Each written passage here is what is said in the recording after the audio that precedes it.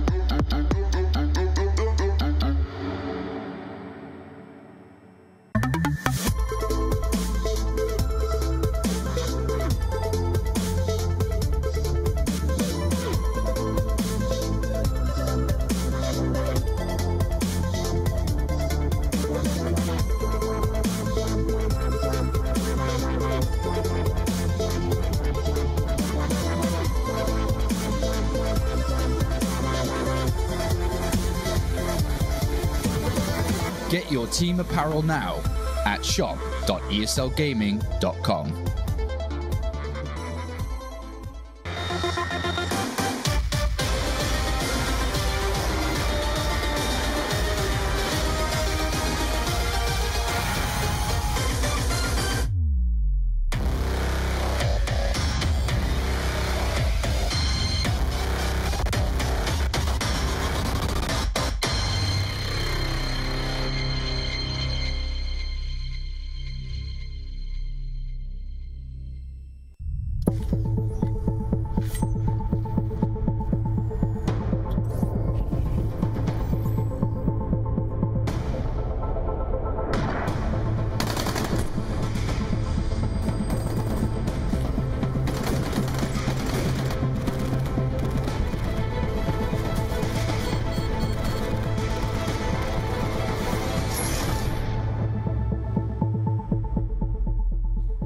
All right, with only 4 weeks remaining here at the ESL Pro League, it is now week 7. We are back to give you a pre-show that we normally do on Tuesdays to kind of lead you into today's matchups and all-encompassing storylines across the scene. We've got rosters, we've got Star Ladder, we've even got Mountain Dew League from this past weekend. But on top of that, we're also going to get these standings as we do get into a little bit later developed season that we have on our hands. But let me take some time now to introduce my counterpart here for the pre-show. We've got Vendetta. What's up, Vendetta? Talk to me. I mean, I'm doing good. Just came off a week of doing absolutely nothing. Felt pretty good. Not sure about you. Did you get the same luxury? Absolutely not. I actually just moved into an apartment. Oh, that's fun stuff. Yeah, I mean, between that and other stuff I do, it's no rest for the wicked. Good God, it was it was a hell of a weekend. But you know what? An even more impressive weekend than that is Dallas for the ESL Pro League Finals. Make sure you get your tickets for those right now at proleague.com/Dallas. And I've said it once, I'll say it again. It's a hell of a time over there. Yeah, and Southern hospitality, all that good stuff. Excellent CS team, home of CS in many ways. Oh yeah, I was thinking Counter-Strike in Dallas is a hell of a time. Like, you're not gonna want to miss this thing. You're by all means, make sure you get out there and check it out if you haven't gotten your tickets already. I mean, Vendetta, the matches don't start till about 5 p.m. But we're gonna get into this thing. We've got a lot to kind of go over over the course of the weekend, even the past week that we kind of missed, where we weren't here, you weren't here, none of this was going on, but to kind of get that one going, let's kick it off with a little bit of roster changes. And actually, to point it out directly, let's talk about the curious case of Selfless Gaming. Curious case of Selfless Gaming, who, from the looks of it, have seen their end as of right now, because it's been announced that the Selfless CSGO division is coming to an end after this league or season of Pro League. So I guess not having the greatest way of going out, but obviously we kind of saw, the writing on the wall early on. By far the team in the league with most roster changes. As you can see, there was CJ replacing no one. Then you had Slemmy leaving. Then you had Nifty getting sold to Renegades. You had Dizzy being in 1 week, out 1 week. DSR, same thing. It's just a bit of a mess, really, throughout the entire season for those guys. Well, even more so, I guess, at this point in the season, to kind of see changes like that, even more so now. Yeah. Surprising would be the Misfits situation that's going over there. We have a lot of rumblings coming out of that camp about roster changes, this and that, who's out, who's in, and then the two faces we're talking about coming in, it's kind of like, what? What's going on? From wine country, coming from France, actually. Yeah, it's a bit of a weird mix, actually. Obviously, Amanek and Devodek from the previous Vex lineup in France doing pretty well for themselves in online tournaments and so on. Devodek as well being, a part of that envious lineup for about 3 days before Scream decided that he wanted to play too. So, he got very silently benched, but definitely a bit of an odd move. And I don't think that's a move that Misfits initiated. I think that's very much off the back of that. And, you have a certain talent called Twists on that lineup who very well could be in a new team very soon. Well, that albeit is a weird situation over there. If you would have said to me 2 years ago, hey, Sean Gares is going to lead a team that's middle of the pack or even on the lower side of the pack, to where it is now, I would have said, no, there's no way. There's no way possible that could have happened. But obviously seeing what's going on over there, I don't want to say the word is disappointing, but it kind of makes me a little sad. But yeah, but it could, there's two sides to every story, right? On one end, it could be disappointing because you expected more out of this team, but also it could also mean that the rest of the competition is doing better than expected as well. What's funny, you say there's two sides to every story, because this next story is actually a really, really interesting one if you've been following along. Let's talk about the Winter Fox just implosion of just bad news bears. I mean, they're kind of going real old school Australia here right now, because they're kind of stuck back home, not really being able to get back to the US due to visa issues, which is a bit of an issue when you have to finish your regular season of Pro League here in NA. Yeah, a bit of a mess, unfortunate incident, and apparently it's not the first time this kind of stuff has happened, sadly. But like I said, there's two sides to every story, so you can determine on your own which one you want to go with. There, obviously, a bad situation for those players, exactly, regardless of what's going on around the camp. But a good situation. Let's talk about FaZe at Starladder. We did watch Starladder this past weekend, and FaZe come out on top. Nico picks up the big trophy. Impressive showing. Oh, impressive, and not only just from Nico, but the entire squad as well. A very, an eluded or a victory that's been eluding a lot of the players on that side. You have the storyline of Alu pretty much being a great player, being in so many good teams, but not being able to win that first Premier title. Same thing with Rain as well. And Nico there in there as well. And then you have Kerrigan going up against his former teammates, the team that lost faith in him pretty much. And that's one of the exciting reasons as to why he had to go from Astralis initially, being able to show that, it wasn't all him. He wasn't the problem. And obviously you have the problem himself in Keo, just showcasing time and time again that he's, an integral part of a championship team. Well, it's interesting when you take a look at an international lineup like that. It's unheard of, actually. I mean, it's happened before, way in the past. But I think within CS:GO, it's definitely something that's kind of. I mean, even if you go even back in 1.6, 1.5, and so on, if you want to talk about, you've had mixed nationalities within lineups, but obviously it's Americans and Canadians or Norwegians and Swedes, that kind of a mix-up. So, language barrier isn't that great. In FaZe, you actually just have an entire team of completely different nationalities. You have, obviously, Nico from Bosnia, and Alu from Finland, Rain from Norway, Kerrigan from Denmark, and then Keo from France. There's, literally no synergy there right off the bat. So that, requires all the more work from them, and they've made it work somehow, some way. Initially, you would have looked at that and been like, that's going to be a mess to no end.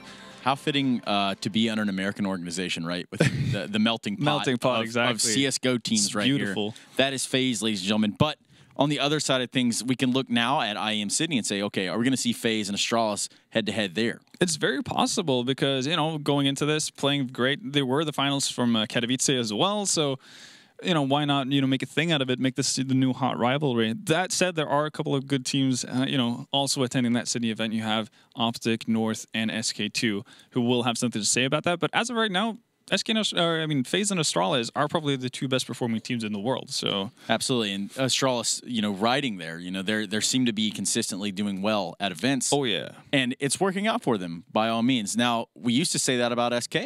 Yeah, we used by to. all means, they are still two-time world champions. These guys are still monsters in the server. But this is not the same SK we saw. No, it's SK who have hit a couple of bumps in the road. Obviously, they haven't necessarily lacked fire or, you know, missed any firepower with Phelps coming into the lineup, but there's definitely some issues as to how they're going to work out their roles. And we've seen that Phelps, even though he's been able to maintain his level, fallen. Other people have kind of fallen off a bit. You know, no pun intended. But that's kind of the situation SK find themselves in right now. Well, even within the Brazilian scene, okay, let's take a look now at that second counterpart there. Not counterpart, but that second powerhouse within NA would be that Immortals lineup. I mean, in all reality, these guys were booming this time last year. What's going on in Immortals? I mean, Immortals, I wouldn't, you know, raise any red flags as of right now. They didn't have the best performance at Star Ladder. We saw them pick up wins versus, you know, a Chinese team and MVP from South Korea, and that was pretty much all they had to showcase for. Not really what you expected, especially with kind of, you know, the rising trend we saw at Katowice, what they did, and it just in general, really, when they played in Pro League here as well. So I think this is more just like a you know, temporary hitch, and they'll get over it with time. Well, what I can say, I hope, isn't a temporary hitch, and I think I was wrong. I think I said earlier in the season, it's not looking so hot over there. You know, hot shot, get it? Haha. Let's talk about Counter Logic Gaming. And just this path they're on. These guys have come together, and they're really kind of putting some work in. Oh, yeah. No, they're putting in much more impressive results than what we initially expected. Obviously, we figured that Ricky might be a slight improvement from what we saw with the lineup to start the season off when they had Sabros in it, but not really to this extent. Making it to the playoffs, as you can see, beating Immortals on Cash as well. Also taking a map off of, or taking Cobble off of Gambit, which is kind of unheard of, even if, you know, you're a top-tier team. Just very, very solid stuff from CLG, and I think you have to give a lot of credit to a guy, you know, one guy in particular, which is FNS, for being able to create that kind of system where all of these players are thriving, and also being able to, you know, get the best out of them at the LAN as well, because oftentimes you'll see hotshots on, you know, in online games fall completely flat as soon as they get to that big stage, but that's not been the case this time around. Well, even seeing them right here in front of us, right? CLG looks like they're enjoying it.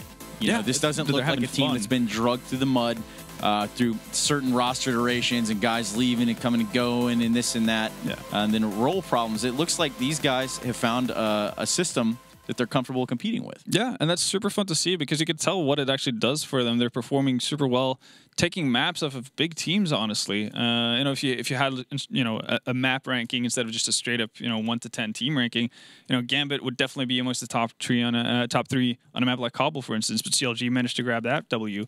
So just overall, a lot of positive things going in for CLG, and it's really cool, you know, considering that we're getting into the tight stages, you know, very end of the regular season as well. Well, coming also to an end of their season overall, let's talk about the Mountain Dew League we saw this past week, and we did see Splice requalify and find their way back into EPL next season. And then on the second and third placings there from Mountain Dew League, we see Bees Money Crew and Enigma 6. Bees Money Crew being the third. Yeah. But actually, go ahead and check out ESA.net/MDL in case you missed any of that action as we kind of go over it here. Make sure you're listening to our beautiful voices in the background while you're doing said thing on your opposing browser. Now, this Splice lineup, an interesting one. Well, I almost call it the Splice project, right? Because before, you know, they had this, we got Machine Gun, we got all this going on. Crucial, yeah. Now it's looking like a totally different landscape in terms of the players. Yeah, they've, you know, gathered people from the same region. You know, that's a bit of start, not just going to be, you know, Mr. Worldwide in that sense. You know, the Pitbull of CS, if you like. But no, it's obviously been doing wonders for them in the sense that, you know, they're back in EPL. They're going to have a shot at actually, you know, staying in EPL, which is obviously, I think, what's going to be the main goal. Obviously, still a lot of time until we see the next season of EPL in that sense, so things can still happen. But, you know, judging from the paper, a lineup like this shouldn't ever be in Premier. I think that's safe to say. You've got Arya, Roka, Semphis, Rix, and Drone. Like, all of those players, belong at the pro league level. Well, there's some serious veterancy on that squad. Oh, it definitely is. Semfless, obviously, being one of the first NA players really to go out at international events, actually find success in CS:GO as well. So there's no doubt that they have a ton of experience from just playing a lot of tournaments. Same thing goes for Ari as well. Not at the same level as Semfless, but still, they've been around the block for quite some time. So, well, being around the block, never think about that. But check this out. I mean, the cool part about Mountain Dew League is the fact that it's kind of a system for you and your team to kind of enter and build your way up through the minors, if you will. I don't know if you're familiar with American baseball or something of that sort. You kind of play your way through the ranks, and then you get the chance to play amongst the best. You could find yourself competing amongst the pro teams. And we saw that happen with several teams now. Yeah. Even dating back to last season, we saw... Well, I guess they would have been Muffin Lightning at the time. Yeah, Rush now. Right, Rush now. Now finding themselves in the pro league, and that's the path they took. And it's a good system for teams to come up. I think and a lot of the times when you talk about taking the step into the pro scene and becoming a full-time professional player, a lot of people have issues finding what direction to take, where are they going to go, how are they going to actually make that dream a reality, and getting the chance of actually playing like leagues like the Mountain Dew League. And having the chance to, where it's all on you, really. Like, you can either, decide your own fate in that sense. If you do well enough, you're going to qualify and actually have an opportunity to play versus the best. And that's how you, create a name for yourself. So I think it's a great springboard and stepping stone for a lot of these semi-professional and hopeful players. We'll call it the gap closer, yeah, if you will. But like I said, you can check out esea.net/MDL to get all the details on that league in terms of how you can get involved, how you sign up, how you and your friends participate going into the next season. But to bring it back to this season, let's take a look now across the standings. And I believe we're going to start with the EU division. And Vendetta, this one's all you. Yeah, so obviously with the week off, not too many changes, or no changes actually in the standings as of right now. So 2 Danish teams at top with North and Astralis, both sitting pretty comfortable as of right now, followed by Navi, Mousesports, Hellraisers, and FaZe to round out that final 6th spot. That currently sends them to balance, but as you can see, Fnatic, Envy, NIP, and even Virtus Pro on their heels, still in playoff contention in that sense. And then, at the very second to last spot in G2 Esports, they're starting their climb. They started off like 1-7 or something, so they're definitely not out of the playoff picture either. Well, let's take a look now at the playoff picture here on the NA side of things. SK, Cloud9, Liquid sitting on top, Energy, OpTic, Immortals thereafter, filling up those top 6 positions. And then we kind of get down into Renegades, CLG, kind of their own little Cinderella storylines where Renegades had a really rough start of the season. They've battled back now. Don't know what happened over there, but hey, whatever happened, good job. It came together. Something in the water. Something in the water.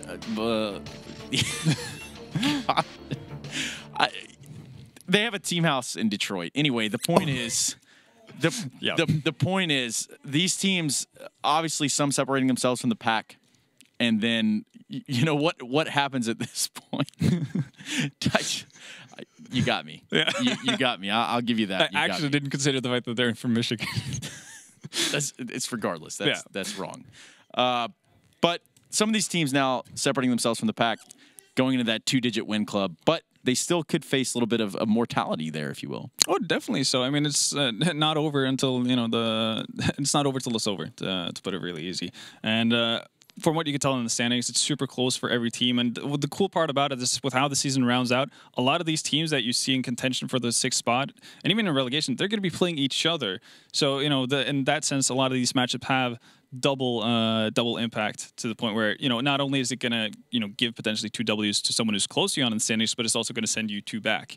So, I expect a lot of changes actually to happen, over the course of the last 4 weeks, and I think this is going to be super fun to watch. Well, it's interesting, too, if you look at some of these teams in the 10+ win club, some of these teams have to be by far getting through with fire superiority and skill, because some of them just maybe lost their in-game leader halfway through the season or tried 2 different in-game leaders. I mean, even their coach disappeared, Yeah. Like, let's take a look at OpTic here, for example. I mean, OpTic... OpTic. At least, they've done one thing. They found a stand-in, and they're sticking with him from at least as far as we know. So Jason R was playing with them, 2 weeks ago, and they were actually the first team to take a map off of SK, which is no small feat by any means. So if they're going to ride out the season with him, I think that's probably the best choice they can make at this point. They get, a pseudo in-game leader in that sense to kind of delegate roles or actually run the ship for the time being. And you can't really, I think that's kind of the best way you have to go about it, because as of right now, or what we saw from before, they were kind of just fully reliant on their individual skill, and now they can have at least a little bit of structure to them that they can rely on if things are not, definitely necessarily panning out, if Mixwell is not hitting all of his crazy shots and so on.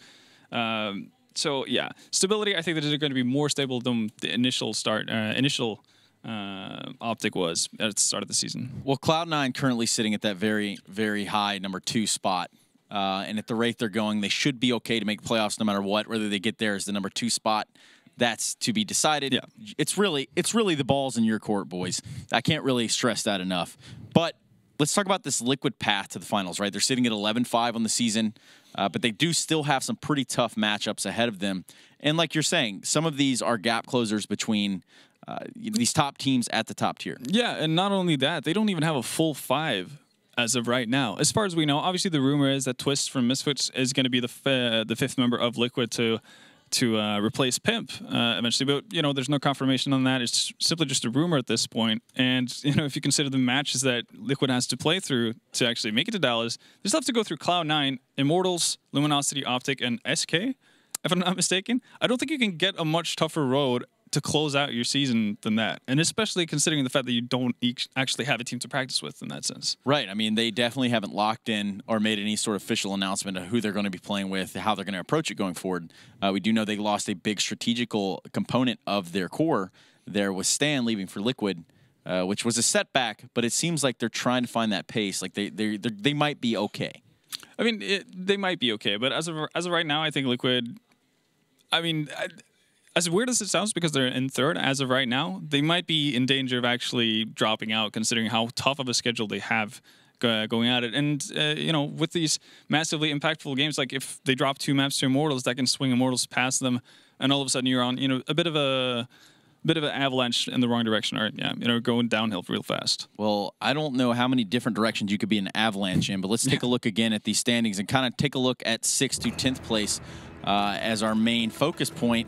Now, these 2 places are really just separated by about 2 maps, I believe it is. Yeah, not a lot, separating them at all. And in addition to that, it seems like Immortals and CLG both sitting on 14 games played instead of 16 like most other teams around them, or just in the league in general, which also allows them to have a bit of a cushion where they could mess up, they could go 1-1, and still, make a bit of a climb and actually jump up the standings to make it even tighter between the remaining teams here. Now, you're going to notice that Renegades and CLG logo up there, and in all reality, we kind of touched on this a minute ago.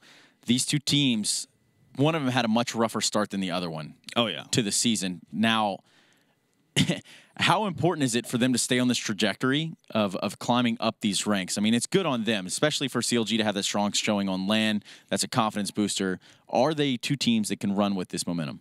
I definitely think so. Obviously, a bit of a different, situation going into it. CLG having a lot of success online. Renegades predominantly online, and also we have to consider the fact that they have brought in new members as well, because they did it with a bit of an unstable lineup to get to the point where they've gotten so far. But they spent that week off boot camping in, I think it was Serbia actually, with their new full roster. So that could actually be a bit of a honeymoon period for them for the next 4 weeks. Now, when you say a honeymoon period, it's kind of funny because this next team we're going to talk about, the 3rd Brazilian team in North America, it seems as though they're kind of leveling out here towards the middle of the pack. Let's talk about Luminosity. Luminosity's honeymoon period kind of ended and did so somewhat abruptly as well. It's not like they've had a bad season. We went into the season saying that they might need 1 more before they can start contending for a top 6 spot and actually making it to LAN playoffs. Sitting at 8-8 right now. And I think they're on a bit of a downward trajectory. Obviously, they've had a couple of tough games. They do struggle versus their other Brazilian counterparts. So, yeah, no, I mean, I think you got to commend them for what kind of a season they had initially, and then be happy about the fact that you're in the middle of the table, and obviously there's still stuff that can happen, considering teams might mess up. You might have a couple of good games here and there, but even if they don't make the playoffs, I think they can be okay with how they've performed throughout the season. Well, teams, the next 6 we're going to talk about most likely are not okay with how they performed over the course of the season. Let's take a look again at these standings and kind of run over these bottom 6 teams. Now, it's a little bit rough. Let's start from the bottom up, so that way it's it's equally dispersed. We've talked about Selfless and their situation all around. Not going to happen.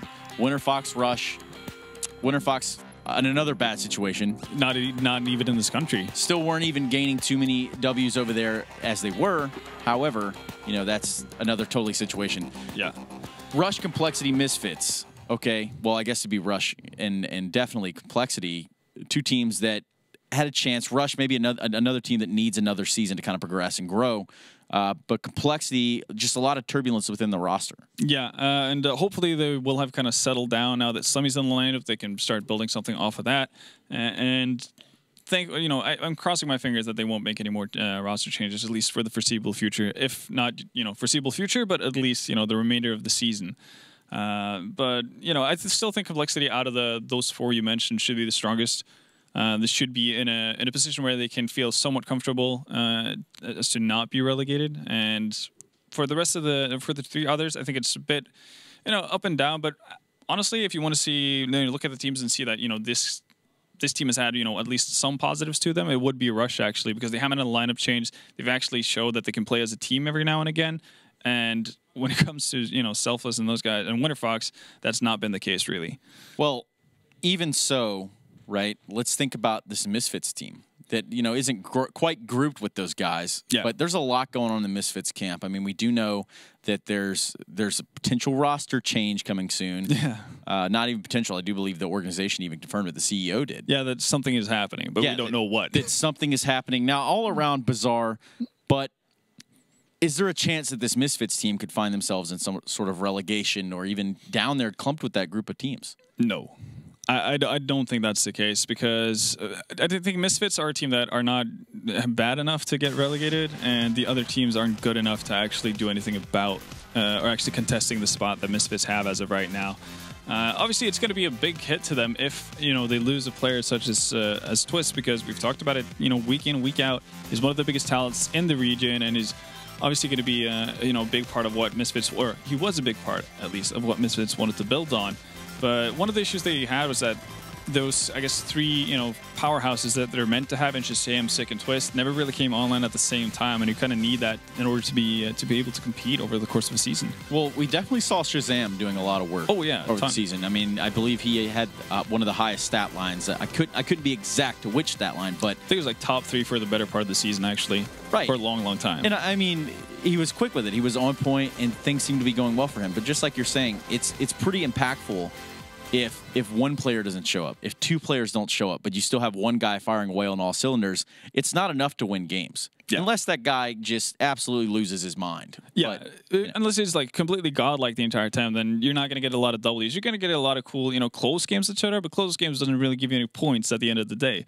So for Misfits never to really have both, Shazam, Sick, and Twist go off at the same time, but just having Sick having one good map here and then Twist having another map like 2 games later, that doesn't really cut it. You need more than just one hard carry really to compete with these guys, because the level of the Pro League right now is so high that if you want to have a Dallas spot, you got to bring it every night. Well, I mean, bring it every night. You're right. Top performers over there on that Misfit squad. Top performance, obviously Shazam, hard to get away from, but Twist, obviously you could see that in the highlight clip we showed. That's one of the games where he drops over 30 bombs and they still end up losing the game. So, I would have to go with, over the course of the season, it has been Twist, it has been Shazam. Well, I do think now we're going to kick it over to my top 2 performers, and that is Blue and DeBears, who's standing by with a little bit of a segment called Buy or Sell. All right, ladies and gentlemen, it is time for buy or sell. I want you to pretend for a minute that there's an NACS stock market, and we're investing or selling teams depending on if their performance is going to improve or diminish over the final weeks here at the ESL Pro League, and most importantly, if they'll make it into the top 6. So, not gambling. Anyway, continue. Important note for the kids out there. Anyway, moving on. Our first team, let's take a look at them. Currently 3rd place in the division with an 11-5 record, Team Liquid. Are we buying or are we selling? Team Liquid, you know what? I'm going to buy them because I like the idea that they have a roster change coming, rumored rumored maybe Twist might be joining them, and I think it's going to help them. They do have a tough lineup, playing against like C9, Immortals, Luminosity, OpTic, and SK, but I think they're able to win 5 to 6 more maps at least and secure their playoff spot. I'm going to go in the opposite direction, and not for the reasons some people may think. It's actually going to be because of those tough matchups. There's reason to believe that they could actually lose every single one of those matchups, or at least trade them 1-1, and that could leave them, just shy. Even if they 0-2 in like 2 or 3 of those matchups, it could leave them just shy of the top 6 position there, and that's what's really going to kill it for me. So it's going to be a sell. Moving on, take a look at OpTic now. Is number 5 in the division currently with a 10-6 record. OpTic, buying or selling? I have to sell on them because even though they have a couple easy matches like Winter Fox, Complexity, they're considered guaranteed wins, but they're never guaranteed. With OpTic always having changed a 5th, new coach, roster placement, at least within the last like 5 weeks or how long that like they've been switching out players. And they're a little toxic too. I'm sorry. I mean, I don't know them. I'm sorry. But, they seem a little toxic. I don't want to be too judgmental because I don't know them, Blue, but that's just me. Calling my opinion. Though, man. It's my opinion. I'm sorry. I'm sorry. They just seem a little angry, okay? They seem a little too angry to be professional gamers. All right. Well, I'm going the other direction here. I'm actually going to go with a buy because of some of those easy matchups that you mentioned. That could be up to 4 points right there. And generally speaking, in past seasons, like the magic number to be within the top 6 has been somewhere between like 13 and 16 wins. So I think that could put them within that safe zone there. Now, it's nowhere guaranteed a safe zone. They could very well be knocked outside of it, but I think they'll have just enough to be able to push forward considering those easier matchups there, plus any other ones that they do happen to win. True. CLG, this is the next one. They've been on an upswing recently, and I think this is a good team to invest in right now as they've been going up, up, up. You know what? I agree with you. I'm buying on these guys. I'm sure you're probably going to be buying them too. I called it at the start of the season. These guys will be good. They practice hard. They put in a lot of effort. And again, as you say, with the rise or the addition of Ricky, they've been playing better. They did awesome this last event. And they put in so much time and effort. You'll see progress as you've been seeing. They're going to get better, Blue. Yeah, Ricky, just as a note there, too, like a side note, first Australian player to ever make the playoffs of a major tournament last weekend at Starlight. Congratulations there, too. So on already that. Congratulations some big stuff for that new roster as they do come together. And Kusta coming back into form, too. Very important. But moving forward, Luminosity is our next one. The new Brazilian team, they came into this season. Everybody thought they were going to be hot stuff. It seemed here in the midseason now that maybe it's not so much, as they're currently 8-8 with an even record. What's this going to be? Ooh, I'm selling. Right to the sell. Well, not to knock them down too much. I thought at the start of the season they'd be teetering by the end of playoffs or like towards the bubble of the playoff. They're a little inconsistent. I think maybe not this year, but next year they'll have a better season once they have more, I guess, comfortable playing against these top teams and win some more matches. They do have matches like C9, Team Liquid, OpTic. So those are going to be really hard matches for them. And being at 8-8, it might not be enough, when they beat teams like Rush and Selfless, who, not guaranteed wins, but they are the clear favorites of that. Yeah, I'm going to go with a buy here, but it's a bit of a hesitant one. I think that they may just be able to sneak into the top 6 here, considering some of their matchups, and I think that, overall, they're still a pretty solid team. And like you said, just very inconsistent currently, but I do think they're going to have enough power to just push through. And as an important note, too, remember, Renegades is also up here as well, but we've excluded them because even if they do make it into the top 6, they've already mentioned they're going to decline the invite to the grand finals because of the Asian minor dates colliding with the ESL Pro League final dates. So they may end up being that team that's in 7th position and just gets bumped up because of Renegades declining the finals invite there. Anyway, moving on to our last team, it's Misfits. 7-9, 10th in the league. Some roster change rumors coming up over the horizon here with the possible removal of Relics and Twists and the additions of 2 French players, which seem to have come out of nowhere, Devo Duvek and I think it's Amanek, if I'm pronouncing it correct. I don't even know. Are these they're like premier players or something? They're like kind of second-tier French players at this point. They're actually, they're not bad by any means. Both of them were on a team just called Rank S. Okay. And managed to take maps off of LDLC as of late. I think they actually beat them in a best-of-3 series. Wow. Beyond that, though, it is a little bit tough to find any major accomplishments of those players outside of the French scene. So it is a little bit tough to judge how exactly they're going to do all of a sudden hopping onto an American roster. Give them a chance. All right, so buy or sell this team? I'm going to sell them just because one reason is the roster. They might lose one of their best 2 players, hard fraggers, and the record's so low, even though they're playing teams like Winter Fox, Energy, Complexity, and RNG, I think their score is too low for them to really just bounce back and make playoffs, so that's why I'm going to sell them. All right, well, I'm going to be in the same boat as you. It's going to be a sell for me as well. Like I said, I think it's going to take a little bit too long. Even if those French players do come into the mix and it helps them, it's going to take a while for them to kind of get together as a full 5-man roster and get used to the strats and everything. And in these last very crucial weeks, I don't think they're going to have that time to put it together so quickly. So there you have it, folks. Thanks very much for tuning in to buy or sell for this round. We may be back in a few weeks here to see how our predictions turned out. But for now, let's send it back over to the analysis desk. Stunna, take it away. Thank you, guys. Honestly, I think they were pretty close. I think they were pretty close to accurate. What do you think? I mean, I think there's definitely some valid arguments for both sides, even when they disagreed on what to buy and what to sell and so on. I think I'm leaning more towards blue in terms of what I would have selected myself, although I probably would have sold on Luminosity as well. But, overall, cool stuff to see from both of those guys. In case you're just joining us now, I want to let you guys know that the first set of matches is set to start at 5 p.m. This is the pre-show. We're talking about all the cool stuff that you missed out on over the course of the weekend while you're out and about doing you things. So we were in here, putting in the numbers, really just kind of hammering it down. But to stay on the topic of scheduling, let's take a look at the matchups of the week, and let's kick it off with Tuesday, which is today. The first match of the night, Cloud9 Selfless, not going to be your real heavy hitter, but the one afterwards could have some implications. Yeah, definitely. So obviously Cloud9 Selfless is a bit of a David versus Goliath. We've seen a couple of those throughout the season. So yeah, instead of focusing on the second matchup of the night, OpTic versus Luminosity. Big game for OpTic, obviously. This is one of the easier opponents, I guess, in that sense that they're going to run into. But when you talk about easy, Luminosity have taken some scalps over the course of the season, and they're not like they're out of it either. They're sitting at 9th with an 8 record. So they're not doing poorly by any means, and I think it's we talked about how stable OpTic are looking, how good they potentially could be if they're a safe spot for that for that top 6. I think a game like this would tell a lot of what we need to know. I think it's important to note too that it depends on which Luminosity come out to play. Right? Oh, yeah. If they're the explosive Luminosity we saw at the beginning of the season, OpTic could find themselves in a pretty rough one. Yeah, if Yellow and Pickle come out to play, really, that could be a tough game for pretty much anyone in the Pro League so far. So for OpTic, who definitely not going to be as well versed as the old lineup, right? They might run into issues. Right. And, pending their lockdown of that next player is, I think, the obvious next step for these guys. I mean, they kind of need to do that in order to solidify the path they want to find themselves on for the rest of this season.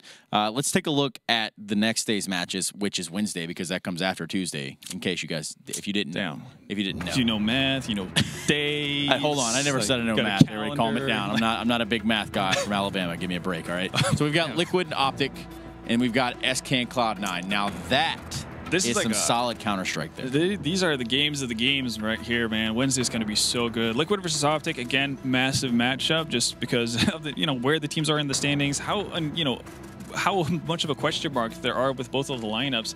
At this point, weirdly enough, OpTic looking more stable than Liquid in that sense, because we don't know who Liquid's 5th is going to be, and obviously OpTic have been playing with Jason R, so at least we kind of know what to expect from them in that sense.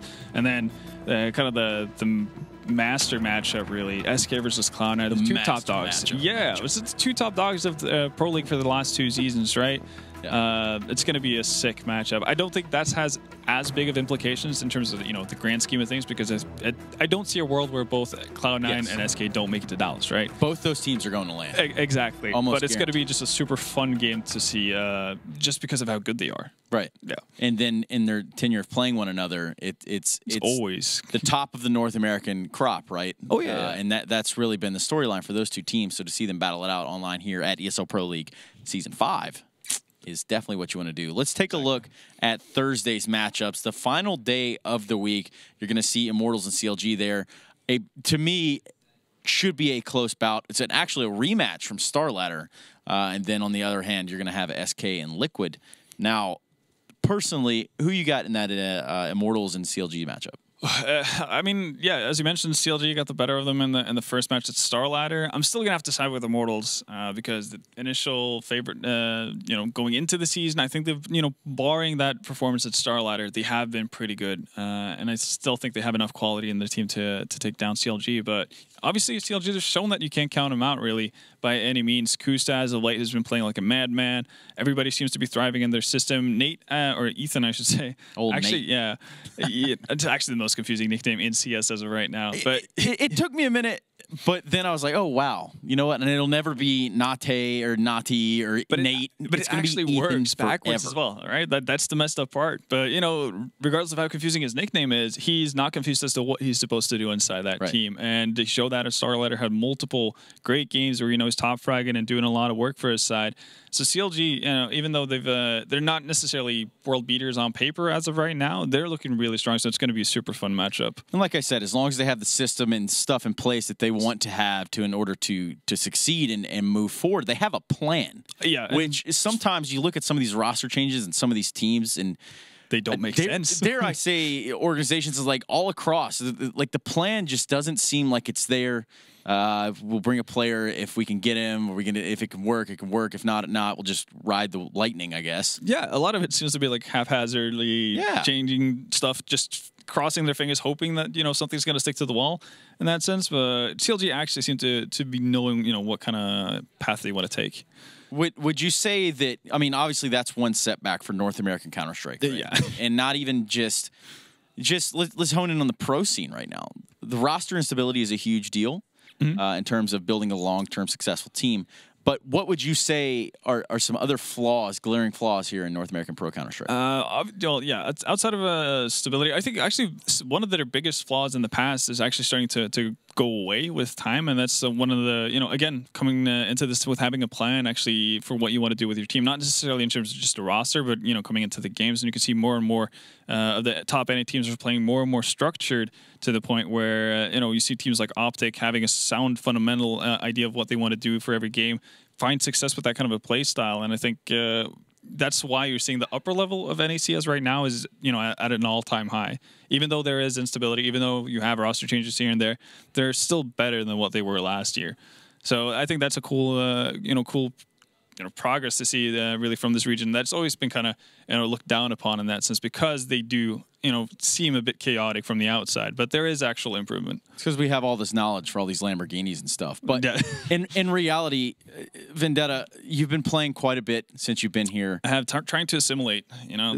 I know you're trying to blend in, and you actually do a phenomenal job in terms of like your accent and whatnot. But in terms of playing just in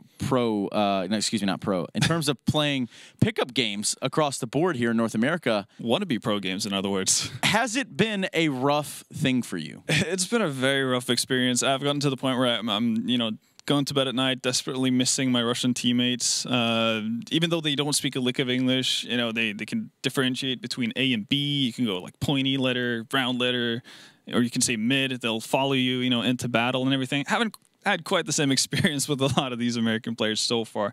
But, you know, I'm crossing my fingers and hoping that it's going to get better.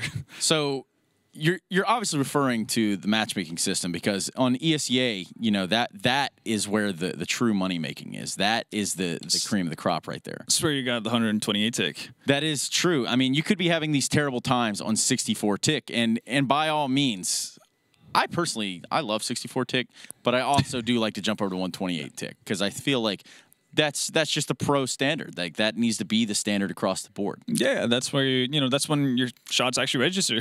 But one place you can do that is ESEA, so make sure you head over there. I think every single time I get on the browser to go to this website, I still type play.esea.net. I don't know why. I still do that too. And like it's just natural. It just seems like the way to go. But yeah, get over there. Bring your friends, get on the client, don't get cheated, play on 128 tick, and you know what? Try to go pro, because that's also where you're going to play the Mountain Dew League. It's true. It's weird how that works. You know, I think this is probably my favorite part of this whole show, and we're going to get into the top 5 pay safe card plays of the week.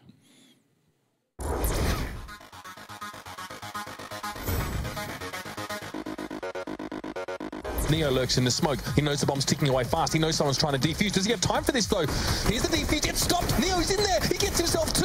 One more for Neo, and that is the round for Virtus Pro. You're going to see a bit more of an aggressive push comes in, but he gets the quick scope, and he got Dizzy jumping. So he's able to follow through into the second, and then a no scope as well on a CJ. Oh my god, and then he hits ZQK as well. Unsure what's going their way, but RPK adjusts so well on the angle. Going to swing out and find Pasha, but now the short play comes in. There's still players in towards spray. The spray is so good from RPK. He has decided everything on towards this, and that's his ace as well. Flamey's down. Guardian's lost his wingman now. He needs to do it on his own. two very low health opponents on the map. One goes down, now looking for one more. Guardian makes it happen through the top of the box. As you can see the smoke starting to come in.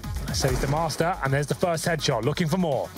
He's very, very good with this gun. Knows they're going to be close. The flash means they've got to be there. Lines Told you, man. shots. He's got number 3. Bomb down as well. There's the 4th. Nico nearly goes for a Deagle ace.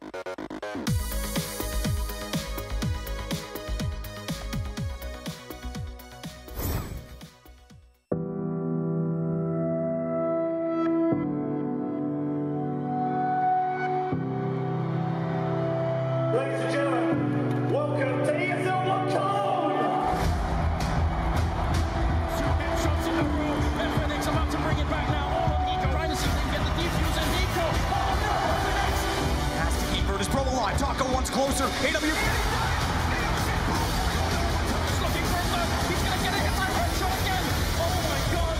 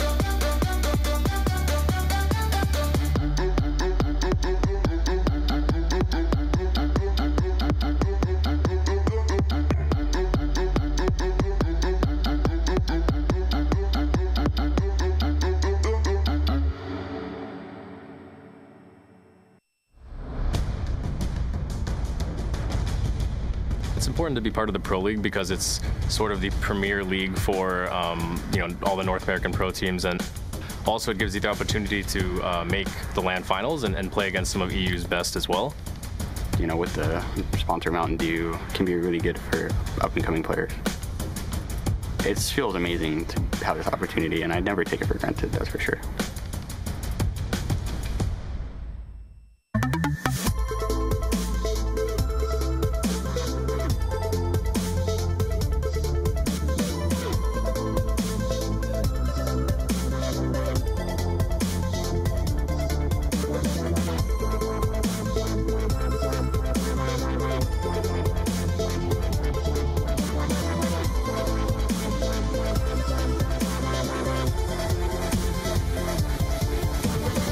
Get your team apparel now at shop.eslgaming.com.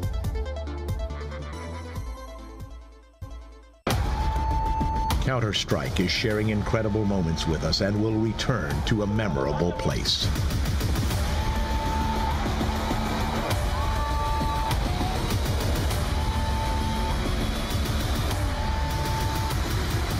Get your tickets now at proleague.com/Dallas.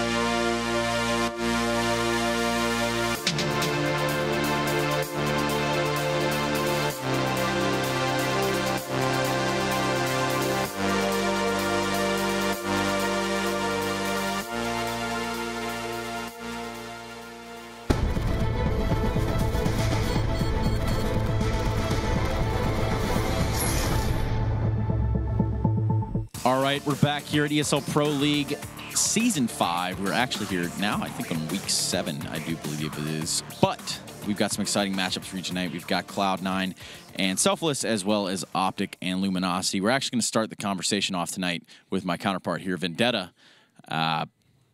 We're going to talk about OpTic and Luminosity first, because honestly, this one has some serious implications going forward. It could potentially be massive for a team like Luminosity. Obviously, with 2 wins here versus OpTic, they actually equalized the same score as OpTic has, and we know OpTic are currently in that top 6. So, you know, could create a massive swing in the standings as of right now. But, you know, easier said than done. So, noting the maps, we're going to have Cabal, or excuse me, Cabal. We're going to have Cabal. Cabal and Kosh. We're going to have Couple, Cash, and then Nuke and Overpass. So, disregarding what's going on in that first matchup, we'll come back to that one in a minute. Let's stay on the path of the second one. Nuke and Overpass. Are there any teams favored here in this matchup? It's actually a very weird, weird couple of maps to end up on, because it's not, you know, too. Neither are actually, you know, a favorite map in the sense that one team plays it a lot, really. So, you know, OpTic, they'll play Nuke. It's not like it's an instant veto for them or something, but they don't play it a lot. Same thing with Overpass as well. I think Luminosity, you know, at times might have leaned towards playing Overpass quite a bit, but that's, you know, far in the past at this point. So no real clear favorites. So, you know, with that said, I'd kind of, you know, lean towards OpTic, just having a stronger core of players. No clear favorites, but you definitely have some favorites. I can hear it right there when you said it. All right, let's take a look at OpTic. Tarek, Rush, Naf, Mixwell, and you're going to notice Hazed in there, and you might be wondering why. Well, they did say he's going to be standing in as a coach for this team. They lied. Lied to us. And then just plopped him into the lineup. And, well, I mean, he had to, I believe, fill in tonight. Jason R's had prior commitments. He had priors. So Jason R had priors. That's a headline right there. No, again, it was so we talk about, you know, it's a big talking point in the pre-show. How stable can OpTic be? We're saying, you know, Jason R, he's going to be the solution. Well, the solution could be over here. Let's take a look at the Luminosity side of the board. Destiny, Pickle, as Blue coined it, and I think it's going to stick forever. Pickle, in case I didn't say it loud enough. Pickle, and Pickle again. Yell, Shez, and Showtime. I think every time we've gone down this roster, I've kind of had to question how I say SHZ. I'm just going to say Shaz from now on. But it's going to be 2 Shaz. The real heavy hitters here, let's look at Yell, and let's talk about Showtime. Yeah, obviously Yell, their main opper, massive impact for them so far in the season, and one of the big reasons why they've had that honeymoon start to their run. Really, I think the entire team as of late has kind of dipped off. That's to be expected by a fairly inexperienced team, because, you know, the guy you mentioned the second there, Showtime, is really the only guy with any experience at all, at least from playing internationally. So he's going to be, you know, vetted in that sense and actually know what to go up against, you know, when you play like an entire season of Pro League. But the others not going to be used to that kind of competition for that long of a time. So for them, it's going to be, you know, in a big way, just adapting to the environment, I think. Now, a win here for Luminosity would be huge. Yeah.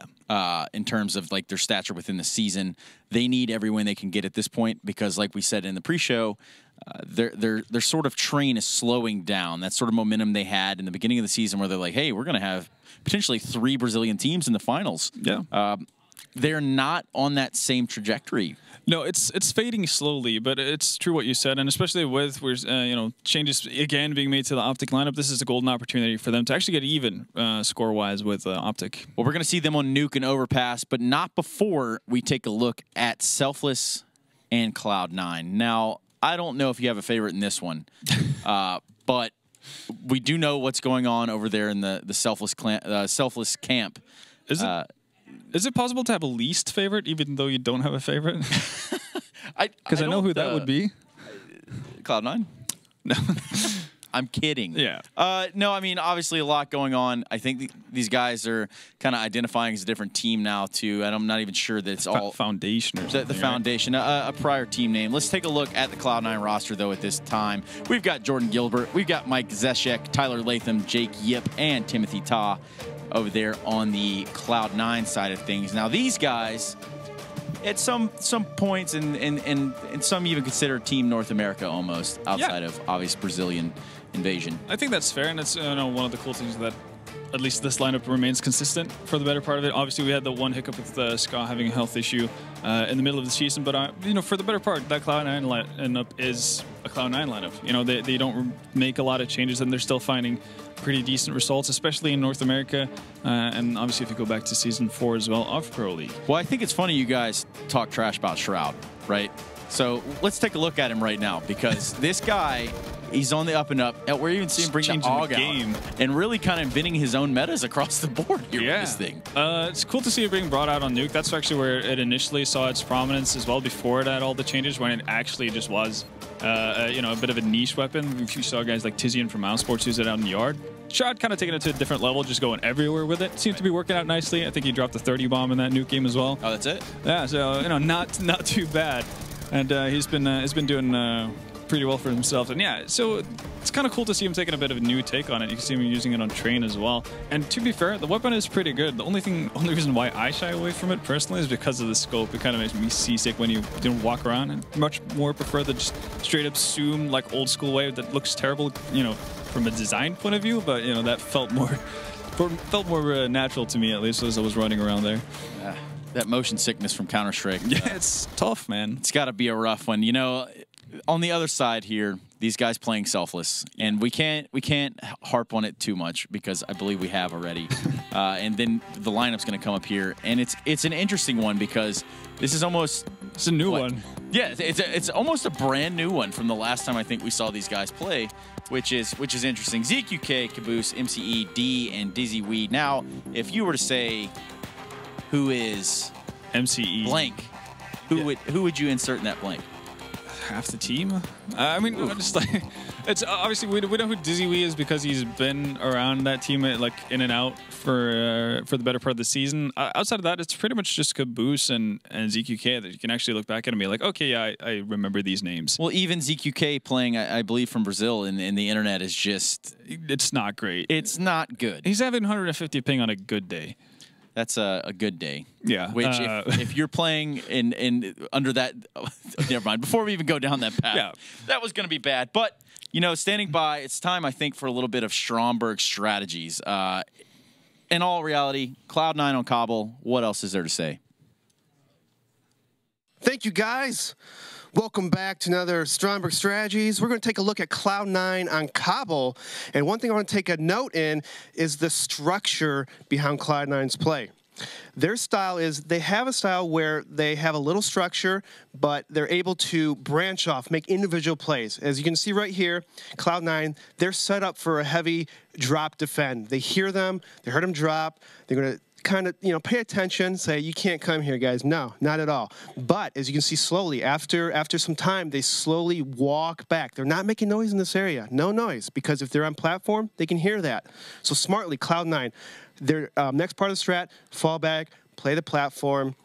As you see, Shroud still by the rock. He's kind of watching drop a little bit, but he's more focused on like the sidewalk. If they rush out, come through, nothing gets picked off. So now Cloud9's in a very weird kind of situation. They have to make plays. Shroud, he's like, I got to make a play, guys. He's going to hop on through. And so as he gets just 3 kills. Why not? And the reason why that works so well, as you see from Skadoodle's point of view, he's watching the window push. So as soon as he moves in to watch the window, that allows Shroud to kind of play more towards Rock, play more towards B.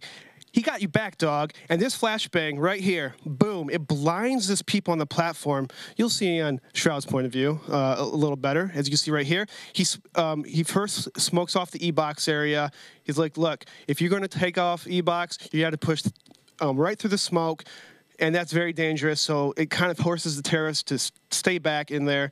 As he's rushing through, the flashbang's going to hit right now. Boom, they're blind. Easy kills. They make it look too easy. And the point being is, you start off in a structure, you practice it 100 times. It's just like basketball. You have a zone defense. You practice a certain way a lot of times, and after a while, as what Shroud did, is that in the moment he had to make a play. He went off an instinct. He's like, okay, I practiced 100 times before. I know that this is weak if I push here as my teammate flashes. So it works well. Cloud9, very good job, and hopefully we could see more of them in the future. Back to you guys. Thank you to Bears. Appreciate you per the usual. Miss you, my man. Now, look, we know going into this the clear favorite. We do know that it is Cloud9, given all the circumstances and all the storylines that are laid out there.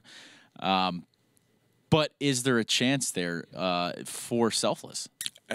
You never want to go 100% on anything, but honest. God. It's actually normally, right? You'd be saying, "Oh, there's always a chance." I think in the case of Selfless, no, there isn't.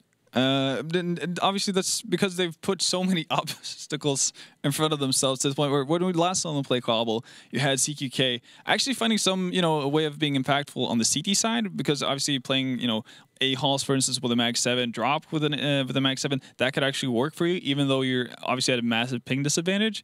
But as soon as you swap over to that T side, where you're actually going to find anything you can do, somewhat consistently, or at least, find any sort of any sort of help for your team. And I think that's the kind of issue they're going to run into time and time again. Well, I think it's important to note at this point that we are just waiting for the players to get in the server and actually ready up for the matchup. But with that being said, I think it's very important here for Selfless to not maybe get down super hard on themselves, even given their situation. No, yeah, definitely. And if you come into this as Selfless, you go up against one of the top 2 teams in the entire league for the entire season. You know it's going to be an uphill struggle, and you're playing with 2 completely new players. So at this point, it's just a learning experience. You do what you can. Every round you get, just take that as a bit of a bonus victory for yourself and feel good about that. And if you lose horribly, then so be it. That was kind of written in the stars. And if you can do anything to go against that, then, kudos to you. I think that's the kind of mentality they have to have going into it. Obviously, you never want to say to someone, go into that game expecting to lose. Obviously, you should have the mindset that you should win, but you also want to be realistic about where your opportunities actually lie. You're not wrong. I'm going to tell you that. You know who else isn't usually wrong? Our commentators. They're standing by. We're going to bring them now into the discussion with us. We got Blue and Dazed over there. Now, what do you guys think about this situation, right? Obviously, Selfless is in a bad way. Is this a night where they can have a chance? Is this a night where they're going to get double digits?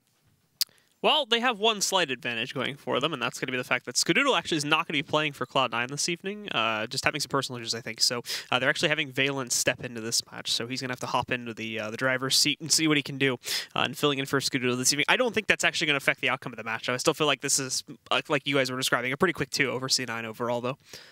Yeah, it would take just huge blunders by C9 over and over again, and Selfless, I mean, they just have so many things working against them right now. Between the roster changes, obviously just losing over and over again. And this is a team we actually saw. I know they got relegated last season, but if you remember last season, almost every match they lost was like 12-16. Even against teams like Cloud9. I mean, it was 12-16, 13-16, 14-16. So they took just a giant step back here this season.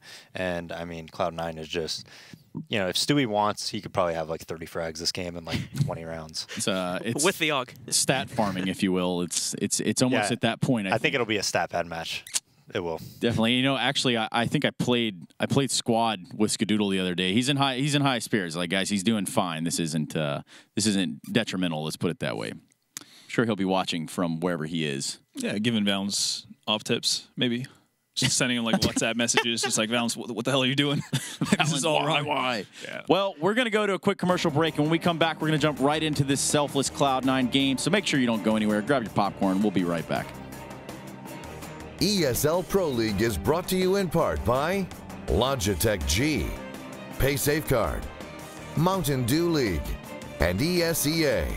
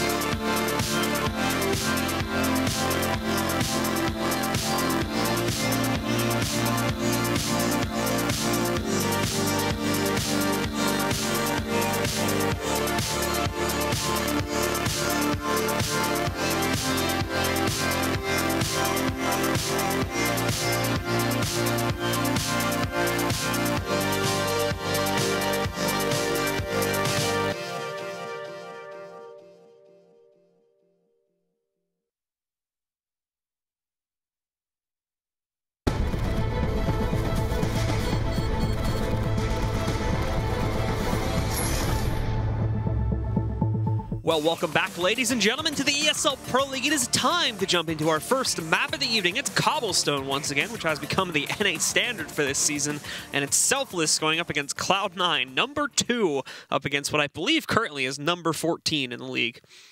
Pretty straightforward match. Are they last? I'm pretty sure, yeah. Yeah, I think so. Them, Winter Fox, and then Rush. I think Selfless has 1 win. 2 wins on Winter Fox, 3 on Rush, I believe. Yeah, and the complexity is a little bit. And you know, the surprising thing is Renegades started out, I think, I think they've won 7 in a row or something like that. I think they're or 8 in a row. They're 9 and 7, right? They're 9 and 7 now, so they're actually in contention to be in the top 6. Like it's crazy. That team is just so up and down. I mean, we were casting them earlier in the season. No, we're not casting them today. And I'm just like, I mean, how often was I bashing them? I'm like, there's zero strategic insight to them. They just look like such a mess. And then bam, they do some roster swaps, and they, you know, win 8 in a row. Yep.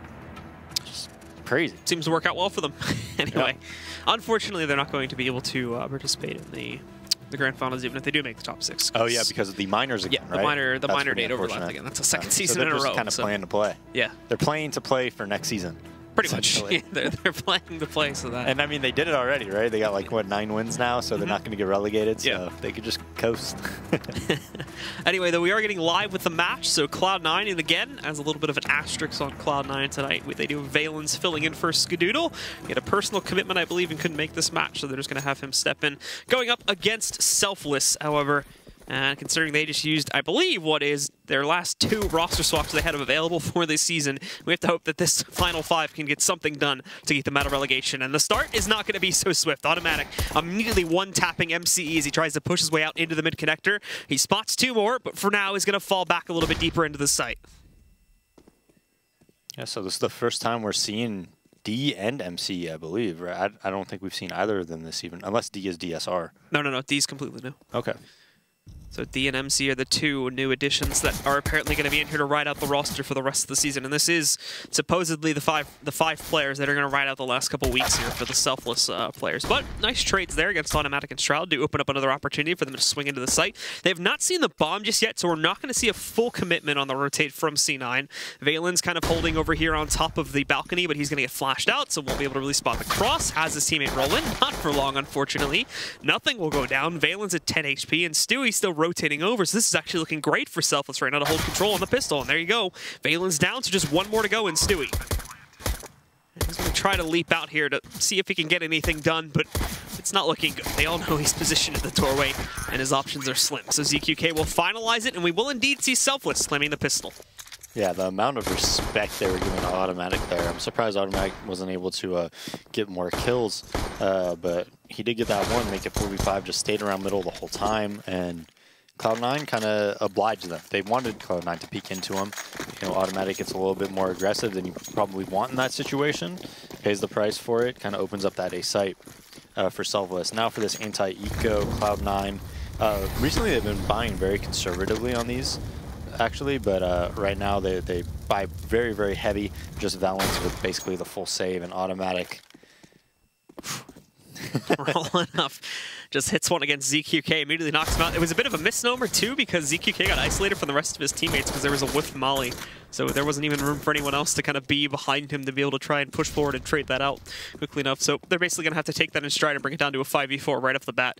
They are going to try to turn this into an A split though, and we can mind that's only the 1 kill that they've gotten. They're going to trade 2 more back as they do attempt to push their way up towards A. And now Cloud9 with only 3 players remaining. They do have 1 on each site, and then they're keeping Stewie as kind of a rotator in between them at this point. Selfless themselves have really slowed it down. They're going to let the clock run down a bit before they eventually follow through with the execute. Yeah, and again, pretty much the same situation just happened. Automatic makes it 4v5, kind of, you know, gets a little bit too aggressively, peeks aggressively into middle, exactly what happened on Pistol Round, gets punished for it, and all of a sudden, Selfless 4v3. They're grouping up towards A, so Valens is going to be the lone player here to try to stop this, and all he has is a P250. And that's not obviously going to work out too well for him as Selfless do start to roll back in. No sign of rotation anytime soon from Cloud9, so he just backs up to the default plant position and is looking for peeks here. As soon as he's spotted, immediately eliminated by Dizzy, and that'll kill most of the opportunities for Stewie and Shroud to actually wrap back in here and make this a 2v4 victory. Making the duel, some damage done to D, but he'll promptly fall away from that one and avoid taking another risk anytime soon. MC's going to spot Stewie peeking up again. Good damage being done, but D weighing out his own aggression there. Trades him on the Stewie, eliminates Shroud, and there you have it. 4 life for Selfless as they do, with the exception of that start there, and the relatively clean as they take the 2nd round victory. And now the full eco, they have the 2 Mac 10s, so look for them to try to just go in first, clean up, you know, get some money to their name. And Valen's full saved, so I'm assuming he's going to drop an op actually to Stewie, which would be my guess for the next round. Now Selfless, we can already see them pretty much just rushing over here towards the B halls right at the start. Cloud9 decided to take a risk this time and have a big 4 stack of players out from A long. That's already dematerializing. They were going to start to fall back and rotate Shroud around over here towards B. He can, I imagine he's heard a couple footsteps in his position there at this point, so he's calling for a little bit of help here to at the very least find a couple trade kills so they can keep the money low going into that first gun round, but currently going to be looking realistic unless they're able to line up some good positioning here with the Cloud9 members shuffling around, potentially out in the open. It's going to be easy frags. There's one. Good trade from Stewie, just with a measly little USP as well. And now D jumping over there, gets 1, gets 2, and now only 2 remain on the Cloud9 side. 1 in drop, 1 trying to flank an Automatic's position over there as he works his way over towards the platform push. The Molly will block out Valen's, and it looks like OpTic is just going to end up going towards drop himself, so this will most certainly be the third round for Selfless. Maybe plus or minus a few players, depending on if Cloud9 can get any or multiple on the exits here. Yeah, just looking through a little bit of the players' histories on Selfless. So I'm looking at D's profile, and I think he's probably a friend of Caboose. Looks like they played at Fragadelphia together, got third there, and then has also played in Premier this season with a team called the Foundation, and they're actually only 2-14. So apparently they may be taking that team name as well. What was that? They may be taking that team name as well. The Foundation? Yeah. I think that's what Caboose tweeted earlier. Yeah, Caboose tweeted earlier they were going to actually take that as the team name for right now. Like, officially speaking, for this game, they're still called Selfless, but I think they're going to be trying to change that over the next day or so here. So, it's an interesting side note there, too. Is they're kind of... So I guess Caboose is kind of like the leader. It seems like it, yeah. As that worked out. Well, ZQK... Things not working out for him, is going to try to leap over here towards drop. Immediately knocked out by Shroud. Caboose is trying to molly this out and make up for it. Hopefully he could find a player close up to where they usually boost position, but not going to be the case this time. After they do find the kill, Cloud9 actually really good with the positioning. They just kind of back out. They'll let Selfless move in if they can trap another player in here. That'll be even better for them. Does still appear as though Selfless are playing into the default, though. No huge adjustments after losing ZQK. Kind of just having, I believe it's MCE on the outside, watching out for A long or mid connector pushes, and beyond that, everybody else just waiting in the B halls for the time to run down a bit here. Yeah, only one player towards A and OpTic, and this is something that Cloud9 does a lot. Like, OpTic is just a force and a rock over there at A. That's very hard to move him out of that spot without him getting information, without him, you know, delaying the other team, and also multi-fragging at many opportunities. So they have a double drop set up. Right now, they're kind of playing outside of it. But Shroud, he listens, he knows they're down. Valens is already there at the window, and it looks like it's going to be 2 towards B halls, 1 down drop, and then 1 towards A. Yeah, MCE is the one lurking in towards A, but I imagine he's going to be a late entry to try to catch rotators off and make the post-plant situation a little bit easier. And actually getting onto the site, though, is going to be the tough part, especially with this timer they're working with. Only 20 seconds remaining to actually kill these B-site defenders, get out onto the site. That's a good start from D, though, but unfortunately, the kills will get traded up. Caboose finding one more. Stewie actually does die to the Molotov. Caboose left as the last man standing, but he's only got 10 seconds left to go grab the bomb and plant it on the site here. Thankfully, no one will be on a flank, and he mollies off the correct position over here, so he should be able to get it, but Valence decides to push to the molly anyway, and he does take down Caboose before the bomb can go on the ground. Yeah, not a bad round there. I mean, they manage, even in that 4v5, to get 3 kills. That means if they win this round, they're going to force Cloud9 and Nico in a very bad economic situation.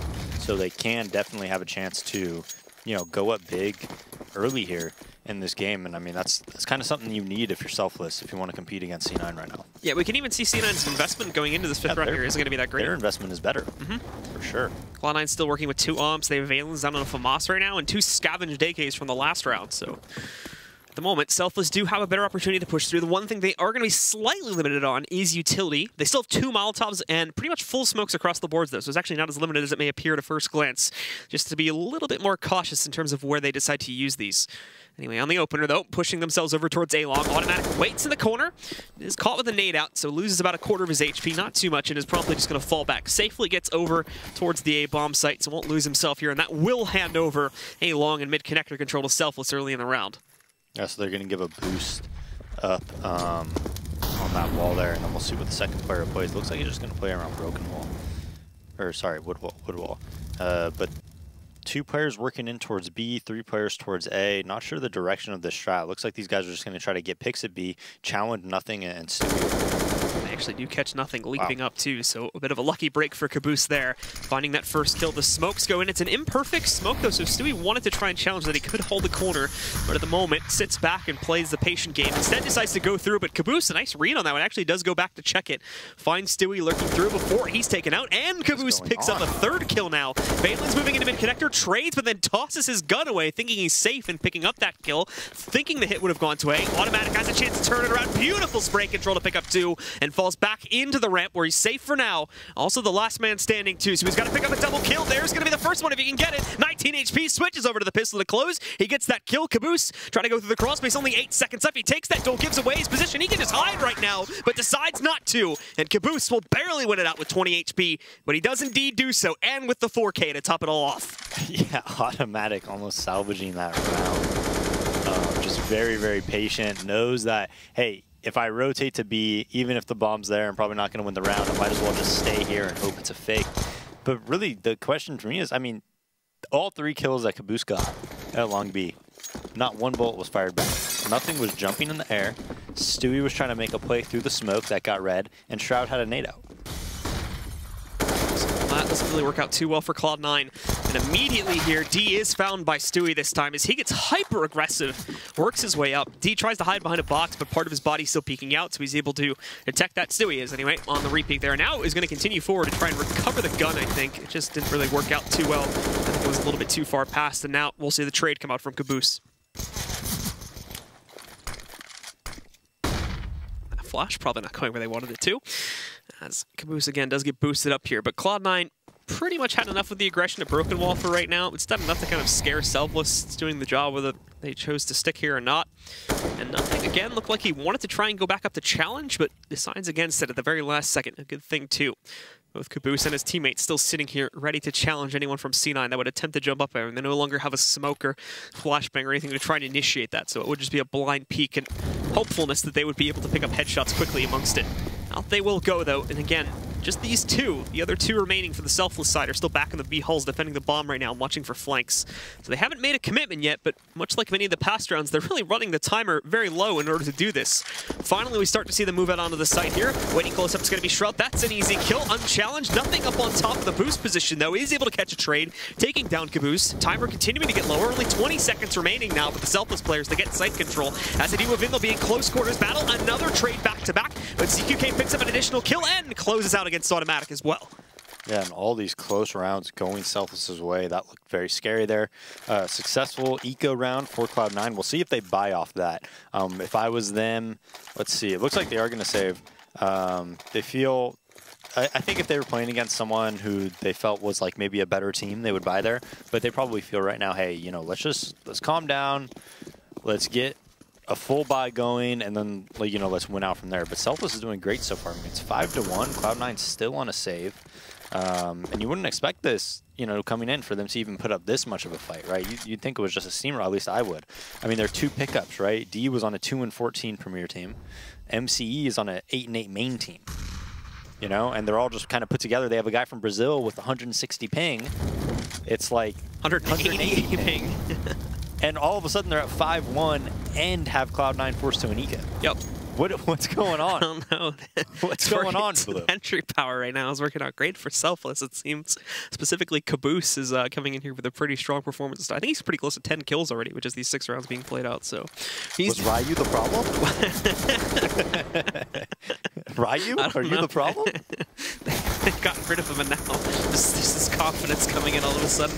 But Caboose picking up the first kill this time around. They're not paying attention to the drop room flank. Thankfully, Caboose handles that one. The rip Shroud to shreds as he also tries to push out from there. Nothing's already down at 9 HP. Not a whole lot he can do.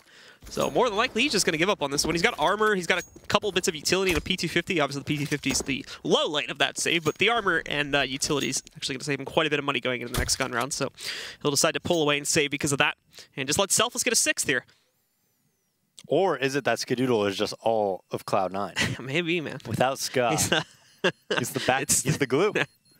It all just falls to pieces without him. He's the glue. All right, we'll need 6-1 for Selfless here, and again, Caboose multi-fragging. You can see it again there, sitting at 11-2. Definitely leading the team by a pretty big margin and finding most of the initial kills, too. He's usually the one that opens up the site for them, and it's almost been a consistent B push for most of these rounds.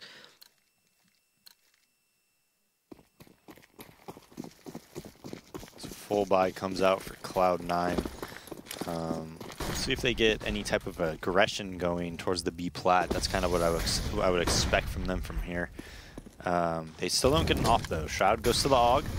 I believe the AUG is a 1-shot headshot kill, but you have to be very up close. I believe. But we'll see. I'm gonna have to start experimenting with the AUG a little bit. I'm gonna have to start using it a little bit because it's not used. It's pretty nuts. Yeah. And I think it costs 3,300. I'm not 100% sure. Oh, Shroud again may actually get himself quite a bit of the early action, considering that. And I mean, that is like the coolest skin of all time. So have you seen the new AK one? No. The new AK one's pretty cool too. It's got like When did it come out? It was in the most recent case, I think. I think this one is too. It has like all this like Japanese writing and stuff on it too. Oh, kind of like our Japanese NMDs? The NMDs? Yeah. It actually does. It did remind me of that when I first saw it. Different color scheme altogether. That's not the. Should we just make our own skins, but just copy like NMDs just and Arrow stuff like that? Yeah. Arrow and Sons AK, Would we get dude? sued by? We make Yeezys and we just get sued by Kanye West. Be great, dude. I know Stunna would buy the Yeezy skins. Yeezy AK. He's got like 4 pairs of Yeezys. It's just a regular AK with an orange stripe that says whatever, Sply 350 or whatever the Yeezys say on them. MCE. The thing about these skins though is they cost $1,000 each. Like, it's a special case for See, he's going to pick up a double here. And again, the rest of the team cleaning up shop pretty quickly after he is finally taken down. It's again nothing left as the last man standing here. And once more, much like many of these previous rounds, probably is not going to be able to get a whole lot done here. He may catch 1 or 2 players off guard on exit, but that would be like a really optimal situation. And yeah, he doesn't even catch 1 off guard. What is going on? He just swings into him there. 2 and 14 Premier Team. D comes in just pistol whipping everybody. MCE on an 8 and 8 main team comes in, just wrecking Cloud9. This is their chance, man. What if they just win out the season? They're just the best team from there on End out. up in like 8th place. Yeah, probably be the best. Still managed to get relegated somehow because they only have 1 win. Just win out. That would be so. Well, I mean, think about it, man. An 8 and 8 Premier, or 2 and 14 Premier player, 8 and 8 main player, a guy from Brazil with 180 ping, and they're up 7-1. They're destroying their economy too. Like again, they're on an eco here. Dizzy, a female streamer. What? Dizzy Kitten? Yeah, that's not who that is though. Really? Yeah, dude. No, I'm just kidding. Yeah, that was a little too obvious. Got me confused for a second there, but we do see again Cloud9 on essentially just an armor pistol buy for most players. Nothing, only working with a deagle. And honestly, they're getting closer on these rounds than they are a lot of these gun rounds. I mean, Automatic in that 4v1 almost won it, but you know, it was still a 4v1. And Automatic close up to the suicide steps here. He's going to have his chance to maybe cripple the Selfless push a little bit here if he can, but unfortunately squanders it. ZQK is smart to check out Suicide before they blindly push forward. They even got smoked off on the mid connector outside door here anyway, so now Valen's will maybe take a chance at it. Look at this, double nades on him. Molotov comes out. They're taking it slow, just kind of waiting it out. A flank is going to come through connector. There's no way they're losing this round. Yeah, Caboose is A long control already. They've already pushed out there. There's the connector flank you were talking about there. So Caboose finishes off, takes down Shroud, and it's all 5 alive for Selfless. Again, the eco round doesn't do that much. 8-1. I think Cloud9 just paused in the last round. It was like a really smart, short pause, though. It might have just been technical. I would not be surprised if we see a tactical one coming in a second here, though. I would not be surprised if we make a movie out of this. True underdog story. I mean, we said it was a stat pad match. It's just a stat pad match for the wrong team right now. Selfless is the one that's kind of dominating here, and it's a big surprise for everyone. So let's take a look again as we do get into another gun round. Double op set up for Cloud9. Shroud with the AUG going down right at the start again, same as the last gun round it looks like here. So he's going to get knocked out pretty quickly. Now we have to hope that these double ops can do some work. Stewie being positioned directly behind the statue here. Oh, but he looks away just as they were starting to push back out. Still lines up the hit through the smoke against D, though. So gets the beautiful timing shot, and will probably toss the molly out to avoid any retaliation from anyone else that was going to push out from Plat. This has caused a pretty big slow on the Selfless side, and I imagine they're going to kind of just slow things down overall here. They need to take a moment and recenter themselves before they decide where they actually want to take this execution towards. Yeah, and again, Automatic just at A by himself. Nobody helping him out. So looks like they're going to want to go drop to A maybe, while 2 people go out long. Boost going down. Even shoots on the way down there too. And nothing goes for the peek. That's another time though where nothing just goes for a blind peek and loses it out. He's going to have to stop doing that because it keeps giving Selfless mana advantages in a lot of these rounds. Valen's maybe next up to bat on it here. I think Caboose had spotted Valen's. The reverse is true as well, though. And Valen's does go for the re-peek and window, taking down Caboose. Recentering a slight advantage for Cloud9 here. And we even have Stewie getting hyper-aggressive on platform there, too. He's already pushed all the way through the halls, so they know this is coming to A. It's more about just getting Valen's prep for it. He got flashed out, did good damage to MCE, and oh, automatic misses what should have been an easy shot for him against MCE. Doesn't hit it. Stewie's rolling it on the flank, wastes no time taking the shot on Dizzy right there. And now he's got to hope he can somehow pull off this 1v2. Spots the head of a player with 1 HP. Could have easily taken him down right there. Missing the shot. Both of these players incredibly low, but they hold on. MCE gets his 3rd on the round and closes it out with only 25 HP. MCE just destroyed them. Like, he absolutely destroyed. Did you see that last kill on Stewie? Mm-hmm. This guy's a beast. From Maine. Who would have thought? I mean, look, it's obviously Caboose is like the highlight right now, 15-3, right? But then the next two down. That kill on nothing, going down drop like that, kind of opened things up, and then MC just flew out. They got the perfect smoke onto automatic. D as well is doing pretty fantastic right now. Straw's going to take a risk here, trying to jump up on Broken Wall. Actually doesn't take any damage, despite there being like 4 players on the outside. D does get tagged once or twice, so down to 51 HP, and the rest of the team is trying to go for this. This could be a trap, but this may not work out so well for them. They are set up for this one. 2-1 in the favor of Selfless, though. They're keeping it recovered. 3-2 now after everything is set out here past the Broken Wall itself. With MCE taking down automatic, it's down to Valen's in a 1v3. Caboose is going to knock him out, and there you go. It's another round for Selfless. They're up to double digits now against Cloud9, who still only have 1 round on the board so far.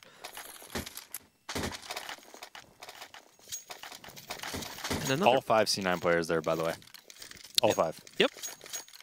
And then we're set up pretty well to counter out just a Broken Wall push, but couldn't get any of the kills. Is this the end of the AUG meta? Has it ended before it even started? I don't think he's gotten a single kill with it so far. Every time he picks it up, he's like the first player dead. Coincidence. Well, we do have Selfless going in for a mid-push. Automatic set up for it, but misses the spray. And there you have it again, Selfless starting off with the initial kill. So many times that a player is just trying to make an individual play on C9. I mean, Automatic did a pistol round, and that round with the D. You saw him do it again there. We saw Nothing do it in drop room, and they're getting punished for it each and every time.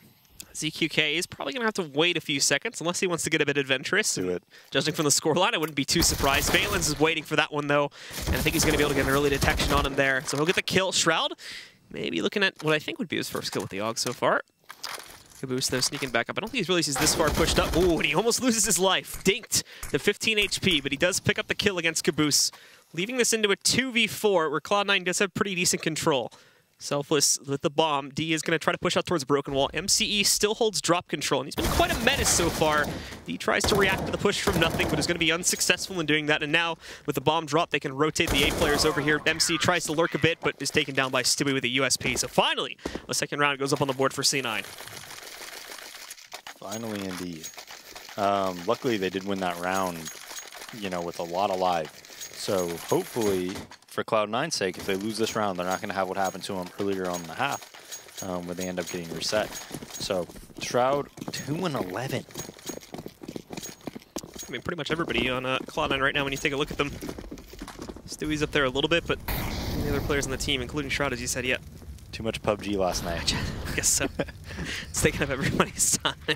That's the real problem here. Well, we do have Selfless, again, just lining up in a pretty much a default play on the opener here. Molly attempts from Cloud9 to try and hold them back, but for the most part, this isn't really going to do much against Selfless. Yeah, and these are the things, wow. The nade against Shroud, double nading, in fact, bringing him down to 66 HP. He is ready for this push, should they decide to swing out against him from the drop room. I'm sorry, this is like the coolest skin I've ever seen. I want to use the AUG just like like a comical space weapon. D with a nice shot, though. destroying Shroud at close range, and he peeks out for another one. Nothing with good positioning, though. Gets 2 headshots back-to-back. That's D and MCE, the 2 new acquisitions for Selfless going down. He is low, however, 14 HP, and currently the only one in this site. But since Caboose is taking it slow enough, Valens is going to be given enough time to rotate in. He takes the drop route, though, and is waiting on the outside, and now they know where nothing is over here by the chicken coop. With him being that low already, it's an easy close-up for Caboose to swing in. Valens trading 1, 2 more to go. He's going to find one of those 2, and now 1v1 here. The bomb being down. There is 30 seconds left, so Dizzy's got a decent amount of time to play this out. His priority right now, not the bomb, but to get the kill. He does need to start thinking about that, though, with time getting lower and lower here, and Valen's not showing any signs of going for a peek. The flash out, he hits himself a bit. That'll give Dizzy room to pick up the bomb and get over here towards the statue. Fakes the planet first. And Dizzy again out in the open, but that's going to give Valens the route to shut out the round and end up with a 3K on it as well. Yeah, no reason for Selfless to lose that round. 3v1D just... Second shot to be nicely found. Yeah, that was a sick shot. Are you serious? That was nutty. Stewie was posted ready for him, and he just outreacted him. Just like quick peek, outreacted him. Wow. I mean, a 3v1 to Valens there, when they're all set up, they should definitely not be using that. Dizzy crossing to the side, should have been able to trace that kill. And Automatic again, dying at middle. Caboose just ran him over that time, though. Valens with a nice trade up at the top of the suicide steps at the very least, but he's going to be forced back kind of into A-long here. Caboose goes hunting. He knows that another player worked their way out the doorway, and Shroud's kind of just sticking here, but he did get a double kill before going down. Has to wait for Valens, though, and the patience from Caboose, it pays off. Unfortunately, re-peeks into Stewie's op, and it's now going to leave it down to Dizzy in a 1v2 to clutch. He does have the bomb, so a lot of the time what experienced players do here is they kind of wait and they let their defenses reset, and a lot of the time it ends in like a 1-to-1, right? One player, as he just creeps right past Stewie. And I think Stewie checks the wrong position. Stewie's going out towards long right now, but the problem is Dizzy doesn't realize this either, so this might work out for Stewie if we do see nothing going for a peek. Where is Dizzy actually going, though? He's trying to take a slower route down the ramp right now, and Stewie going back in. The problem for Dizzy now is when Dizzy does go for the peek towards the doorway, I think Stewie's going to be looking towards him. No, he actually has it blocked off right now. And there we go. He sees him, though, finally. He takes the route over there towards the shed instead of going into the doorway, and that's what finally gives him away and allows for Stewie to find the final shot. So unfortunate. There's the AUG doing a little bit of work. I just can't remember how much it costs. I think it's 3,300. I think it's 33 or 35. Somewhere between there. I'm sure someone tweeted. Probably. Let me check. Well, anyway, on to the last round here. Cloud9 does have to force into it a little bit here, but still definitely, a decent buy. Valen just got to be playing close up at A-long with a shotgun. Perfectly capable position to play that in. Everybody else back up to their own full buys here, and there's Valen's 1, going for 2. They've got to be careful with the timing on these peaks. He tries to hit another shot, but unfortunately will miss it, so it just ends up getting traded 1-to-1. Took a while, though, to take him down, so Cloud9 will be given plenty of time to react to that loss and spread their players around the map accordingly. Should Selfless just go for another direct A play again, much like they did in some of these previous rounds here. It was very B-centric at the beginning, but they started to experiment with A couple rounds back, and they've actually been playing around with it a lot more because of how easy it has been to dispatch of usually Automatic in a lot of those situations down into Connector, but this time they do find Valens first off. Yeah, I think you take that 4v4, though, if you're Selfless and are fine with that. Cloud9 should be a lot more experienced in these scenarios and should do well with them. I think Cloud9's mistake this game was not, pushing upper B, maybe boosting up drop and things like that, and kind of making it uncomfortable where they have to make Selfless react and kind of just letting Selfless do whatever they want. And that's kind of what got them in this situation. Because whenever you play against a team like Selfless who, let's be honest, they have no experience together, really. They shouldn't be able to know how to react to those things. Now they get grouped up at A. Automatic's going to push in, though. He's very, very close, so they need to check this corner. They're not going to do so, so Automatic picking up a first one and a second as well as he swings into the headshot on D. Almost traded out by ZQK, but he does get behind the alleyway in time. Will still get eliminated by Dizzy, but Shroud is also up on the A platform at this point.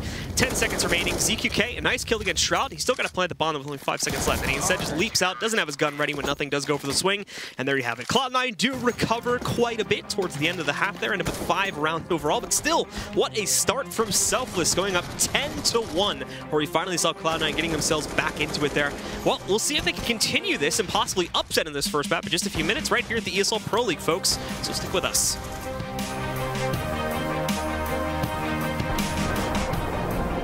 ESL Pro League is brought to you in part by Logitech G, Pay Safeguard, Mountain Dew League, and ESEA.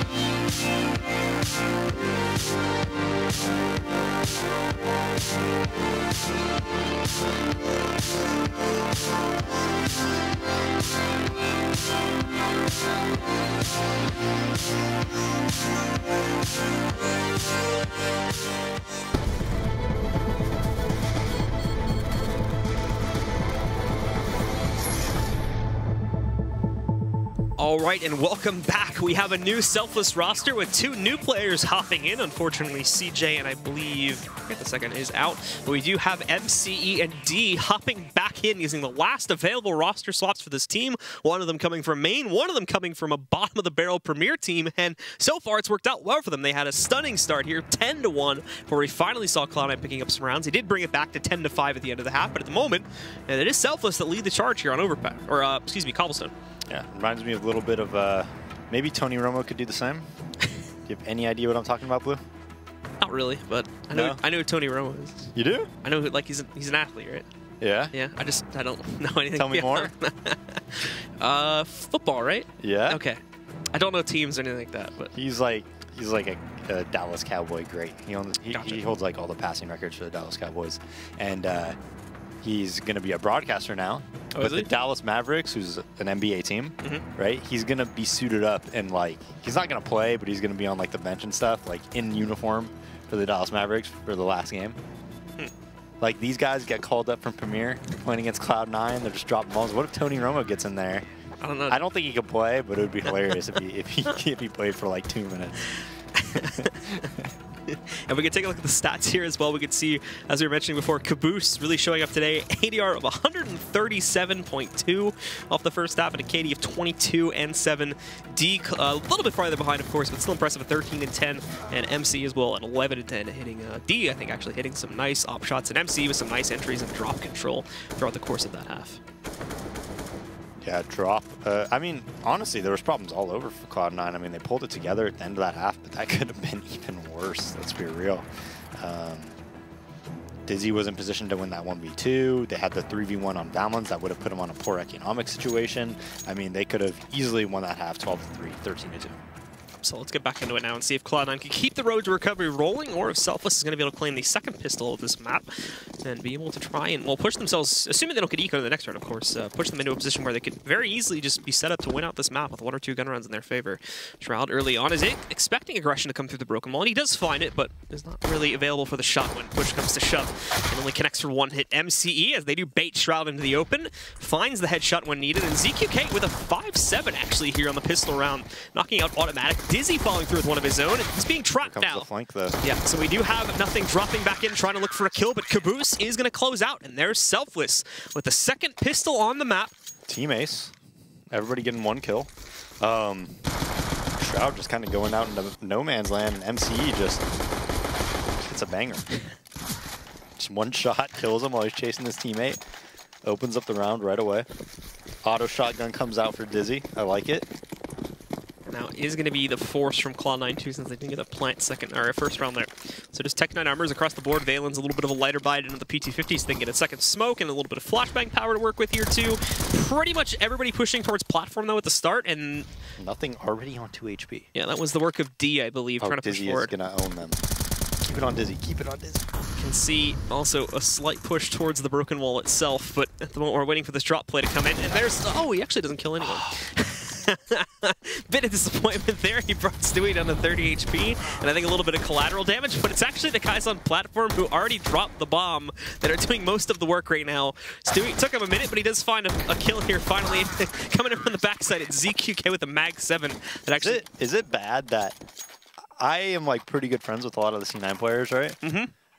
I know nobody on Selfless, but I'm rooting for Selfless. I'm like, yes, you could do it. Everybody loves a good underdog story. I can't. If they win, I'm just gonna tweet right. I'm like, you're the problem. You're the problem. So Cloud9 will full eco here, and I don't imagine they'll do anything too crazy. Yes. Looking at like strats and whatnot here, just a default split of players across the map, keeping the bomb in those B halls. Selfless. Pretty similar buy to what we had before. No auto shotty this time, but they still have one more gun going up to an M4 and just 2 SMGs along with ZQK keeping the shotgun. Looks like they're going to try to go for drop control again. 3, possibly 4 players going in there. MC a little bit late on that Molotov, still able to recover though, and the Molly does block out a second player from going in. Ironically enough as well, the player that does swing out towards him is the one with the bombs. That works out well, but OpTic somehow got himself out through the window and around into the site quickly enough to where he's going to be able to recover that position. So they're moving in now. Problem is they're going up against vastly superior power here. And Dizzy, great hold there, even getting the support from ZQK at the very end, does close out with 2 kills and an assist. As Selfless are 3 rounds away from upsetting against Cloud9 here on Cobble. Okay, so now how do you win this? Like, how do you close this out if you're Selfless? Are you just saying right now, like, you have confidence that you're just the better team at this point and just play your spots, like, straight up? Or do you take risks and you put 3A halls, maybe 4B, 3 in drop room, things like that, and just take kind of calculated risks like that and hope you win the round that way? Do you op unconventional spots? Like, what do you do? Cloud9 setting up for a full exec, so they're going to do the old nip smokes. And Selfless don't necessarily feel... Look at him. Look at D. He's not spotted them, though. He hasn't seen the head of any of these players on the right yet. He should see or hear the smokes in a second, though. So that should give it away. But right now, he's just chilling. I know, but look where he is. He's underneath 3 people. And he could, if he goes back up and around, line it up. The problem is he's going to be a little bit late on this now. But oh my god, he's chopping right back down. And somehow he headshots that one as well. I don't know how he headshot that kill. But OpTic is going to trade him up before he can get anything done. Meanwhile, out over here, it's MC out in the open on the platform that picks up a double kill against Nothing in Valens. No additional splits coming back in. They did rotate a little bit early off the A bomb site, though. And currently it's ZQK. Yeah, that shot's not going to hit at that range. So he has to fall away, as he has to wait for teammates to support him when he rolls back in. And Cloud9 could certainly... This is smart by them, though. They're waiting for MCE to flank, and that's going to make things a lot easier. It's going to make things obvious, though, is the question. As we can see, OpTic looking back down towards the connector to check for that one now. And as MCE rolls in, important to note as well, all 3 Selfless players have kits, but MCE just destroys OpTic. Now it's down to Stewie, lines up for one. ZQK is getting close with the shotgun. They know exactly where he's at, and ZQK will close out. It's Selfless going up to 14 now. 2 away, and Cloud9 more than likely will have to eco or half by going into the next round. But do you see what happened when MCE went and they waited?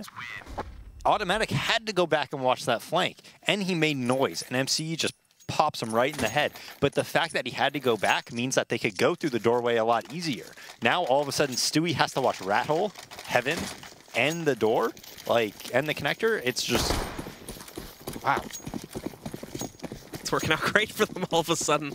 Selfless, let's see. As Cloud9 did decide to force into this one. They had around 4K each, so it's actually not too bad of a force, but they end up with a Galil, an Ump, a Tech 9 on Shroud.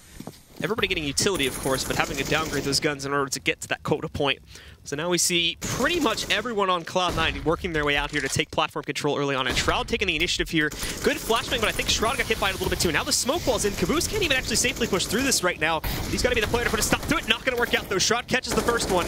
No one else at the moment on Selfless trying to challenge that. Just sitting back and waiting for them to plant the bomb and these smokes to fade away so they can better go for this retake here. Dizzy lines up for a headshot, but the immediate trade from Nothing, knocking him out. This is looking good for Cloud9 to stabilize a little bit here. And Stewie swinging in with Shroud. They close out on the last 3 kills and give themselves a 6th.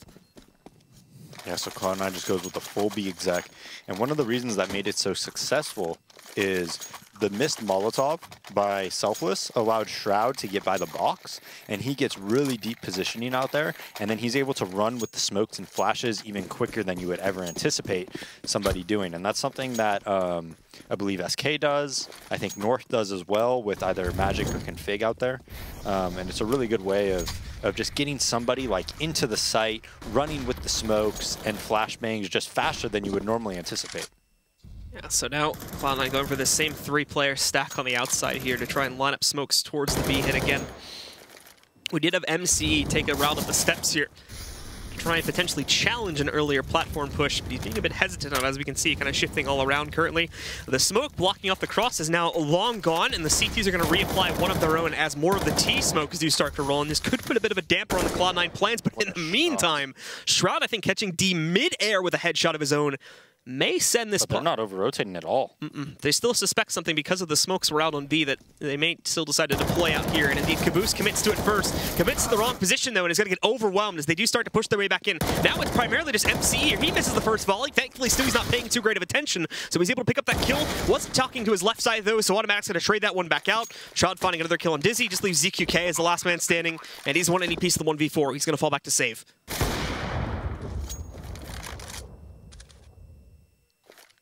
Yeah, Selfless was actually set up pretty decently there, but MC and who was that on the platform? Was that Dizzy or D? I think it was D. Yeah, when he started spraying through the smoke and whatnot, Stewie just took the advantage or the opportunity to kind of just jump out, made him have to look there, made him have to look to his right. MC had to watch E-Box a bit, kind of made it very tough on them. Now ZQK just trying to save this off. At the moment, playing it passively, he certainly heard Valen's footsteps a second ago. Oh, he that was definitely a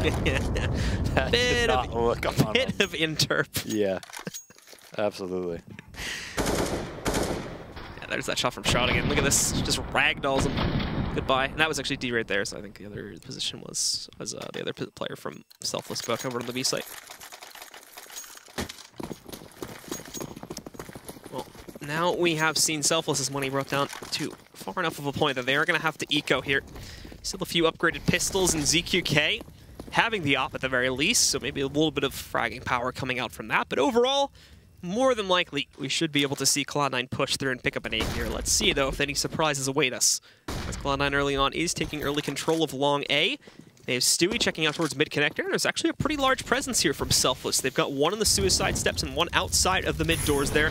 Molotov going to go down. It does force MC out, and nothing will handle that kill pretty quickly. So D chooses not to challenge inside of the mid-connector, and instead is just going to wait outside the doorway and hopefully surprise one or two players. In that, though, we have seen a bit of an over-rotate from the Selfless guys. They rotated 2 additional players in, and they're just keeping ZQK with the op on B right now. Yeah, Bomb's kind of going back, though, so they might end up going back there, and ZQK could have a chance. Especially if they don't properly smoke. Maybe just watching the flank, and now it's going to be a drop to A split. Ooh, nice shot. So swipes down onto D to knock him out, and we do indeed see this A split coming back in as they take drop control here. You could have heard it, automatic sneaking back up. Misses the first chance takedown Caboose, but he's not choosing to challenge this with just a little USP. Made the noises to make it look like he had dropped down from heaven, but it's not going to throw a fast one against Shroud at all. He's ready for that one, even catches Dizzy as he wraps back in. So down to ZQK again, who really didn't have a chance to fight all that much in this round at all, and once more just going to have to fall back and save again. There are players already waiting for him, however, trying to work their way back quickly towards T-spawn and prevent that save. And in a moment here, we've already seen Stewie that drops down the Rapunzel steps. Takes the shot at ZQK, but it is a miss. And now an attempt to flash him out. We see him in the open again. Stewie misses once more, but so does ZQK. And finally, Stewie hits the shot on the 3rd attempt and prevents the saving of that up. So Silva's going to get quite a few chances to win this game, or at least, you know, go on to game point. I mean, at this point, Cloud9's so far behind that Selfless is going to have just so much money bonus built up by the time Cloud9 even gets to 11 or 12 or whatever. So they're going to have so many opportunities. And we have MC on a scout, ZQK on the Mag 7 again. Seems like he uses this weapon quite often. Now they have a little bit, you know, they have 4B right now. D close up here. He's going to be caught jumping by Shroud. Already we see Cloud9 picking up the first kill. Holding beyond that though, but the Molotov I think is going to send Shroud out. They're not paying attention to those steps. Just really not expecting there to be 2 players close up to the steps position. Caboose found health though, and they jump back in. Why is MC running to his teammate? Now Dizzy's alone here on the site. He is getting the rotate from ZQK, but there's a smoke in the way. And I think Dizzy actually may just hold close up against the statue here. possibly try to push past, but those smokes are not fading anytime soon. They aren't really perfect either, though, so we can see a lot past it and see that they're safe in a lot of these positions. There's Stewie with going down as the first one. Nothing's going to be able to trade it, and now it's just ZQK again with the shotgun in hand, lurking around to try and find Nothing. He sees him there somewhere. He hears him at the very least. He's got him so low. Nothing just backs away, though, plays this one at range to prevent himself from getting knocked out, and it's automatic up on the platform that does finish things off. Yeah, and pretty much every single round, C9 just going into some type of a straight execute on these gun rounds. But MCE, what are you doing here, man? You have a scout, and you ran just... What are you doing? I guess. Maybe it was just, they didn't just... I guess they didn't expect the hit to come, and he was going to try to trade positions with whoever that was up on the stairs originally, maybe? And then it just didn't really work out with the timing aspect of it, but... I don't know. Anyway, we do go into a pause here, assumably from the Selfless side, as Cloud9 is closing the gap a little bit. Still 5 rounds straight now are needed to be able to actually tie this one back up, and 2 more to close out here without taking this into overtime. It's a relatively quick pause, though, so it may not have been tactical in nature. We are already counting back down. So let's take a look and see if Selfless, again, are going to be able to pull off all that much and try to push themselves up towards 15. Another scout purchase does come in and actually brings MC's money down a little bit lower than the rest of his team. Pretty much everyone else, though, buying out around between 2 and 3K there, as they get either pistol with armor or just the pistol itself in the case of most. Caboose and D only going for P250s, whereas Dizzy and ZQK are able to afford armor buy-ups. MC challenging early on, does hit the shot too, brings Nothing down to 9 HP. So not a bad start here at all for the Selfless guys. It's just going to be actually impacting beyond that. That will be the issue. Yeah, that molly's way too deep, so certainly not going to send Caboose out from his box position here. For Cloud9 beyond this, though, Nothing may walk out into a trap, and indeed he does. Should have seen that, though, and that should call for pretty much a straightforward, yeah, guys, just go into B now, because they're all stacked out here, and they're going to try to flank you. ZQK now armed with an AK, and Caboose almost got that kill close up. It's being recovered now by Cloud9, though, as they bring this into a 3v3, and Stewie getting a little bit aggressive there up on the actual CT side of the rock position of the door. Just going to wait to see if they try to push their way back in. Cloud9 has already re-smoked the platform, and they're going to do it again as it's about to fade. They knew that this flank was coming before the hit even started. Molotov sends D into the open where they'll eliminate him, and Stewie and Valens do close out on those last couple kills. Yeah, I think it's better to just save the guns there in that situation, even though you're getting the full buy this round. Just save them, because, I mean, you have no idea what's going to happen even if you win this round, right? So you just want as much money as possible. And in that 3v3, Stewie already set up there. They have the smokes down. They have a lot of utility as well. Caboose getting pretty unlucky there. I mean, Shroud just... That was pretty crazy by him. Yeah.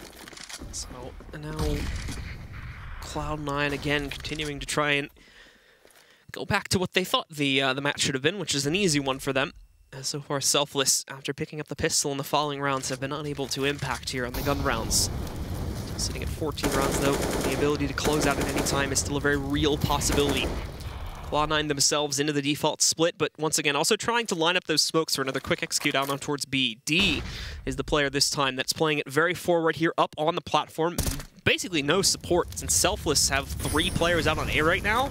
Even Dizzy's kind of in the middle over there inside of drops. With the loss of D, that may already be the site too far gone. You have to hope Dizzy can kind of trade this back out, but he's also caught by Shroud. Him making those 2 entries again. Here's the thing, though, is that Cloud9 are actually going through with another execute over here, and ZQK had a shot, missed it. He only legs another one against Nothing, but the good news is he spotted this now, so he can call for rotations, he can call for assistance. They've even pulled the bomb back, and Caboose right outside of the rat hole there catches automatic, trying to swing through the doorway there. They bring this down to a 3v3. Shroud, of course, had B control this entire time. Just now, as Selfless realize what's actually happening, and they're going to start the rotate. Unfortunately, they're going to be on retake duty, however, as they don't have anyone else left in that B bomb site. And not even rotating MC over just yet either. ZQK not going to have the opportunity to knock out Nothing here. But the good news for Selfless is that Cloud9 also don't really have any smokes or any utility at all left to stop Selfless from pushing their way back in. And in the meantime, Selfless have a smoke remaining on Caboose. MC's got a Molotov to try and play with. They are going to spend a little bit of time here trying to set something up as they've boosted. I think it's Caboose over top to try and go around towards a flank, which could give them an easy kill against Valen. ZQK taking contest early on. The Molotov goes out on a platform here. Out will swing MCE. He goes down, but Caboose does pick up a kill. ZQK trying to distract a little bit here as he moves forward. He finds one kill. Shroud trades out another one. Caboose very low. That bomb timer also getting low. He just sticks onto it. The smoke in the way, but Shroud finds the shot through the smoke and just barely wins out that round for Cloud9. He actually, I think, ends up with an ace on the round, too. Yeah, I think so. Just bad positioning to be every single round by Team Selfless right now, and getting punished by it all the time. Shroud going out to that box, running with the smokes. That round just taking individual duels pretty much. Selfless is going to be able to half buy here. MC gets that scout again. Hits nothing again. I think that's 3 rounds now that nothing's got hit by a sniper in a row. Tagged by it too, as well. The scout's been not too kind to him. And he will hold down below. So if he decides to peek into that again, pretty good chance for MCE to actually knock him out completely since they still have a 2-stack inside. That'll change now, though. No follow-through from anyone else on the T side, and a lot of drop pressure about to work its way in here, so they are suspecting this to just go back to the normal B route that we've been seeing a lot of the time from C9, and indeed, this will be the case. MCE finishes off nothing, though, actually catches him on the way out. Did he close up Stewie? Didn't see him. It looked like he was out of the smoke completely. Thankfully, Shroud and Automatic are having better luck outside, and Shroud with a beautiful shot on ZQK.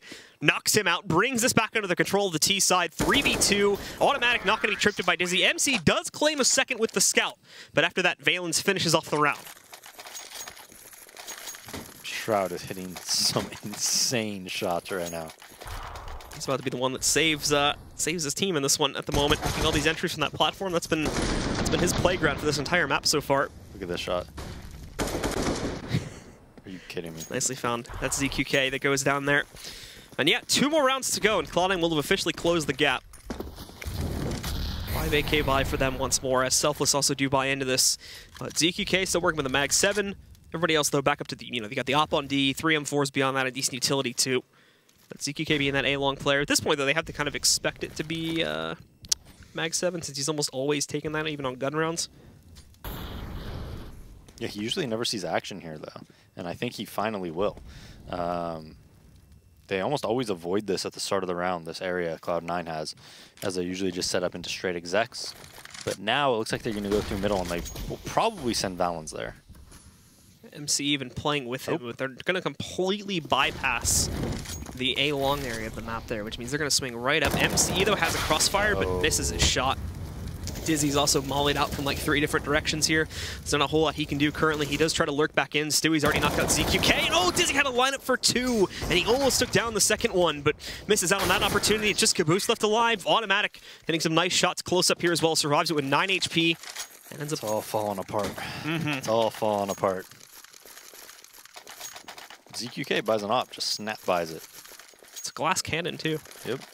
And MC's a scout. So this will be... I don't mind this at all. They're going to half buy, because ZQK is just going to have a shotgun next round anyways, so why not just have an op this round and try to win it? Why not? Let's see what Cloud9 do decide to do here. Again, it's actually ZQK instead of MC that takes the duel at mid this time, since he's got the op. Bit risky, but if it pays off, of course, it'll pay off in a huge dividend. Especially if they find nothing peeking out there, which has been a very common theme. And again, he is out in the open, but he's with Stewie this time. MC trying to challenge Shroud. Shroud's been the dominated king of the platform, though, for this entire half. And most attempts to knock him out early on have been rather unsuccessful. They're even trying to check out and see if they get aggressive over here towards the boost-up position, which might be the case. In fact, it is the case. I didn't realize Dizzy was this far up already. He's already positioned here. CTs are going to smoke it out to try and isolate it. It's a trap, though, if they do go for it. I don't think Automatic realizes that Dizzy is already up here, though. So if they just go into this room without checking for it, he could just sneak in the kill, and he can see the barrel of the rifle there. They close up on him. He gets the first kill, tries to go for the second, but Stewie's going to be available to trade that back out. Sends us down into a 4v4. No sign of rotation yet from the CTs, but they may need it. D, however, wins a very important battle and drop, and that will give them a lot of control on the site. MC's running. He gives up his position further up here, and instead plays to behind the statue, as they still have 2 more from Selfless playing below the broken wall. There's one from Caboose. He knows he's got a second lined up back here. Closes out on that kill. It's down to nothing now. In a 1v3, he's eliminated 1. 2 more to go, and he's got a lot of time to actually play this one out. 35 seconds remaining on the clock. Lines up 1 more kill. It's him versus MCE now as the molly goes deep. Burns back. I don't think that's going to spread out the hit position, but he catches catches him unawares anyway, and nothing clutches it out to win out the round there in a 1v3, and now ties it up against Selfless. So many close rounds. ZQK has to be kicking himself for not killing him there. I mean, he's posted a rock, knows exactly where he's coming from. Just didn't even seem like he fired a shot. Pain could have definitely played a part in that. But now we go on to 14-14. Selfless, no op this round, but they have ZQK on the Mag 7, and everybody else has full utility and M4s. Cloud9 just go, I think they're just going to go right for it this time. They're already creeping back up. They've smoked off the cross to try and give them a little bit more room to push out here. Molotovs further back to stop the Steps guy from having any impact, although that went a little bit too deep, so Caboose couldn't go up here, but getting on the upper, Caboose has also fallen off. We've seen him to throw HE grenades out. I mean, he's just behind this box every time. HE grenades just destroy this player. Well, now they're going to move back out. MC's blind. He can't do anything there. Gets knocked out really quickly. Dizzy takes a toll in the open. Finds a whole swarm of Cloud9 players there. Now D, holding up close at the very least, catches a bit of an eager automatic swinging out from the smokes themselves. The problem is now this is a 2v4, and ZQK still only has that shotgun to play with here. So really, it's just on D in terms of the very important battles here. They've already lost ZQK, and nothing's going to swing out to finalize it there. 15-14, Cloud9, one more to go, and they'll win it. Selfless will have to force here. If they can win this one, we'll take it to OT, of course, but at the moment, Cloud9 certainly have the advantage.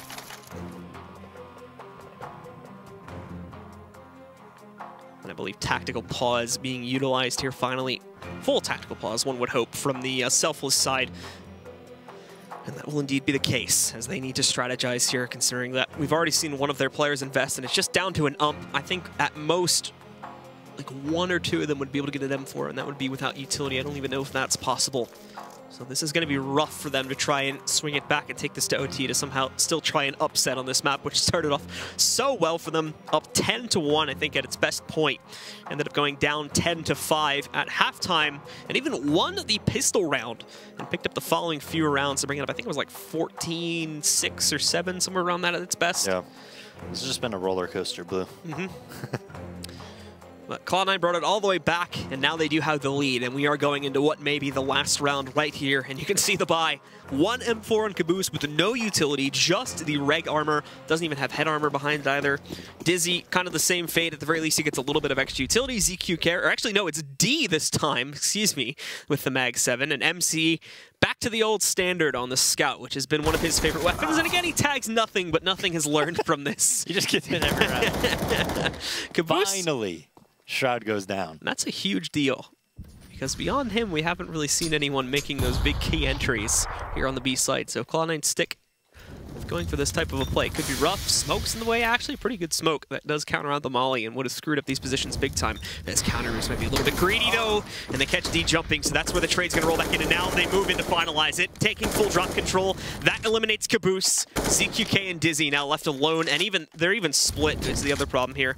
With drop control, Valens can just nade the hell out of that doorway area outside around the pole here and try to prevent ZQK from wrapping for as long as possible.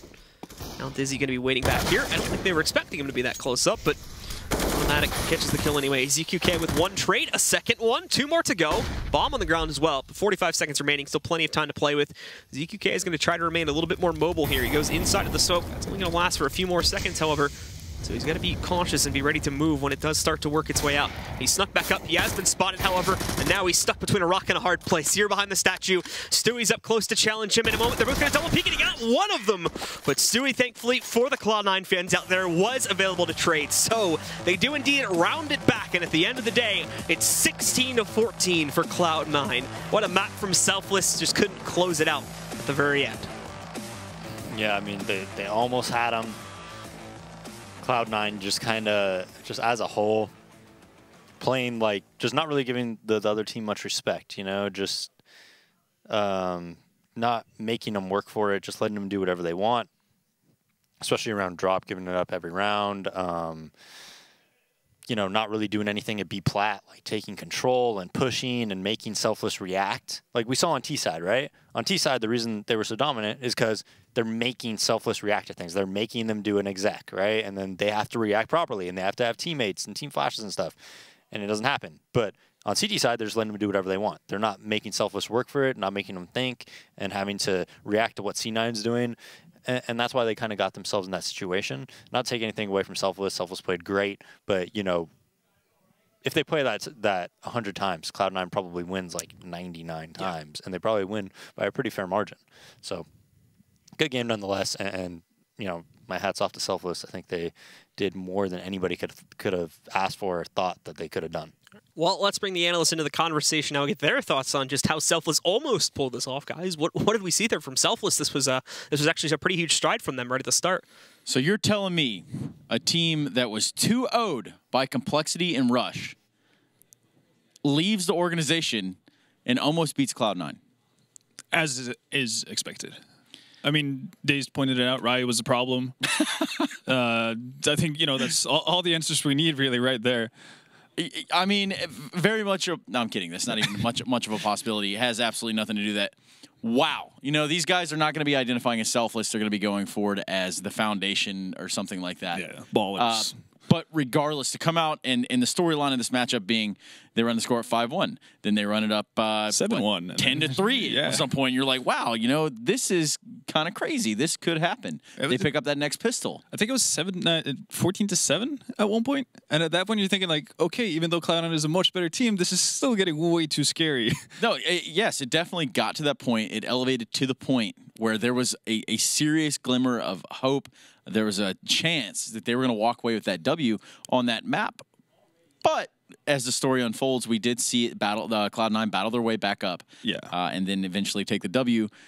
Probably adrenaline wearing off for these Selfless guys. I don't know that we're going to see that same performance going into this next matchup. But what went right here for the Selfless squad? I think in the first half, I think a lot of things went right for Selfless because Cloud9 made it upon themselves to do wrong things.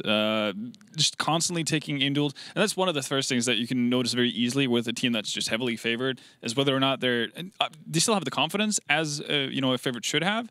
But you can tell whether or not they're having a good day individually speaking. And in that first half, you saw a lot of the players, pretty much everyone had a go where they try to go into a 1v1 duel with no external help, no flashes for themselves, just straight up going into a gun battle that doesn't favor them and fail horribly. And doing that, you know, repeatedly over and over again. And here we see, this is one of the rounds where you see Cloud9 have that issue. Nothing kind of gets, you know, caught out jumping in the middle of nowhere for no good reason. Obviously, Stewie trying to kind of regain some information, gets caught out as well as he walks through the smoke. So already Cloud9 is down 2 men because of over-aggression from 2 players. Shroud gets caught in the middle of nowhere for God knows what reasons, and Valens, you know, tries to re-aggress after picking up 1 frag. But even with all of that, so you lost 4 players due to just kind of haphazardly walking about. Automatic is still a good enough individual to the point where you can actually make it a pretty tight round. And that's really what you saw towards the end of the game for Cloud9, the fact that their individual skill just trounces anything that Selfless has to offer in such a big manner that even if you are up 14-7 and you're Selfless, you're still going to have such a hard time to actually close it out. Well, let's think about this for a second, right? Cloud9 in the beginning of this matchup seemingly came in with quite a lack of respect to Counter-Strike, you know, and and actually what they ended up doing, the Selfless squad was able to kind of like, you know, hey, we feel confident. We can fit in here, you know, we can make this work a little bit. Yeah.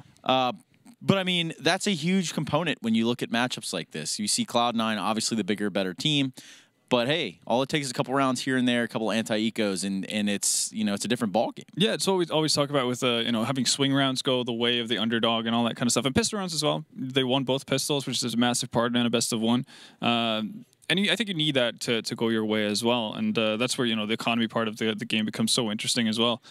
But obviously, it became a bit of an uphill struggle, and I think that's partly because a lot of the individuals on Cloud9's side stepped it up towards that second half. Well, speaking of stepping it up, let's take a look at this ace here by Shroud. Vendetta, walk us through it. Oh, yeah. So Shroud, for the better part of the CT side, did nothing at all of use, really, and throughout the T side, this was kind of his story. Walking out on B-plat alone, just finding opening frags after opening frags, and even though Cloud9 initially wants to set up and kind of have Shroud draw over rotations, it ends up just working out so well that Shroud gets B control while the initial A take fails horribly from Cloud9. So again, this allows for Shroud, who's already taking control of the B bomb side, to work as a bit of an anchor, allow for rotation to come back towards the B bomb side, as you can see here on the overview. And eventually they close in the round. Shroud not getting too aggressive, not playing, you know, outside of his limits, making sure that his teammates can get on site, and just playing it as safely as possible to make sure that Cloud9 still has a fighting chance. Because this was one of the very real scenarios where Cloud9 could have dropped the ball, even though they're in the or winning rounds very dominantly on the T side. All it takes is one slip up, and you're out of it. I mean, this round alone could have sealed their fate. Yeah, exactly. And you know, that's why you don't want to, you know, give the underdog this big of a cushion as the Cloud9 did from well, the first half initially, right? Because even though you are superior in pretty much every way, shape, and form, as a team, if you know, toy with your food too much, it might, you know, end up eating you. What kind of food are you eating? I mean, sharks, live sharks. Is that what everyone does? Yeah, man. Yeah. Anyway, so yeah, and the Caboose with a bit of a well, fumbled smoke there at the end as well. Probably didn't make the Shroud's job a lot harder, but you know, overall, Shroud really came alive on that T side. So I think we can, you know, safely assume that Hog should probably be put to rest. Get him an AK whenever you can, and you'll be fine. Well, that, and it's not Nuke, and you know, not every day you just invent your own meta. But regardless, I think, like I said, really and truly going to this next match, next map, we're going to see Cash after the break. And of course, it's going to be a different storyline here. I don't think that we're going to have the same problem. Obviously, we are also looking at Cloud9 playing with a stand-in due to Skadoodle not being here tonight. He's playing with Valens, their coach, who also came up in his own rights in some big ways. I seen him, you know, he took a was it 3v1? Yeah, in the B site, and it just, hey, that's good. You're pulling your weight. Yeah, no, he definitely was doing his part. And I think going into Cash as well, that's one of the matches they have actually played with Valens earlier in the Pro League when Ska was out. So that's going to be, you know, I guess more comfortable for them as well. Selfless on there, and with their old lineup, I guess the one map they could actually put up a decent effort and good fight versus other teams was on Cash. Obviously, there's not much, actually, there's not anything left of that team. It's just Caboose at this point. So we'll see how much of that translates, if anything, right? But it's just Caboose at the end. Yeah. Imagine, think about that for just 1 second to the audience at home. It's just Caboose at the end. I try sometimes. I dabble in the art of memes and things of such. But we're going to go to a quick commercial break. When we come back, we're going to go into Cash. It's going to be the second map here of this doubleheader. So make sure you guys don't go anywhere. We'll be right back.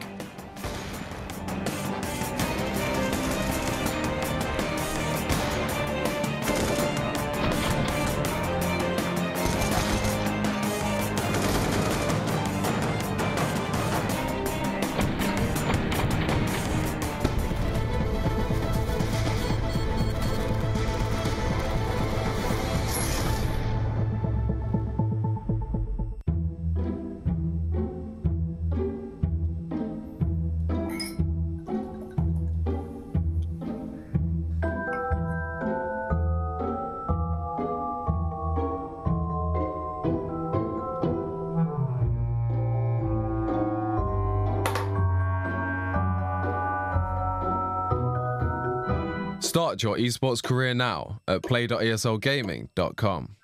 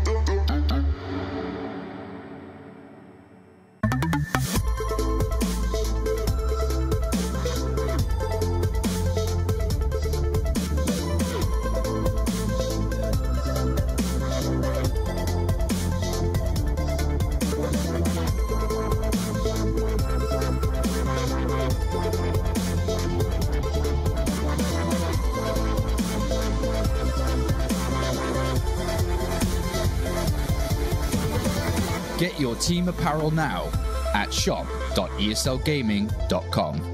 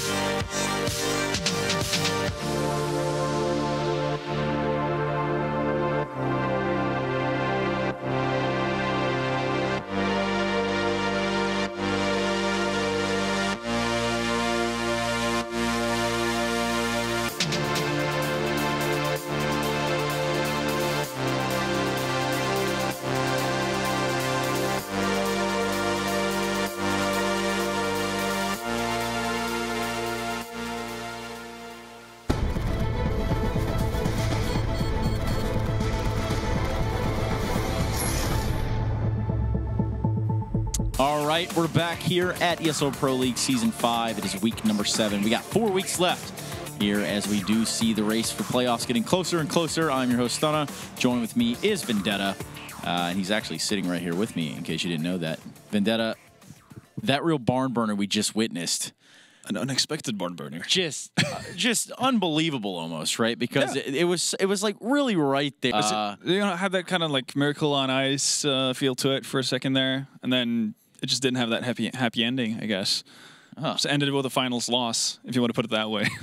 I guess if you don't, I guess that would be considered a final loss if you don't have the good ending. Yeah. But anyway, the point is, looking back at this at Cobble, they came out, they were ready to play. We don't know exactly that they'll be able to continue that up for this next matchup, which we're going to be seeing on Cash. Very much so. Could be a toss-up, though, because if they do come out swinging like that, there's a chance.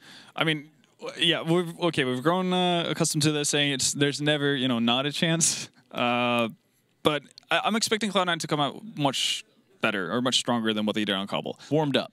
Exactly. And you can see the kind of difference in level between the two sides, honestly. When Cloud9 get rolling on that T side, Shroud just kind of goes out and B plateau, does whatever the hell he wants for about 6 rounds in a row. And then, you know, when that doesn't work anymore, then you have 4 others to, you know, showcase their tricks. And I think that's going to be a massive issue. Just like winning the individual battle for Selfless is going to be so tough, and I think Cash is a map that allows you to actually do it with how open it can be. Cloud9 can basically set up and do super simple strats, whether it's mid control or just basic A hits and so on for the better part of their T side, and still come out favored in those just because they have so strong individuals. Well, absolutely. This is one of those times where we do our thing here, and more so than us, Eric DeBear Stromberg does his thing with Stromberg strategies. He's going to run us over a little bit of Selfless as Cash. I can only imagine how this one's going to look.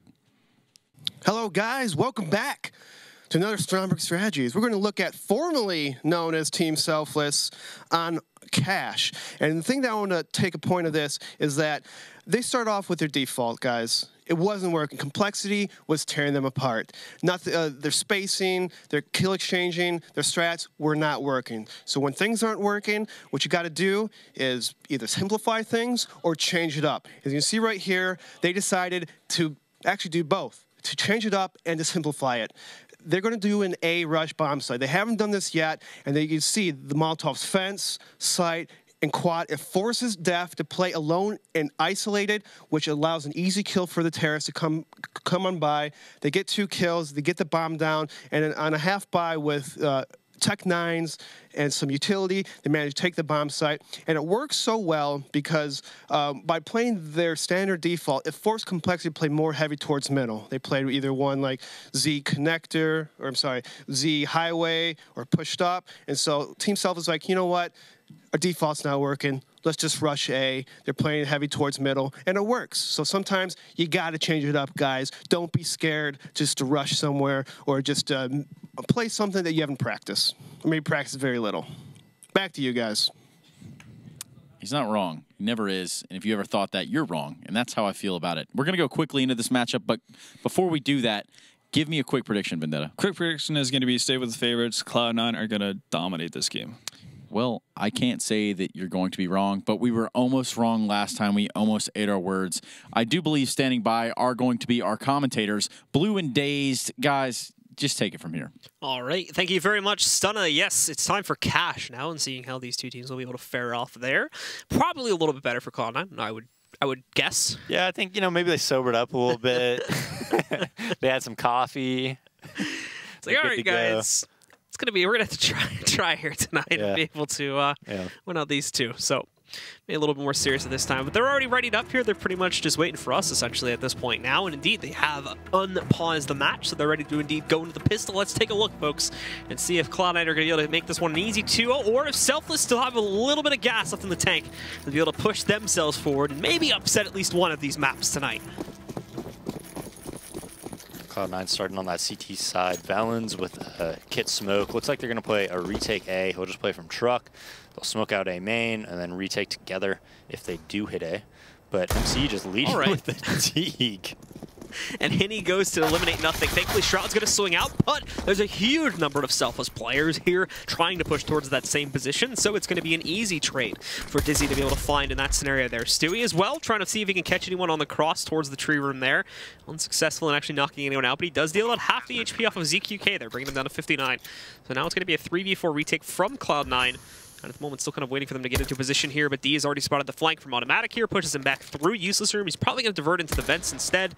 Already he's broken that there. He's got a few teammates probably still trying to work their way in through Tree Room and Heaven, but you know, with the vents breaking, it's pretty obvious. So Caboose is just going to patiently wait out for that one. Does spot it. The play now. And with Valens still having a kit, keep in mind, they do have a little bit of time to play with. OpTic trading out one as D found the first player. It took him down. Now, the two of them are chained back together here. And OpTic at the moment, fragging out. Unfortunately, time is very low, and he still has 2 kills to go. There's one, looking for the last one. He's going to get it and ends up with a 4K on the round. Unfortunately, he cannot defuse the bomb, however, and Selfless, 3 for 3 on pistols so far. Looking like FaZe out there. MCE, a.k.a. Nico. Yeah, dude. Insane pistols from Selfless. And again, Cloud9 just unfortunately not ready for such a huge push so early. It seemed to that B bomb set there, losing a lot of their players. Bruce did a really good job there. I know he died to OpTic right there, but he waited for a very long time, delayed him a long time, didn't overpeak, and here we go. How did Stewie not get that? So Dizzy's completely blind. I think Stewie got blinded too. He just didn't see it. Whoa. Oh no, that was his teammate. Okay. Like, are these guys shit? Like, what is going on? Yeah, imagine they get banned after this. Just roll in and the mid-game drop on him. Well, D is going to pick up a second kill now as they do move in for a quick clear out of the A-bomb site. Yeah, Shroud and Nothing, unfortunately, pretty detached from all of this action. So Shroud may be able to sneak off a pick on one of them here on crossing, but it's not looking like this, especially now that MCE's rolled out towards mid here and holds a position to eliminate Shroud. It's on MCE is just an umper. He's just got a bunch of ump kills. He's the one who got the D kill on the pistol round as well. So just ump, scout, D. I don't need guns. Yeah, he never uses an ump for. That's forced by warriors on Selfless. So now it's Nothing trying to save, obviously, at this point, but it's going to be a second round for the T's here, as they do get to push forward and, again, get that early advantage. The area where they really are going to end up struggling, however, could be on that gun run. That's where they tended to kind of fall apart before when the pressure really settled in. Nice shot from nothing. Finally takes that MCE. It's looking good for him to save that. So they'll have a little bit of firepower going into the third round, of course, but beyond that, it's just going to be a full save from everyone else.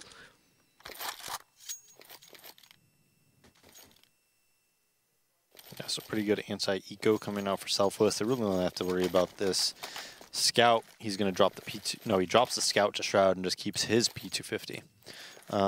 But yeah, Selfless again getting off to a good start. Winning the pistol, follow-up round. And they are going to split up their players 3-1-1 across the map here on the opener. Caboose already found an opening kill against Shroud here, so that does drop the Scout. Stewie's going to be able to quickly pick that back up, though, as, again, it's the kill being found over here towards mid, and they had plenty more players in that position to be able to recover it. So Caboose just taking it nice and slow before he transitions into the vents here. And they will wait, I think, for him to get into that position before they commit. In the meantime, though, both MCE and D being tagged a little bit here. Brought down to 30 and 28 HP. But now that Caboose can roll into the vents here, they are going to be able to trade back pretty quickly. Automatic doing some nice damage with pistol, but doesn't lead to any kills, and overall Selfless still win the round with all 5 alive. Yeah, so no op again on C9 for this 4th round. No Ska, no op. Seems to be. Not too uncommon to see that either first gun round, just because the money's a little bit lower there. So they're going to choose utility over that. And then you're going to have to go down to... I like getting the utility on nothing and Shroud here. I don't like when everybody just M4s and they have like no mollies and really limited nades. I think it's a lot better to even throw in like an ump if you need to or something like that than just having 5 M4s. Yeah, especially with us, we saw from Selfless too, there being a team to actually run the timer quite a bit, so if you can save those last-second mollies, then it can work out really good for you. Caboose, though, as we saw, trying to be sneaky there, looks away, as you said, but it ends up allowing for Shroud to sneak in the kill, possibly like a miscommunication or something like that, as he was trying to look away from a team flash, but just doesn't work out for him. So he gets knocked out. What's even worse is D tries to peek in there and trade, and he's brought down to 14 HP. It's MCE that actually gets the trade kill. And this is on the A side, where he basically just got full control, has not been able to find out Automatic just yet, though, as he holds a position. In the meantime, over on that B-bomb site, nothing eliminated D before he can successfully get out of there. Automatic trading with Stewie. Nice control. Not only does he trade out the kill onto Dizzy, but also finds MCE inside of the smoke while transferring the spray. ZQK trying to take down Stewie, but Stewie just hopping out of the way of these kills. He picks up 1, tries to finish off Stewie, but no, he ends up with a 3rd on the round. Very impressive stuff from him, and it'll put Cloud9 on the board here. Yeah, Stewie getting that double trade kill. Looks like MCE just ran out of door and killed Valens. And then later on in the round knew that Automatic was Fork, and they did their homework. I mean, the last time Valens played with Automatic, he played Fence almost every single round. And then Automatic would be Fork, and he would take contact from Fence. Even if they went out towards Fork, you know, he'd be the first line of contact, and Automatic would just end, if you remember, with 3K after 3K after 3K, and was just a monster. Selfless being able to continue their buy even after that 1-round loss. They still have the cash flow to be able to push through onto it, and Dizzy even having the op to play with here. Being cautious, though, of there being presence from inside of CT smokes, potentially on the Cloud9 side. Selfless do take a pretty slow in mid. They will possibly have to deal with the op presence from Stewie sitting inside of Z. As you can see him kind of jumping up and around.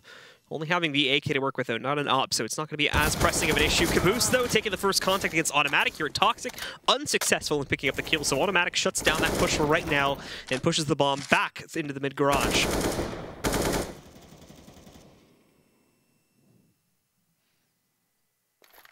We are starting to see Selfless push forward, however, and Stewie missing the note on MCE working his position all the way up from behind the white box. So the play up third highway may come as a slight surprise to Cloud9, but they still have positions to handle it. There's Automatic getting his 2nd kill, and potentially the 3rd's going to roll in here. In fact, he does get it. Now very low, 6 HP. Finally meets his match against D, but a 3-for-1 trade is certainly acceptable. And finally, Stewie as well is going to get a chance to frag out of here. Swings out from Z on the timing, takes down D to trade out the kill that he just got against Automatic.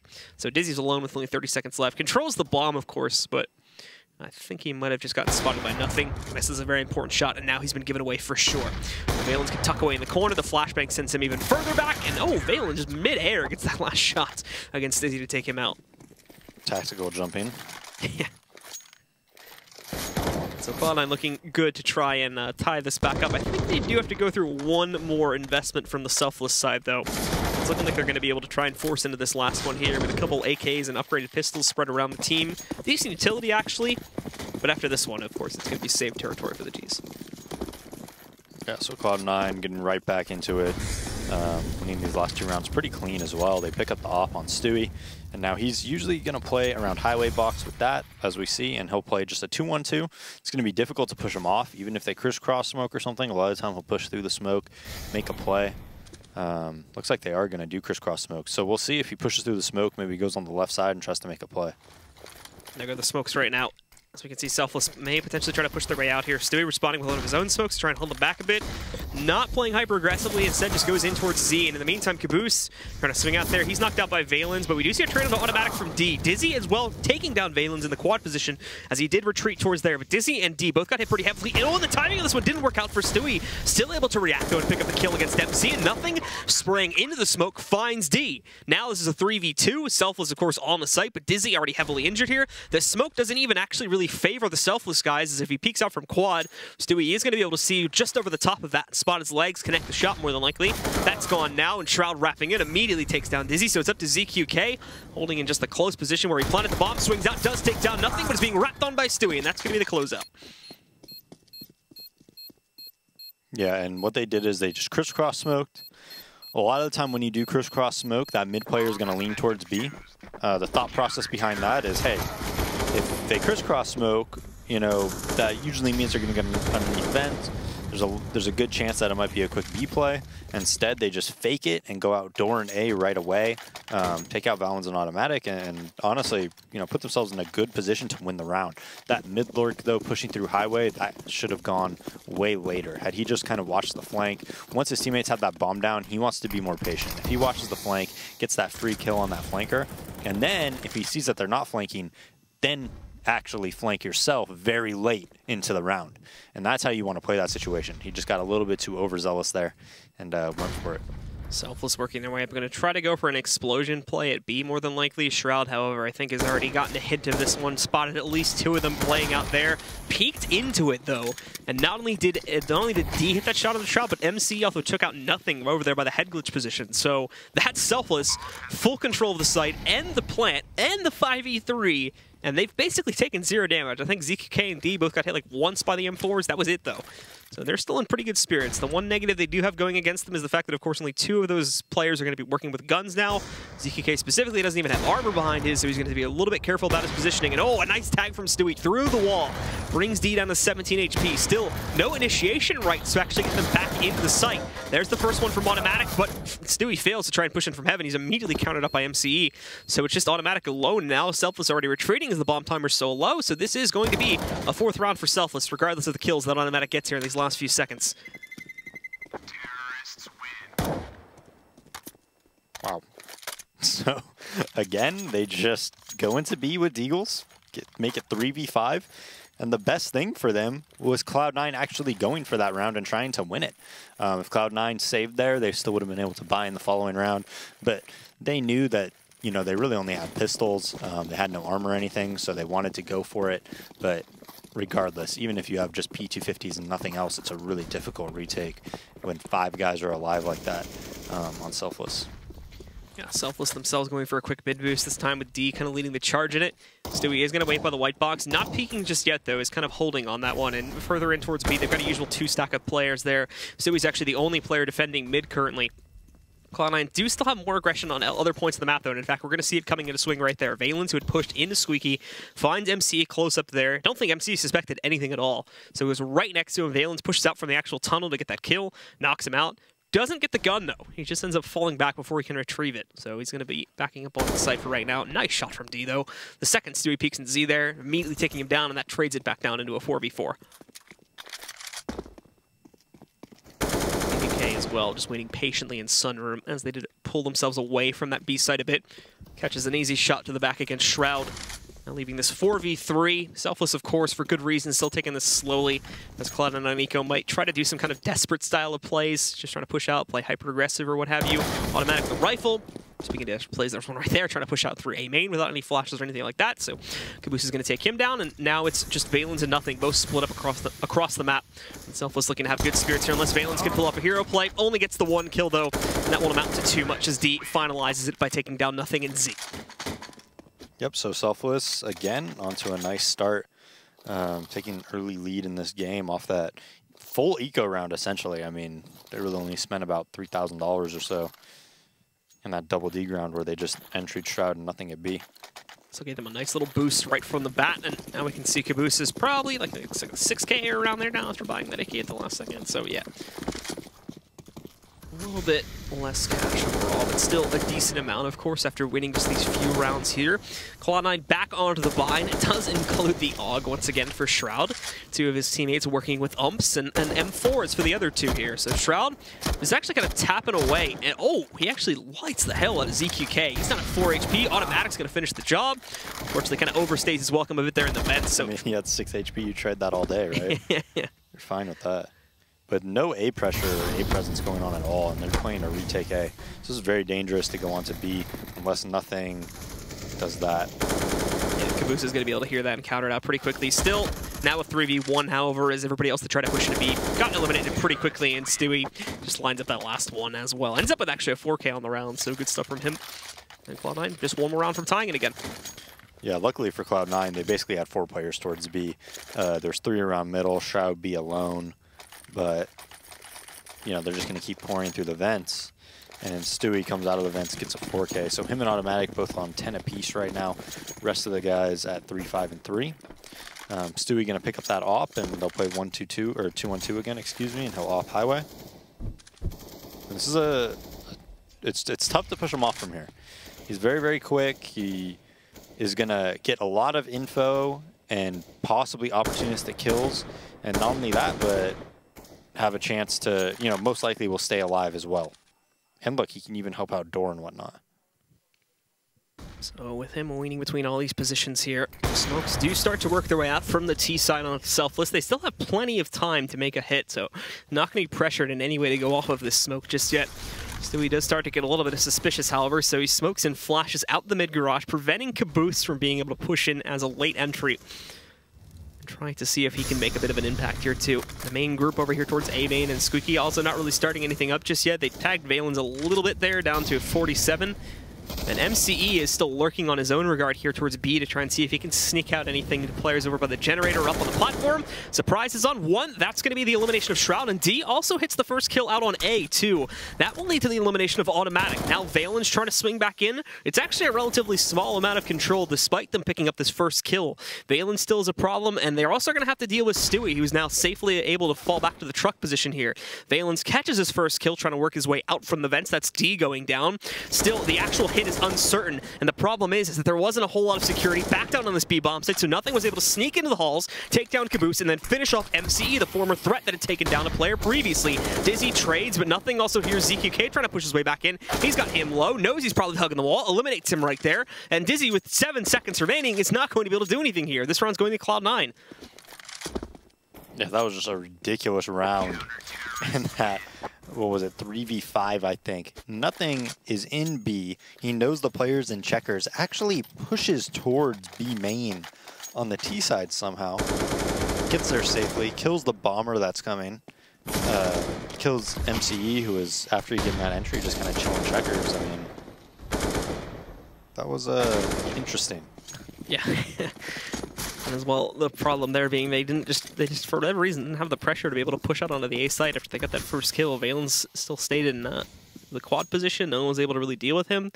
And they had to deal with Stewie as well if they tried to go the other direction. So they tried to send it over towards B last minute, but not having MC go forward to clear out the second player on site really killed it for them. And now, well, good molly early on actually from Stewie. It will delay for another like 5 to 10 seconds here. Them going into the vents should they decide to go for that. Flashes through. They are going to try to take it towards highway. Stewie peeks into 4 players. For whatever reason, though, nobody spots him initially or is paying attention to it. So he escapes, only taking about a quarter of his health away. Automatic is a bit of a messy spray, but it's working out slightly until D gets those 2 trades, and Dizzy gets another one. So this is actually down to a 2v2 with full A site control for the Selfless players right now, after it seemed like they were just going to get pummeled by the AK that was sitting there watching on Highway. I think it was from OpTic there, but he only got one.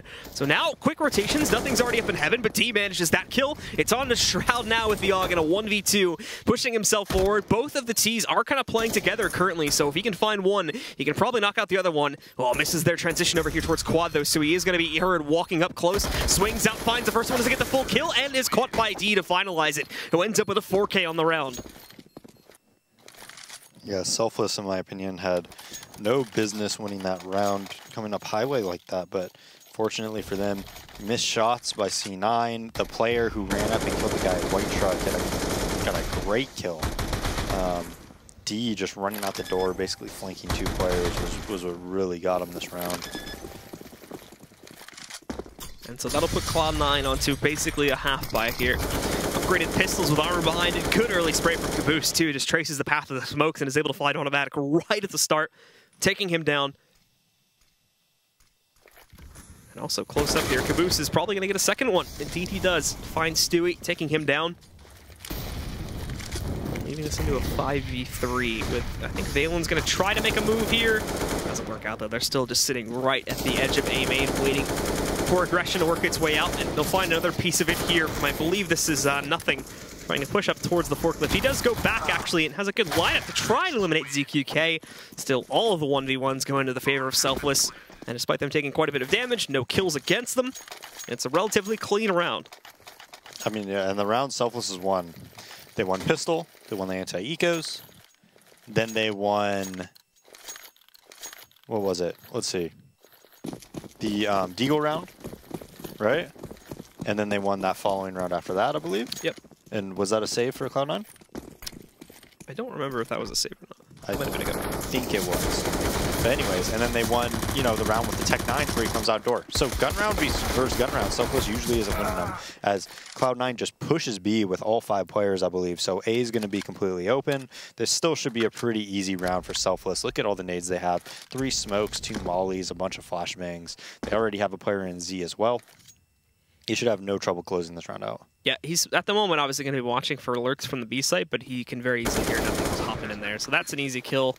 The last 2 are going to work their way in from, at the moment, the back squeaky hallway there. As you can see, Stewie and OpTic both going for that one. OpTic still only has a USP to play with. Stewie's working with an AK currently, so he's probably going to be first out leading the charge here. If they even go for it, that is. They might actually just chill here and try to see if they can surprise anyone trying to exit, but overall, the round itself, as you said, very easily going into the hands of Selfless, despite those kills they got. That's really going to be the only positive they escaped this round with, and possibly the AK from Stewie, should he survive. Molotov goes into the doorway here now to delay them a little bit. No one going to be exiting there, so Stewie may pop it open in a second here and see if he can catch anybody, but no, decides against it. OpTic already outside watching for A main exiting, and oh, that's even worse for Stewie. He was a little bit too close to the bomb, so he does end up exploding and will not save the AK. Yeah, and like I was saying, though, Selfless is winning these rounds that are like big swing rounds. You know, that Tech 9 round, it won them 2 more rounds after that, where where Cloud9 was barely bought up. The double D ground where they're completely saving and ruins Cloud9's economy again. Like, these are the rounds that they're winning. The pistol round, right, which just puts them up 3-0 right off the bat. They're winning all the crucial rounds. D close up towards A main again, might actually find some contests. It is looking like Valens is playing close up here too. More than likely just to try and toss that early utility though to counter out Selfless, as they themselves kind of in a default split, but a very A-centric one. We've got ZQK, who isn't actually pushing to the B halls this time. He's just on top of that stop sign or yield sign, whatever it is there, to watch out for pressure at long range with the op. Should we see Cloud9 pushing out into the halls, the rest of the team already getting prepped to go out for mid and A control here. And very early on in the round, too, not really being one to wait down the time all that much. Caboose does get the smoke in mid, so it's going to cause some delay on his part. Selfless had thrown out a bit of their own utility here, but nothing huge just yet. Kind of waiting it out. They're not blocked by smokes at all over in A main. If they want to go for this, they certainly can. But it looks like a few players are also going to be moving into the B halls here to investigate as well. And that's going to end up being Caboose and ZQK doing it together here. Prompts the smoke from the Cloud9 side. So it'll block them off partially, but it does also give them free cross in towards checkers. They want to try to swing into there. At the moment, though, it is seeming like the hit is probably going to end up going back towards A, and these two probably just trying to make some noise, throw a bit of a fake if they can. Whatever they're doing, however, they have to do it soon. Only 30 seconds left on the clock for Selfless to execute and successfully get the plant. Checking out towards A main now as D and MCE will start the commitment, but Valens gets the better of them at NBK position here. Finds MCE down at 27 HP. It's an easy trade for Dizzy, but Automatic is still ready on the site. He drops the bomb, knows there's at least one more. It's going to be D trying to trade out Automatic, but can't find that kill. Automatic gets the better of them. Time is essentially out, and ZQK up against the wall here. Just gets pushed by 2 players from C9. Not a whole lot he can do about that situation while blind. Caboose pretty far detached from this, just saving the AK and letting Cloud9 get another round. Yeah, and that timing worked out pretty poorly for Selfless. They had opportunities at A. That actually should be a site take. For some reason, though, when that player comes out of door, he doesn't get a flash for him from his teammates.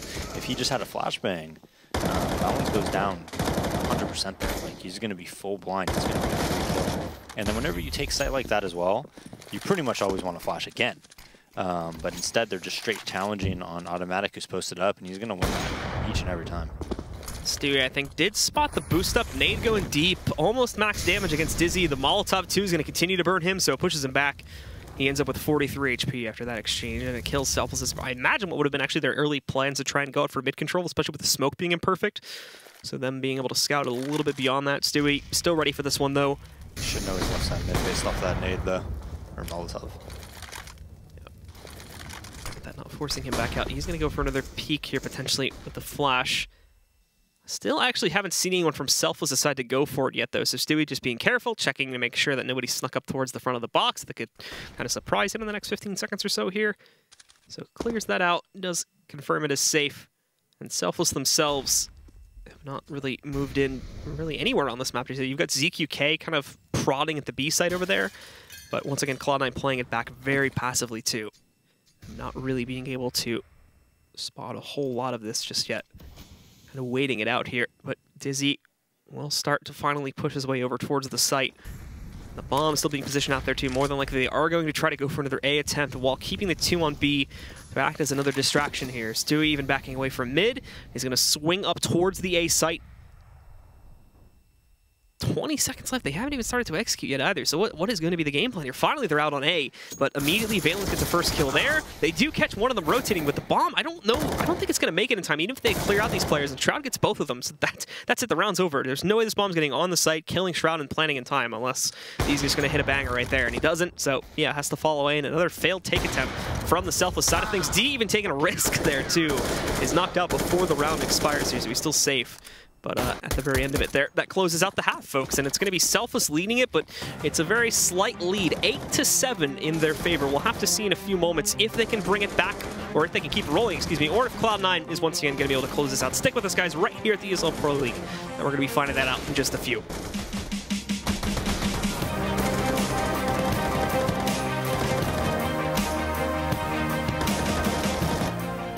ESL Pro League is brought to you in part by Logitech G, Pay Safeguard, Mountain Dew League, and ESEA.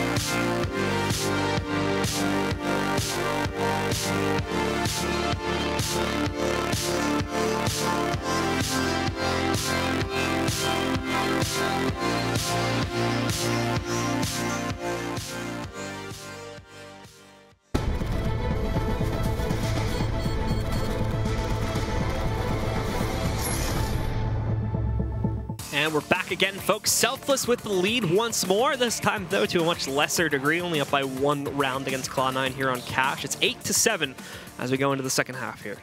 Yeah, we'll see if Cloud9 does the same thing that they did on Cobble, where they just executed round after round after round.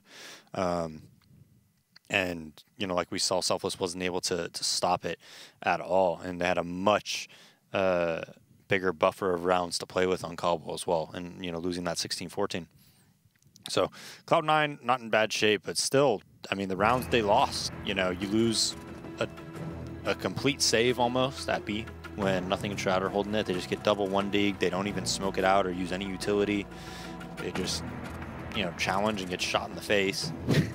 I mean, that should like never happen, especially with the positions that they were at. They had a good positions and checkers in sight, but then no nades come out for some reason, or maybe Jordan was about to throw one, but he didn't throw it early enough, and then that guy peeked him. We didn't see exactly how Nothing died.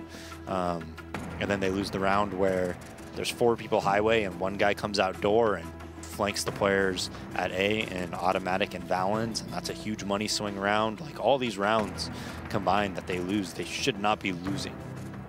It's just a lot of mental errors and blunders on their part. As Cloud9 may not be kind of taking things too seriously here in this matchup, going against Selfless. So you see that a lot.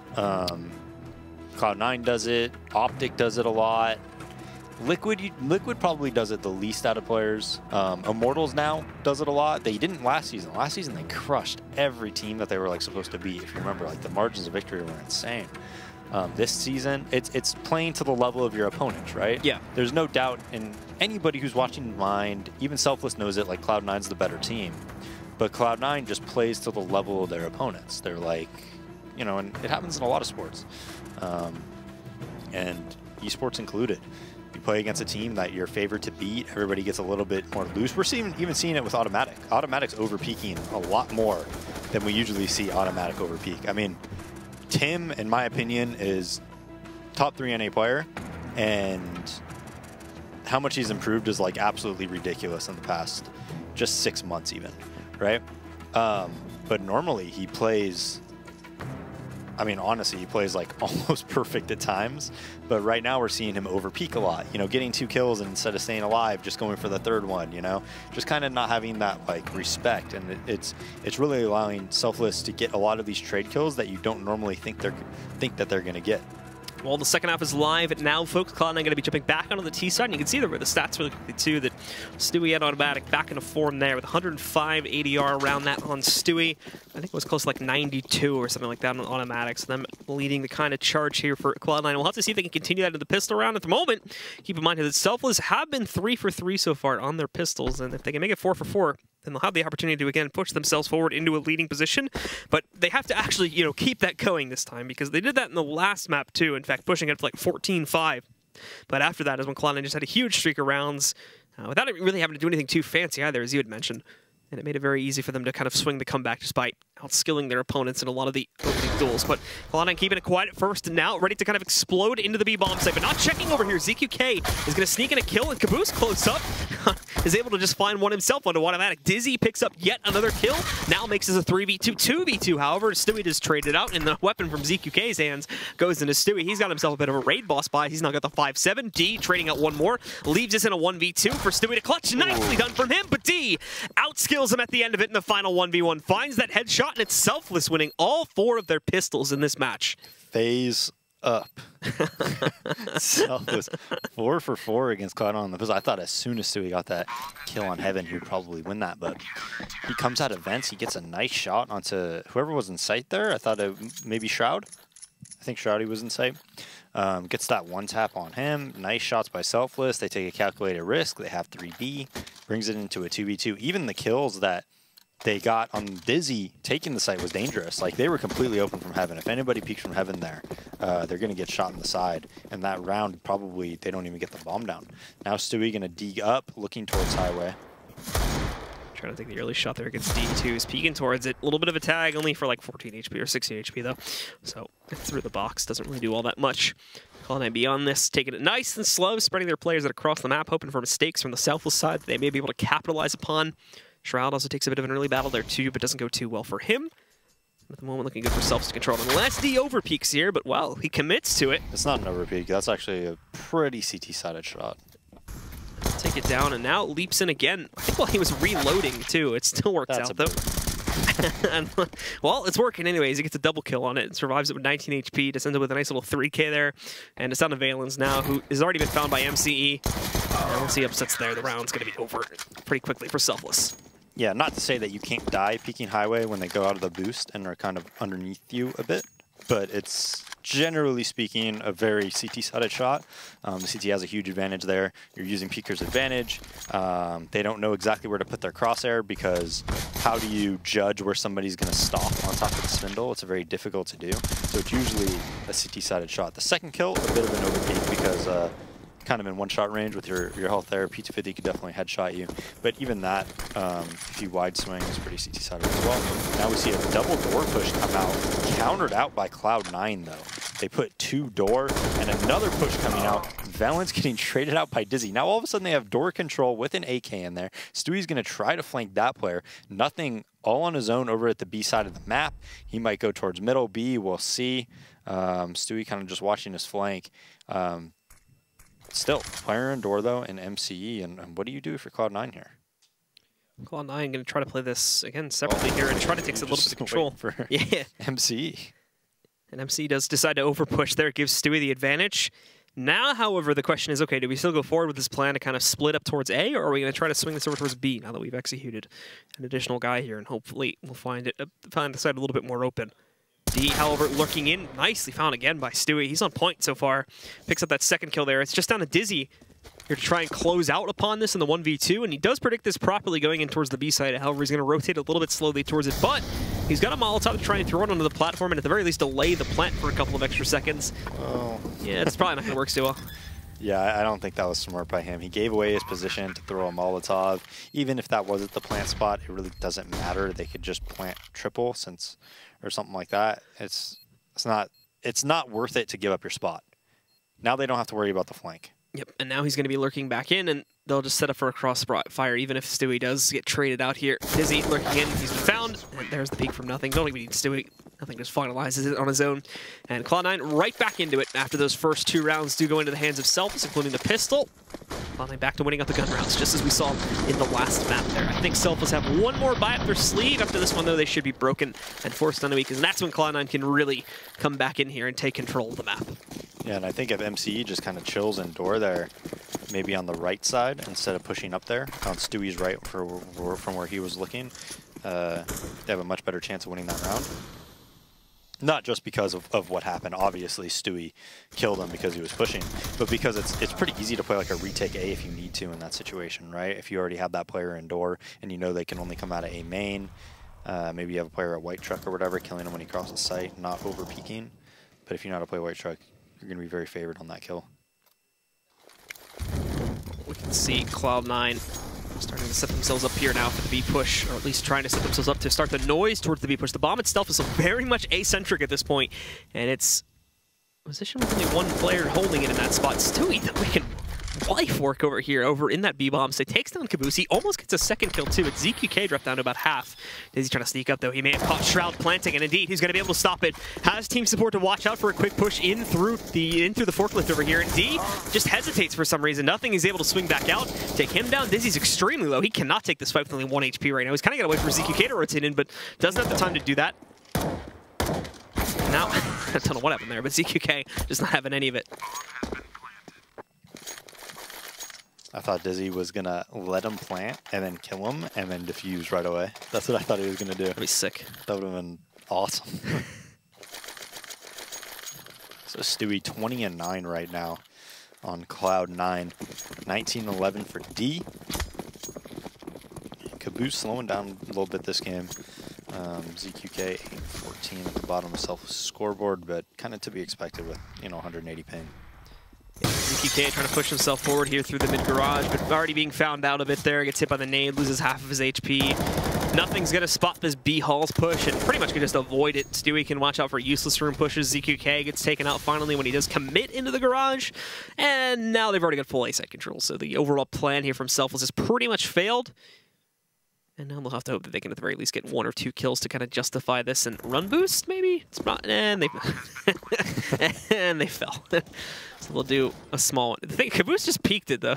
That's not it. Somehow MCE or D, excuse me, got a kill elsewhere on the map closer towards A though. But the round itself is very much Cloud9's. Valen's just knocking, oh my god, Valen's just knocking off damage left and right. And it's down to MC, who actually did recover at M4.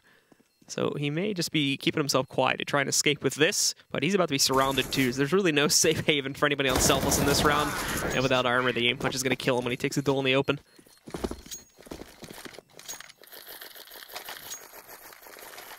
So Cloud9 ties it up 10-10.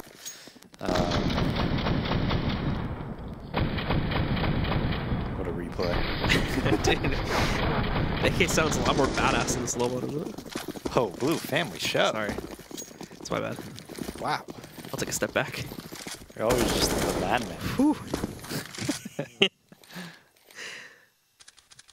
Boundary just being crossed every day MC here at ESL. Back with the scout though. How much do you want to bet he hits nothing? Nope, that one. He did tag another play. It's always just a tag, and then he immediately goes down afterwards, though. OpTic just picks up a second one here against Caboose. Once more, the ecos from Selfless on CT side, just not really all that impressive, and Cloud9 making pretty quick work of them. There's no reason to suspect that this would go the other way now, even if Cloud9 do run headfirst into the last two stacked up here on B.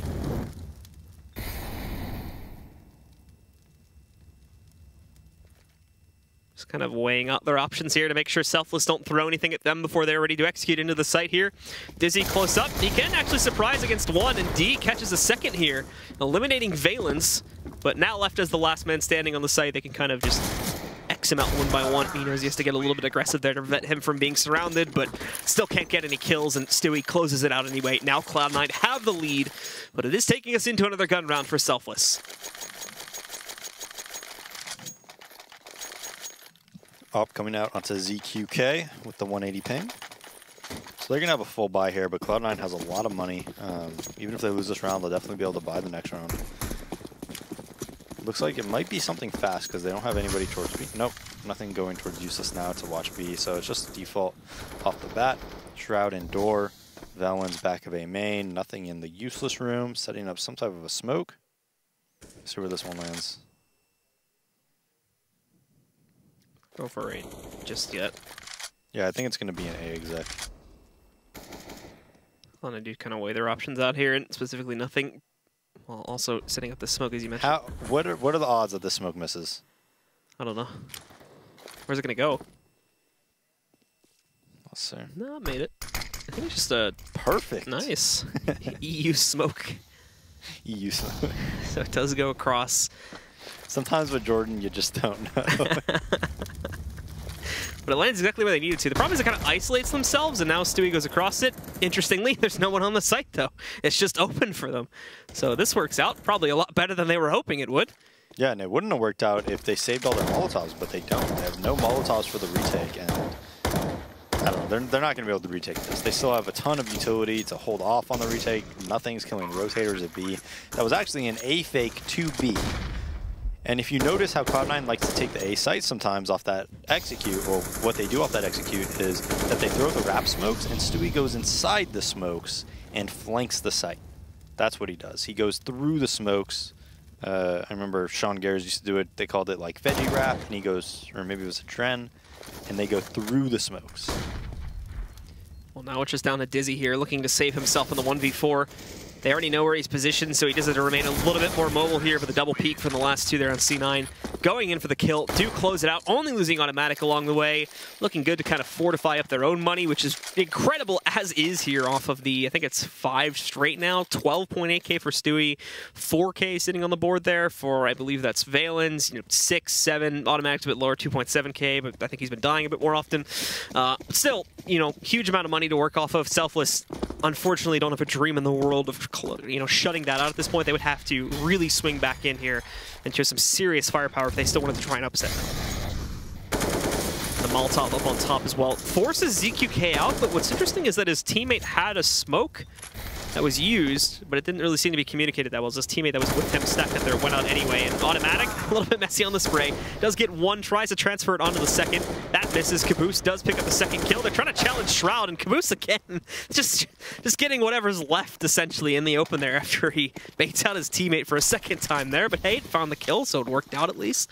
And now leaves us into a 2v3 overall, with Cloud9 having full B site control. Yeah, they get those 2 AKs, and it wouldn't surprise me one bit if they decide to save them. Looks like they will. So Cloud9 will go up 13-10 here. And you're right, they have a ton of money in the bank. And it just seems like once they get that money going, we saw it similar on Cobble, it's just too much for Selfless to really know how to stop. The CT side takes... It's weird, like the CT side takes a lot of teamwork. You got to know how to stop things. You got to know how to stop executes and things, and how you want people to respond to what executes you're going up against. So it takes a lot of teamwork, and you can't expect a team that, you know, I mean, have they even practiced together? You know, we don't really know. Probably not. If they have, they definitely haven't had enough time to go over every map. That's for sure. Or had much practice at all, and you can't expect much from them. So Cloud9 just kind of running them over so far on every T side. Yeah, and it's going to be another buy round here for Selfless, even having to like kind of spread the money around there a little bit though, so that everybody can get full utility along with the gun power. So let's take a look at what Cloud9 are going to do once again here. Stewie at this point is on max money as well, so they're good for the rest of this half essentially.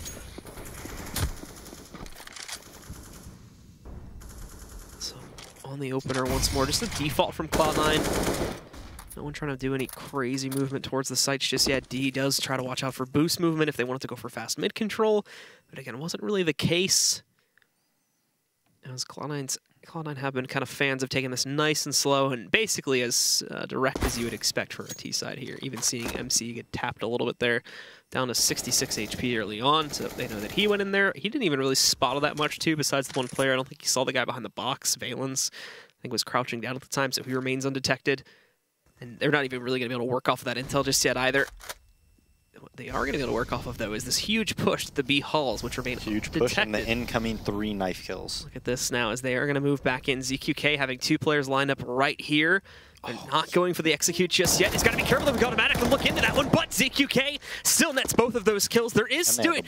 And Stewie as well, still looking to try and just deploy the smoke, sticking to the objective. He's not worried about this at all. I don't think they detected the second player, though, as he wasn't involved in those 2 kills at all. That's what really throws them off. Caboose now knocking out Stewie, and this is where problems are going to start to set in because, look, Shroud's got the site under his control, but they've got to go back to get the block. Shroud doesn't care, though. Goes in, just finds Dizzy looking at the sky there. They take him back down. They still have to deal with these 2 players outside of A main, however. Now Shroud swinging out, gets destroyed by Caboose, and it is going to be a round finally picked up, a gun round that is, by Selfless. Yeah, they just take a pretty big risk. I mean, they just push all the way B to T spawn to flank unsuspecting Cloud9 members. ZQK just gets a nice little double there. Gets the bomb.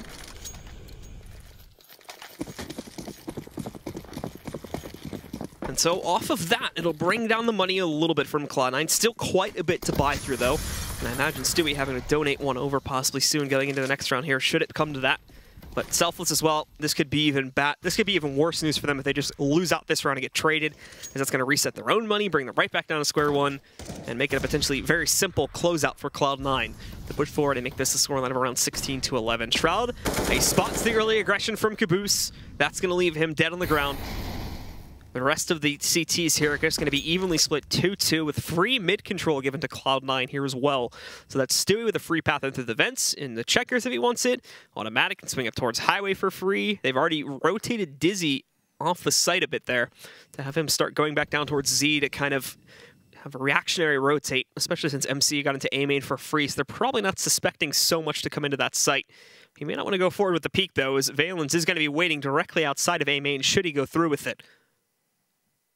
Now, though, it's all silent as they wait to run down the timer a little bit. Cloud9 are going to have to make a move sooner or later, and it is looking like they'll go forward on that A path there, which means the decision from Selfless to kind of fully commit 3 towards B, or at the very least have Dizzy much closer to the B site. Really bite back at them. We have to hope now that MCE can impact from his forward position in A main. And while Valens does read into that, MCE still gets the kill, and he has the bomb now. It's going to be his job to kind of play defense against this one. Smokes out through A main. Good positioning, too, because they didn't send the player and Squeaky back to the halls. They actually sent him inside of A main. So they've got to spend potentially a lot of time kind of wasted here. Now D's going to knock out nothing unless they kill him right here. Pick up the bomb and round their way back to the site. This could be the end of it. ZQK trying to challenge. He can't actually get Shroud. The bomb has escaped and Stewie is lurking back in, but no! Stewie doesn't get that. Dizzy's standing still and he somehow reacts in time to take down Stewie. The bomb is going to just barely get planted there as Dizzy works his way in. He doesn't see Shroud over here behind the forklift though, but D still closes out, and just barely do we see Selfless picking up a 12th round. Stewie? What happened? I don't know what happened with him there. That was such a chaotic round. He's dizzy dead to rights at the truck position. Such a chaotic round. If MCE throws that smoke a little bit better, and he throws it not because he gave him a path, right? They go through the smoke, and if he throw it like in the stairway itself, so it blocked all the left and the right, I think he could go to like white truck, for instance, and just get 2 kills so easily because his teammate was flanking mid, so he knew nobody was there. Sudden messes up a little bit there, makes the round so close. Stewie whiffing that kill, and Selfless just able to win a mirror for a bit. MC just getting super aggro at middle. Just these main players, man, they're not great at just trying to make plays. Gonna show off. Well, Stewie's gonna catch a pretty easy kill for that one, of course. So dropping MCE, and now splitting up Selfless here. Somehow that molly isn't hitting whoever's sitting behind the vents as well. I think it looks like it was patterned all around him, but Stewie remains unscathed in it. Still only has the 47 HP from the duel he took earlier. And now Smoke's going out. ZQK, a good position to watch out for Vents pressure, though, so OpTic's going to be very careful moving into here. ZQK may end up getting distracted, though, as there's also pressure working its way in from the regular halls themselves. He's got support from Caboose over on the backside, and they do decide to kind of move away from the Vents right now, which may prove to be actually a bad decision.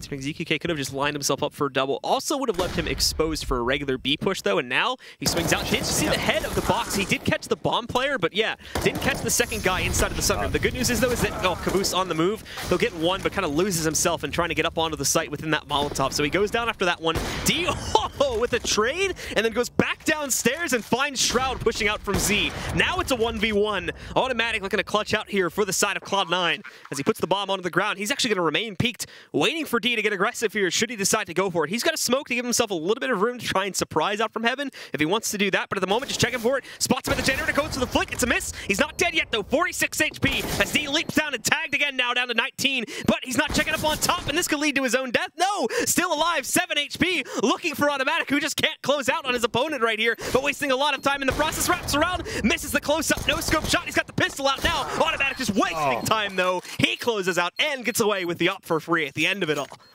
So close. He had him when he was on that generator. He played that so well. This, you can't really expect him to win the round against an AKer here. He's very disadvantaged. But when he started jiggle peeking, when he was at the generator, if he hit that follow-up shot, he actually played that perfectly. He just missed the shot. He had his opportunity. There's some impressive stuff from D to kill Shroud on the flank and play it that well. But unfortunately for him, OpTic just, once you give him that opportunity to kind of roam around that box, it's too hard to overcome. Yeah, and Selfless's money is going to be in the trash now. We can see they tried to force up here, but it's like pistols and M4s across the board. Really scattered by. They didn't even try to smoke off A main either, so we already saw a peek from OpTic. Healed him a kill on MCE early on here. Shroud just kind of fishing from Squeaky here, and he's found even more damage too. That's Caboose dropped down to 35 HP. Finally, does the smoke roll into A main, and it is going to kill the pressure for the time being. The bomb itself just wrapping out, and ZQK again did take an advanced position here inside of the garage. The problem is again, it's a bit of a mess across the map here. Nothing already in B.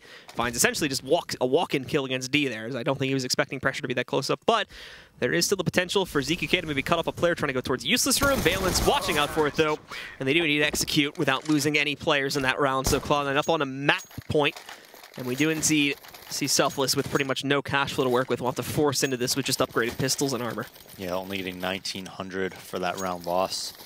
Completely broken economy. And Cloud9 at match point should be able to close this one out. All right, so let's take a look and see. MC does get himself the scout at the very least to play with, but it is going to be Blast Cannon scout. No armor sitting behind it. The rest of the team, pretty typical buys here. And D, trying to get some intel early on. The molly kind of getting in the way. Sees the feet early on, though, and that allows Stewie to line up the shot against D, peeking out from the white box.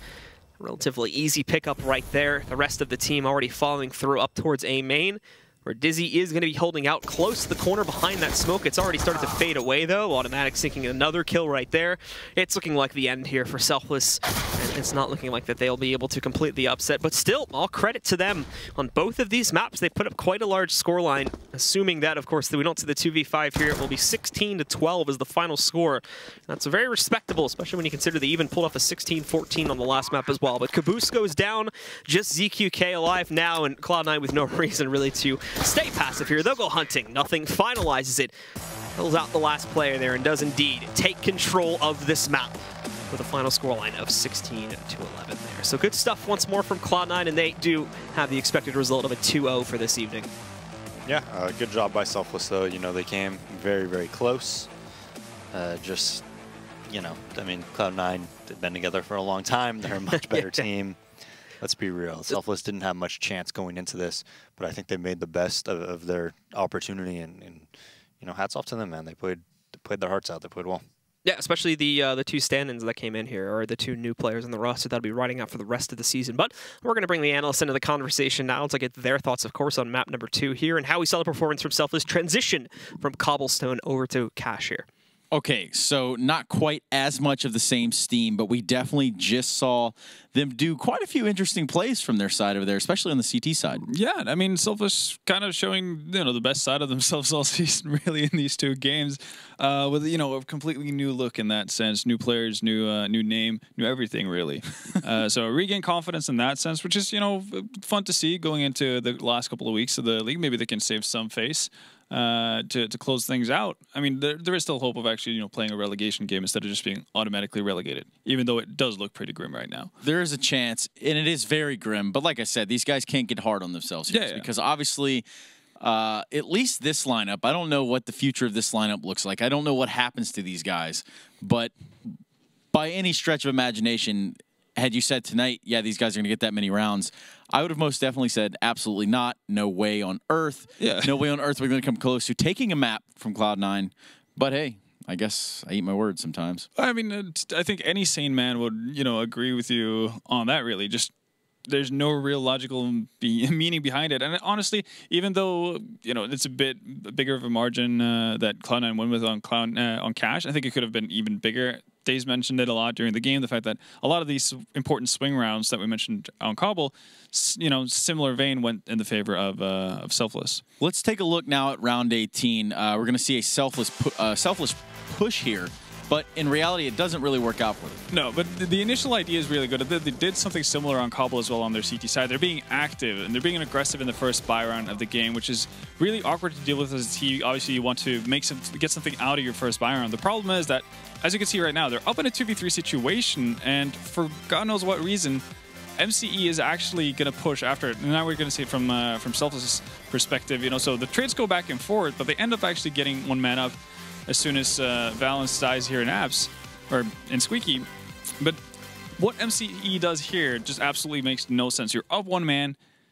Doesn't matter if you have bomb control or not. You're still going to be benefited. You can give up a site. You can play passively. You can play for retakes at that point. You're still going to have the man advantage, so there's no reason for you to push aggressively. You're not that desperate for information if you're a CT at that point. If you're playing at a, you know, from a 2v2 or a 1v2, then sure, you can go for the aggressive play and kind of chance it. But everything leading up to that aggressive play from MCE is really good from Selfless. They're taking initiative. They're actually putting the pressure on Cloud9 and not letting them set up for an easy execute or get easy map control. And then it's just a matter of, you know, shoring up the last 50% of the round that, you know, they need to look at. Well, so, I mean, that push didn't pay off, right? No. And in all reality, it just, I said selfish gaming, there's selfish push there, but in reality, he got aggressive, peaked when he shouldn't have. They had the numbers and advantage. But this next replay we're going to look at, we're going to see a B push from Selfless, where it does actually kind of work out for them here. Yeah, so again, the B push. And again, it's Selfless being aggressive right now, and that's going to allow for ZQK to get behind too. It doesn't fluff it, to, you know, similar to what we saw Stewie do in one of the later rounds as well in Z. But ZQK, you know, keeping a calm head, and at that point, just up one man advantage. You don't have to push aggressively as well. CKK does go a bit too far forward, but still has a teammate with him, so that allows for the trades to. There's no reason for him to expect there to be 2 players there, especially because ZQK were the ones to take out both players in Garage. So again, you're the underdog. You have to take a couple of risks when you're at an even queue, right? So them doing that straight off the bat, going aggressive on B because, you know, lack of pressure from Cloud9 there earlier, etc. Just, you know, nice to see them making that kind of an adaptation. All power to them for coming out swinging today. They brought some pain to their game. Not enough. We did see Selfless take 2 L's there and Cloud9 come away with 2 W's. But in case you did just miss that, check out www.youtube.com/ESLCS where you can watch the VOD of that game and many other games across this entire season. Yeah. I have to tell Vendetta to sometimes get off there. You're bogging down the Wi-Fi because you're literally watching all the VODs at one time. I don't even know why, but it's just something you do. Important to multitask, man. It's like you got to do it. I guess, man. All the VODs, onescreen.com. Go check that out. I just bought that, actually. Anyway, we're going to go to a quick commercial break. When we come back, we're getting into OpTic and Luminosity, so don't go anywhere.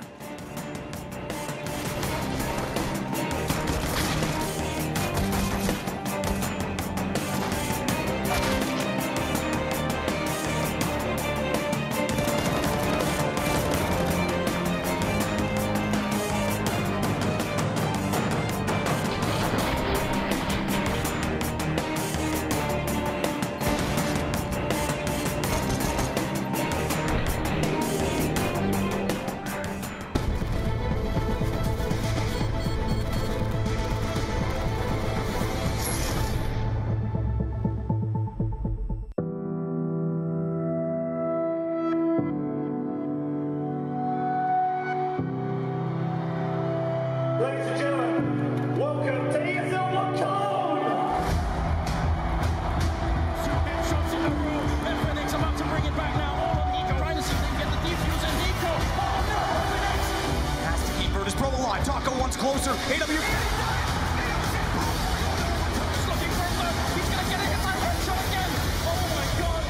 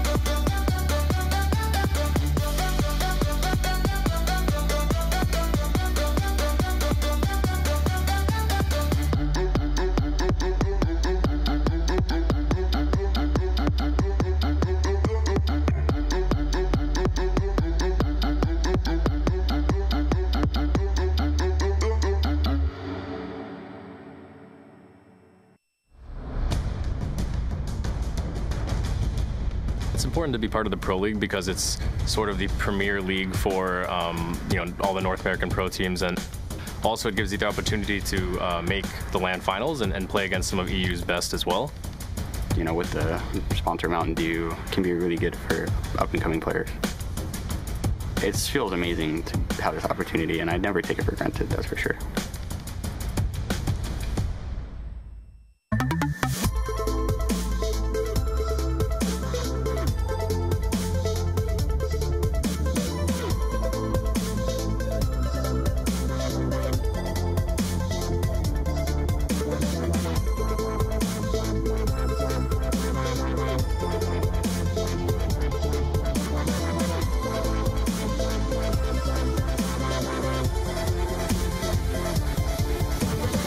Get your team apparel now at shop.eslgaming.com.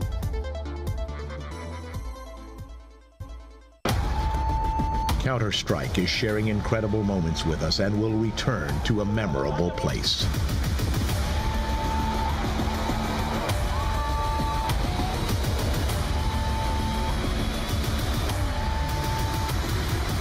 Get your tickets now at proleague.com/Dallas.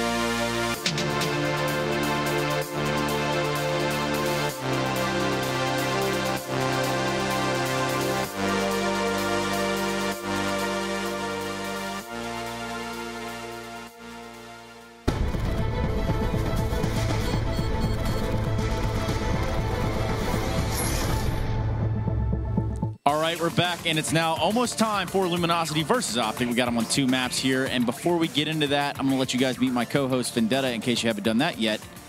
Hey, Vendetta, how's it going? It's going fine. You? Yeah, it's going well, going well. We got LG and OpTic. We got quite a bit of implications on this match, and who are you taking right now is just a quick favorite? Quick favorite, honestly, on Nuke. Recent trend, I kind of leaning towards Luminosity. I was kind of hoping that OpTic would show up with Jason R today, so we would have same lineup, or at least for 3 weeks in a row. Well, it's funny you say lineup because we're actually going to talk about that lineup right now. Let's take a look at OpTic. Tarek, Rush, Naf, Mixwell, and you're going to notice Hazed. Run us through the situation right here. Well, yeah, so obviously for the last couple of weeks, we saw OpTic. Well, first of all, they didn't have a standard 5th, and then they ended up playing with Freak for a week, and then Jason R to follow up with that. And with Jason R, they actually managed to take a map off of SK, right? So not too bad. You might have expected them to keep on with that track and work with them for the rest of the season. Them hiring Hayes, obviously, that puts them in a bit of a different situation. Well, without any further ado, let's take a look at their opposition now. Over on the Luminosity side, Destiny, Yell, Showtime, and you know what? I'm gonna give it to you this time. Obviously, it's Pickle. That's not even a question. I'm good with PKL and Shaz. Pickle. You're wrong. Sorry, Shaz. PKL and Shaz. You want to go with Shaz? That's the one I was going for. But these guys had a tremendous start to their season. They got off to a really great start. Have seemed to have stalled out just a little bit, not with the same momentum they had before.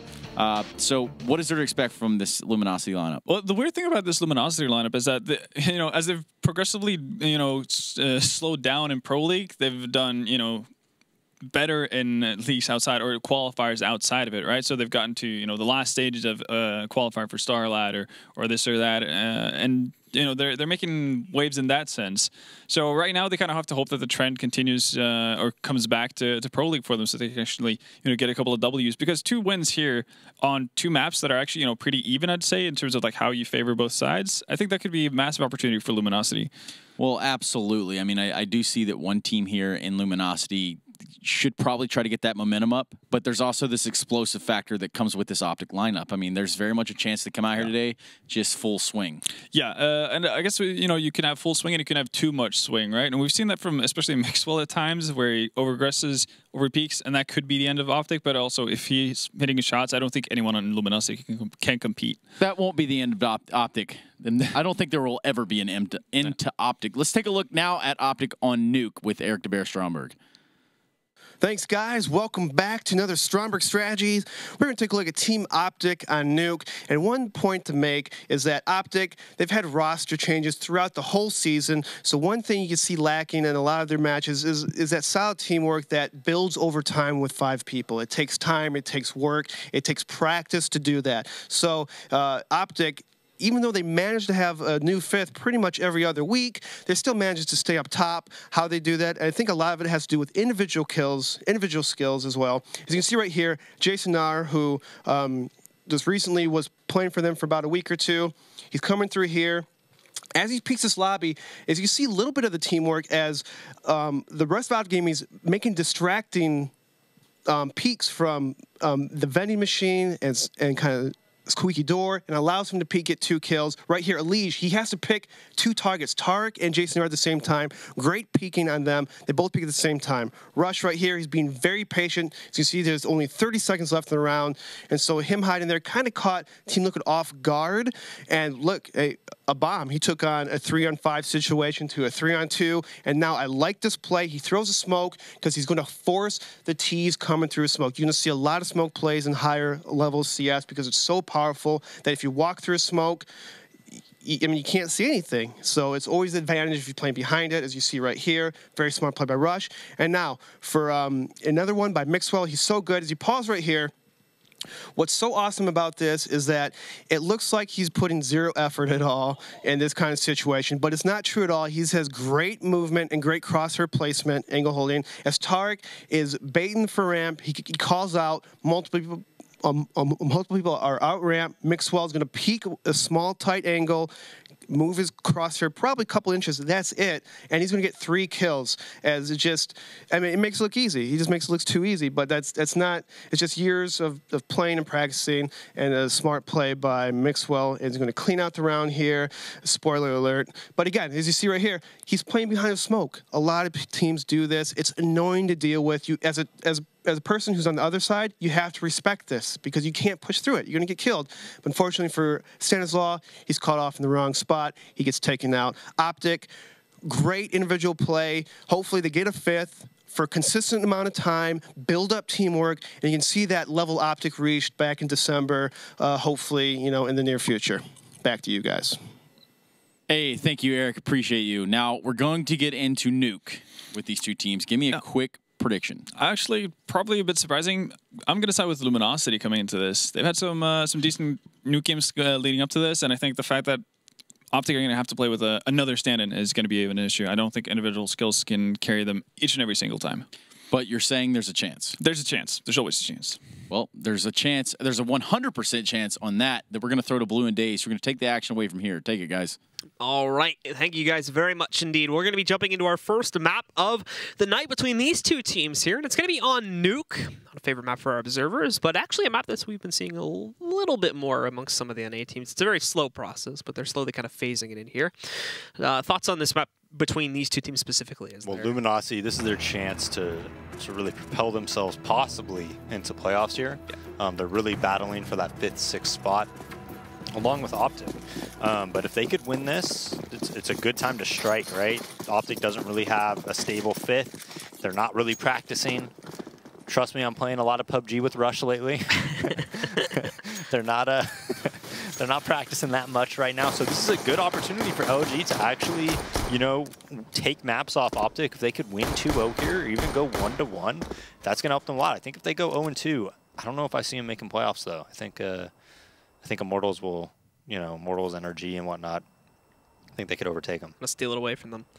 Well, we are seeing Luminosity kind of get prepped to push their way into the site now. It'll be a little bit delay. And just for clarification, too, Hayes is not stepping in yet. I'll talk more about that when we get into the second round here. But Tarek sneaking 1 kill in, traded out more so, but it ends up evenly 2 for 2 now. Mixwell kind of on the outside of the mini garage here now, waiting to see if he can try to play himself into it, but doesn't actually pick up the kill. In fact, it's PKL with another one, leaving it down to just 2 alive now for OpTic, and specifically now just Mixwell, since PKL has eliminated Rush. And they already know where Mixwell's playing from too, so it's an easy job for Destiny to eliminate him and for Luminosity to pick up the pistol. And yeah, just to clarify, JSONR is very much still the 5th player trialing out. Hayes is the coach. He'll be filling in during Sydney because of the fact that JSONR has like a prior commitment or something like that during that time frame. So he's playing there, but for all intents and purposes, JSONR is still the 5th player. Hayes is just coming in as the coach. Yeah, and OpTic losing that pistol round, so Mixwell, he was an impossible situation. That player at 2-vent, even if he went down, his players were going to peek from the silo. And nice shot by Tarek. Just takes out PKL's head with that scout. 4v5, very, very winnable round on the CT side of Nuke on 4v5. Yeah, Naf just swinging his way in over here towards the inside of the T lobby way, and well, it's working out great for JSONR and Naf. Both of them picking up kills there. They did lose 1 on Mixwell, but now they've brought it down to a 4v2. Yell, thankfully, still has the bomb on the outside of the T lobby. Him and Showtime are going to try to work together to sneak their way in and see if they can battle this back a little bit. OpTic didn't really stay in the T lobby, though, after finding this, because they kind of dipped back into both the A room and back over towards the ramp itself to still look to defend this in a more normal way. So there's still an opportunity for Luminosity to maybe kind of swing in here and upset a bit, but there's a little bit more firepower now on the OpTic side too. Naf having the AK to play with, Tarek still having the scout up and running as well, so it'll cause a few problems, but regardless, Luminosity now with 50 seconds remaining are starting to kind of play their way in through the tiny shed here, but already Jason R spotting out one of them. The Molotov trying to go back, doesn't actually block a whole lot up, just restricts his positioning. Kind of keeps him in the open if Showtime goes through with his own push. Eliminates one. Yell trying to flank around over here to find Jason R. He does get that kill, but a trade rolls out from Nap, so it goes down to a 1v1. 29 versus 16 HP, and Showtime is going to be smart about this. Doesn't want to take an open fight, especially against a player in heaven with a scout.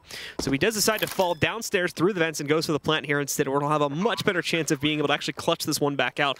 And Tarek didn't even realize this until just now, so he's going to have to move pretty swiftly over towards those vents, and that's really his only route downstairs quickly enough that would get him into a position to be able to clutch this back out since he does not have a kit. Drops down, hoped to find his opponent sitting right there, but it's not the case.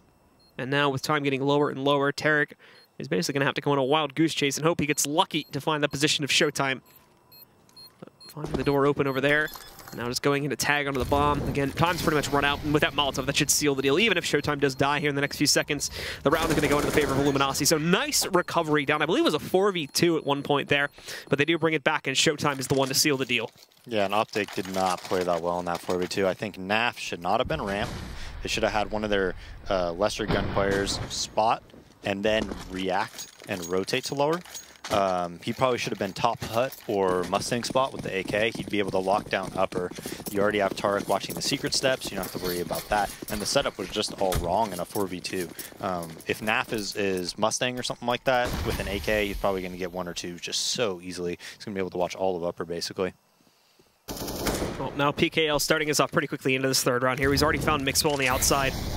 Not a whole lot of presence beyond that from OpTic. I think he's got Rush, but he's inside of Heaven, so he's pretty safely tucked away right now. This will give free control of Luminosity to sneak the bomb through Secret and down to the B bomb site if they want to. And actually being a little bit more self-conscious this time of a possibility of a more aggressive push from the ramp room itself. Tarek is going to move over to try to contest Secret. And he actually does ding PKL, so it brings him down to 6 HP. But still, PKL sinks the kill. Takes him down, and now this is a 5v3. And they also... And I like, you know, I mean, as we see, should be able to just clean up on this anti-eco pretty quickly, though Destiny does go down.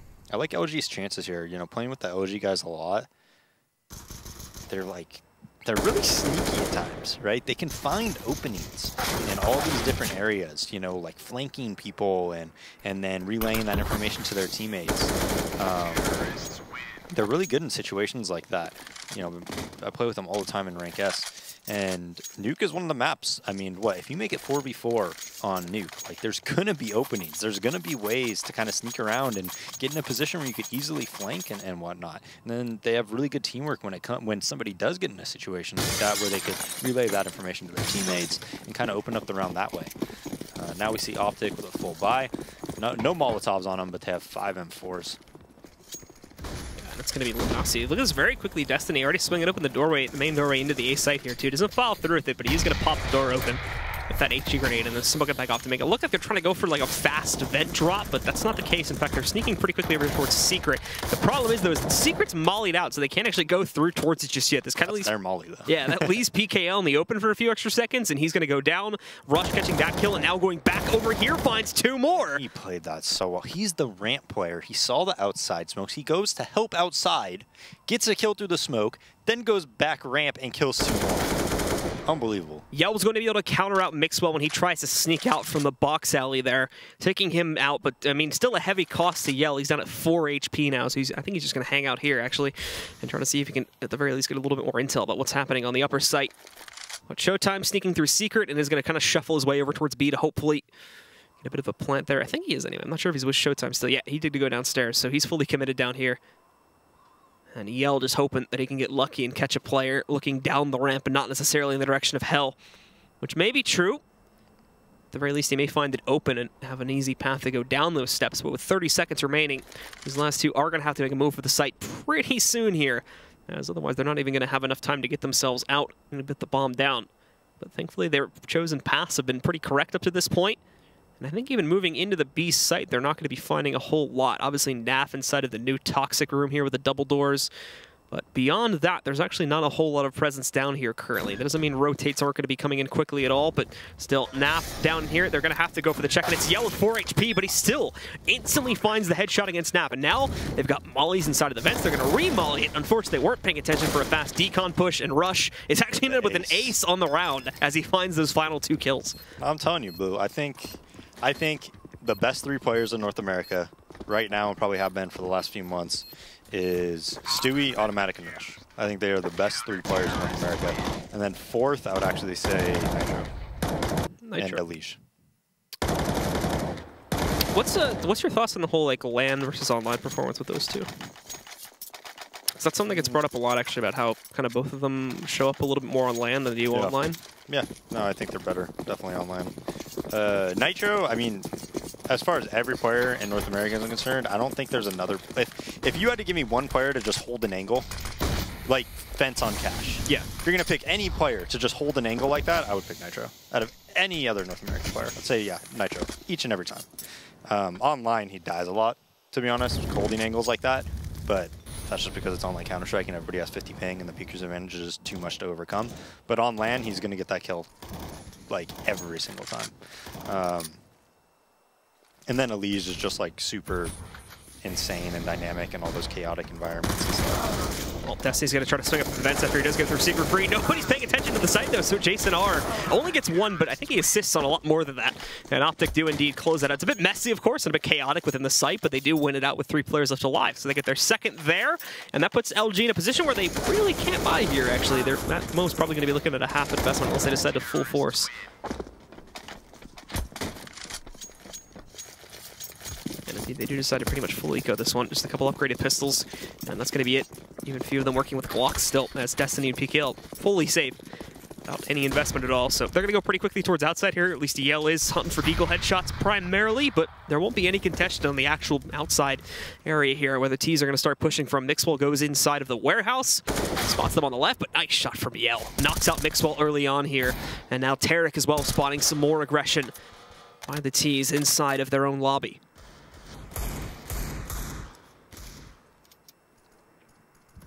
Possibly being able to read into this will more than likely turn into a possible pinch towards the upper site. Seeing if they can sort of just overwhelm A.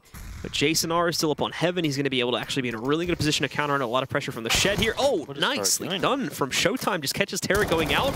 Jason R trading, and nice swing as well. Gets the 2nd one and a 3rd. Rush with the 4th as he kills a player downstairs. And now it's just Yell with 2 HP. Keep in mind, though, he did pick up the AK from his first kill earlier on in the round, but still with 2 HP and basically nothing else to work off of here. The bomb even going down. This is pretty much already sold. More than likely, OpTic will be tying this up at 3. Best hope for Yell is to sneak off 1 or 2 more kills. Of course, trying to clutch, but they should have a pretty good idea as to where he's moving from. So he'll sneak in here, Rush, just holding in the corner, and Yell can't even see that. So he moves out, actually gets the 1st kill, but the trade from Rush is going to move in pretty quickly after that. See what I mean by if he had the AK at Mustang? If Nap was there? Right? Pretty good spot. Yeah. There's what started it all, but unfortunately that was really the only thing we saw going for Luminosity in that round. As beyond that, they were knocked out pretty quickly by OpTic. And trying to crunch on that upper site didn't really work out too well for them. Coming off of that, though, they are directly back onto another buy round here with full AKs. So we'll see what kind of strat they do tend to throw at this one here. And again, just busting the door open right from the start of it. Smoke goes in over top of the Molotov from the CTs, and they dive into the vents. It's Destiny down here really quickly. And we'll probably try to clear a path for some of his teammates, but he's being followed by Tarek, and I'm not sure if he realizes it just yet. He heard something and made him check his backside a moment ago, but no longer paying attention to it. Tarek easily just goes right up behind him, knocks it out. PKL, though, is going to catch Rush in the open this time, behind those boxes. They're out from hell, so finding him there opens up another pathway for Luminosity to try and push in towards the lower site. But now they've already got Tarek somewhere near control room. There's reason to believe that there may be 1 or 2 more down here as well. So this is actually a good decision for Luminosity to kind of hold back a little bit and maybe try to wait to see if the defenses from OpTic reset before they fully commit to this one. And it even works out better as they find Tarek going up the vents and trying to go into the door through the T lobby way. Showtime's going to knock him out there, and now they'll probably feel secure enough to go into this site, as that was the player that originally went down the vents before. as they do move in. Mixwell hitting a shot, I believe, onto Yell, but not the full connection, so it is only going to bring him down to 21 HP. Naf spots PKL. He tried to go behind the box for safety, but wasn't able to fully jump behind it in time. So the bomb's gone down on the ground. We should see full rotation coming in at any moment here. Jason R, I think, just being careful in case anyone was going to try to link push in, try and go down the vents and counter it out. Naf just picking him off, however, from the detox room. He's now found a second here against them. They find SHZ easily hiding in the corner, and now it's just Yell alone. He'll sneak up on Jason R from up on top of this catwalk here. Now he's got a lot more to go. He finds Mixwell trading out a gun. One more to knock out. It is Naf, though, the player that's already picked up a double kill in this round, and he's not paying attention to his right side. So in a moment, there you go. Naf's going to walk right up and finds his third and final kill from Detox again. And with plenty of time for the defuse, OpTic will pick up a fourth. Great hold by Naf. Really nice strategy by LG. The crucial thing that hurt them in that round, though, is they had no smoke grenade to really get down and kind of force the plant and force OpTic in bad situations. So Naf able to, you know, get a couple kills over at Detox. You know, that's because they don't have a smoke. They don't have a smoke to plant the bomb in, and Naf able to capitalize off that. Yeah, regardless of the win from OpTic, though, it's still making it a bit more of an expensive round for them, dropping 4 to 5 players again. So very close in Luminosity. Off of that one, do feel the necessity to buy in here. They're only going to get, basically, with the exception of Yell, just smokes behind their buys here. But they still, indeed, are going to have the capacity to try and push in here and have the gunpowder at the very least. Try and set up a bit of a smoke wall. Mixwell. Ooh, a few seconds later there, and he might have hit that.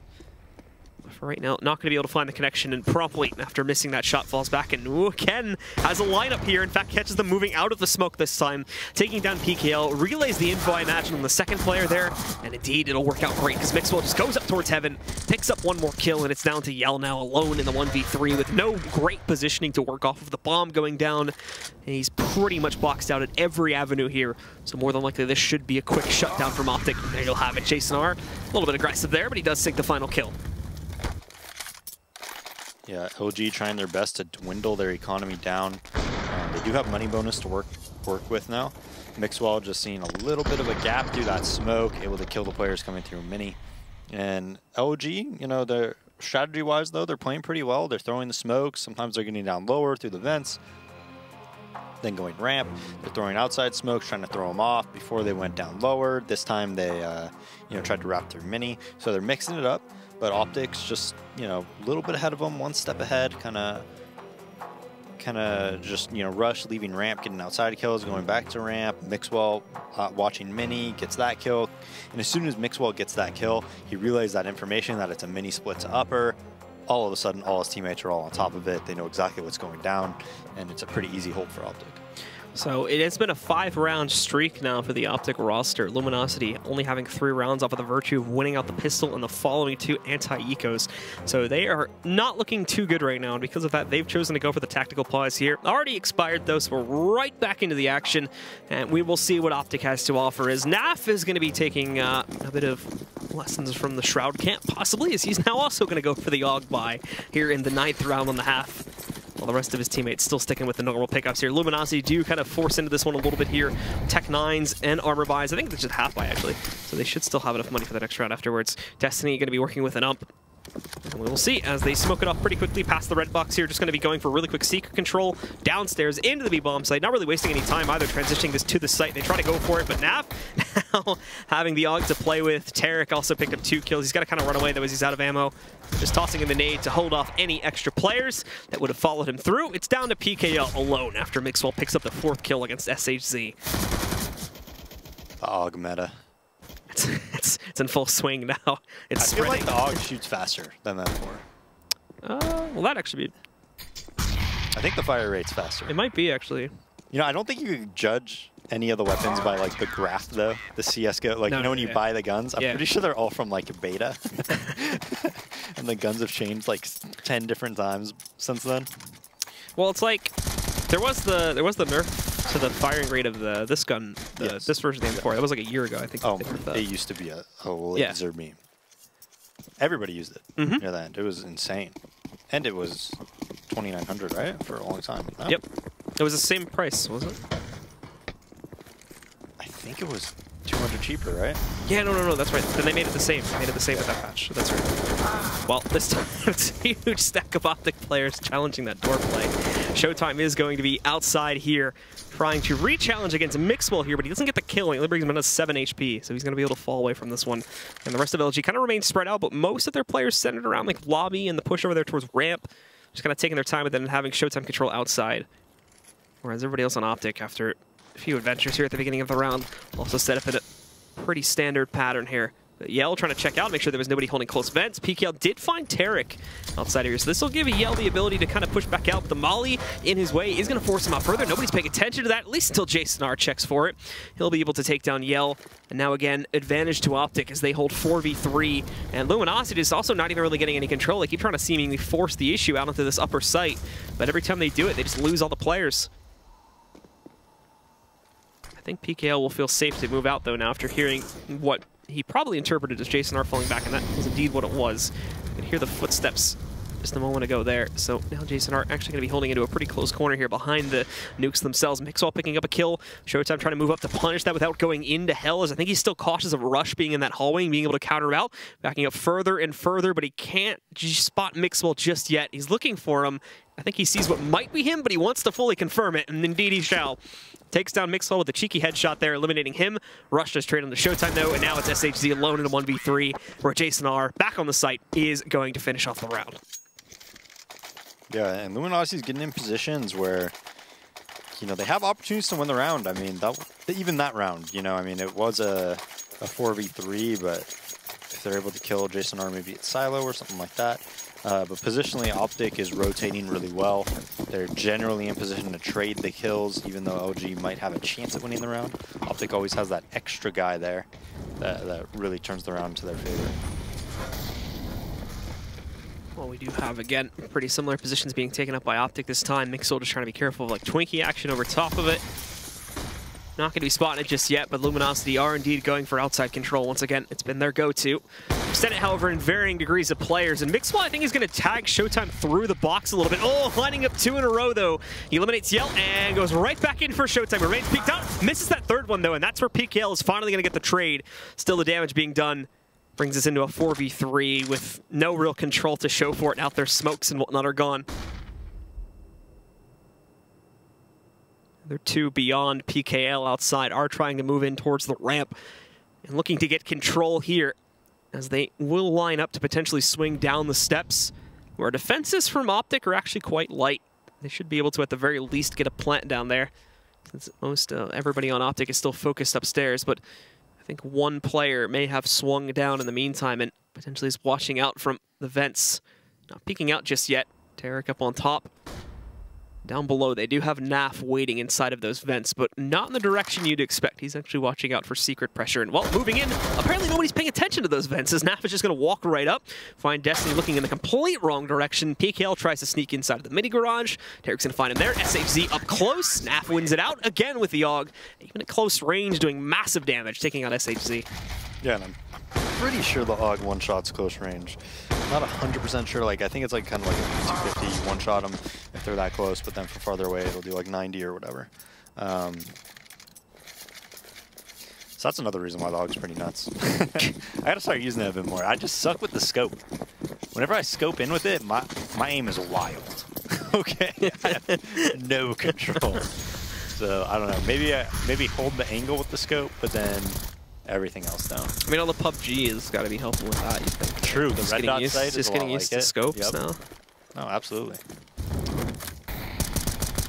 Well, now for Luminosity, spreading their players out here. Obviously not going so well, but at the same time, some decent damage traded into OpTic guys. You got Roshan with 2 HP, Tarek's on a 20, but Destiny, Showtime, and Yell suffering a kind of similar fate here.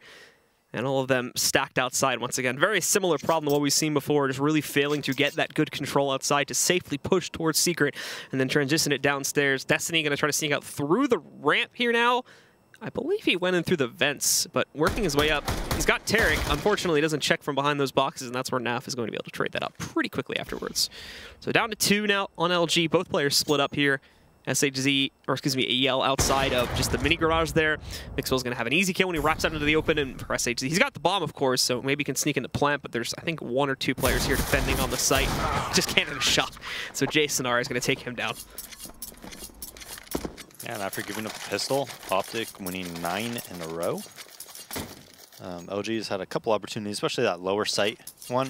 If they would have won when it was lower site in the 4v3, when NAF ended up getting that 3K at Detox, well, all of a sudden, I'm pretty sure that was it would have forced OpTic to an eco round, and we could have been seeing you know, maybe like a 6-6 scoreline or something like that. But unfortunately for LG, they couldn't capitalize off any of these opportunities. Well, we do have OpTic again, trying to push their players forward early on here to take some of these battles, but it's Luminosity.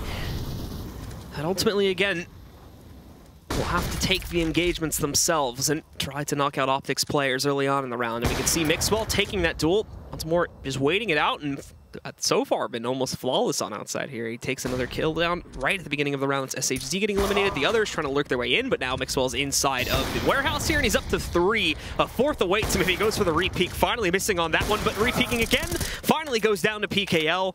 Jason R actually having to be a little bit careful here because he could just get pushed from that doorway there, which is exactly what's going to happen, but he's ready for it as he does weigh out his own aggression, takes down Destiny at the doorway, and PKL's now alone in a 1v4, where he's actually going to be able to take down Tarek, getting a little bit over-aggressive there. Still, though, the damage being done, bringing him to 3 HP, and now the second he peeks out here, Jason R waiting for it. Finalizes things yet again for the OpTic side. As they're in double digits here in Luminosity, really yet to solidify themselves, and this has been a full 10-round streak from OpTic. Yeah, pretty dominant once they got some guns.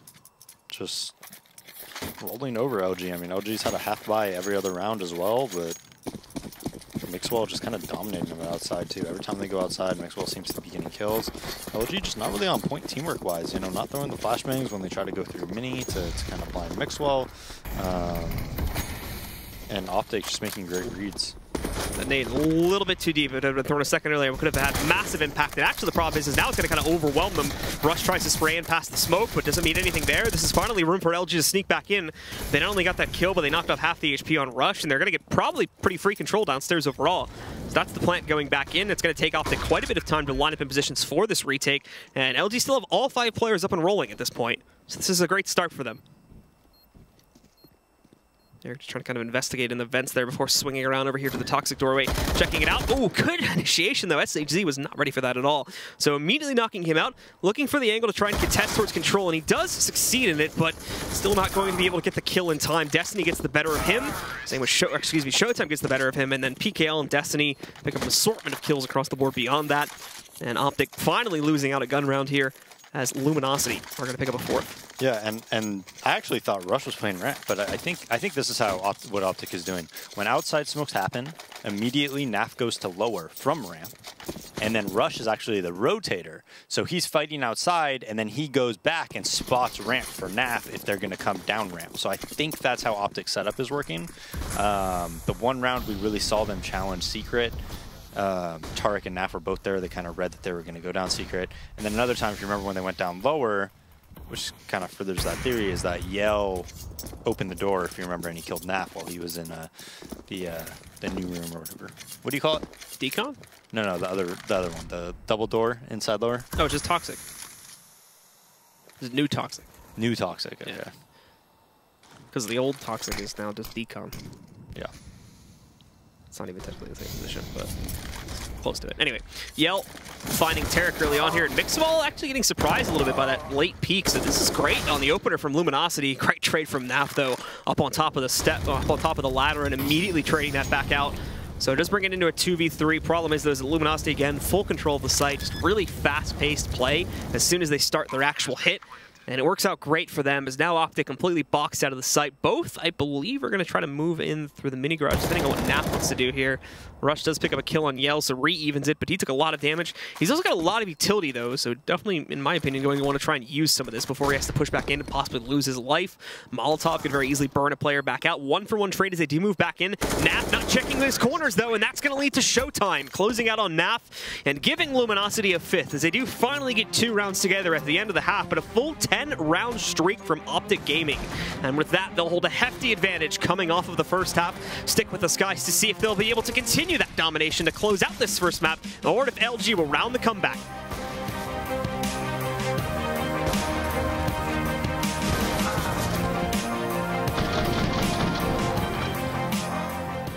ESL Pro League is brought to you in part by Logitech G, Pay Safeguard, Mountain Dew League, and ESEA.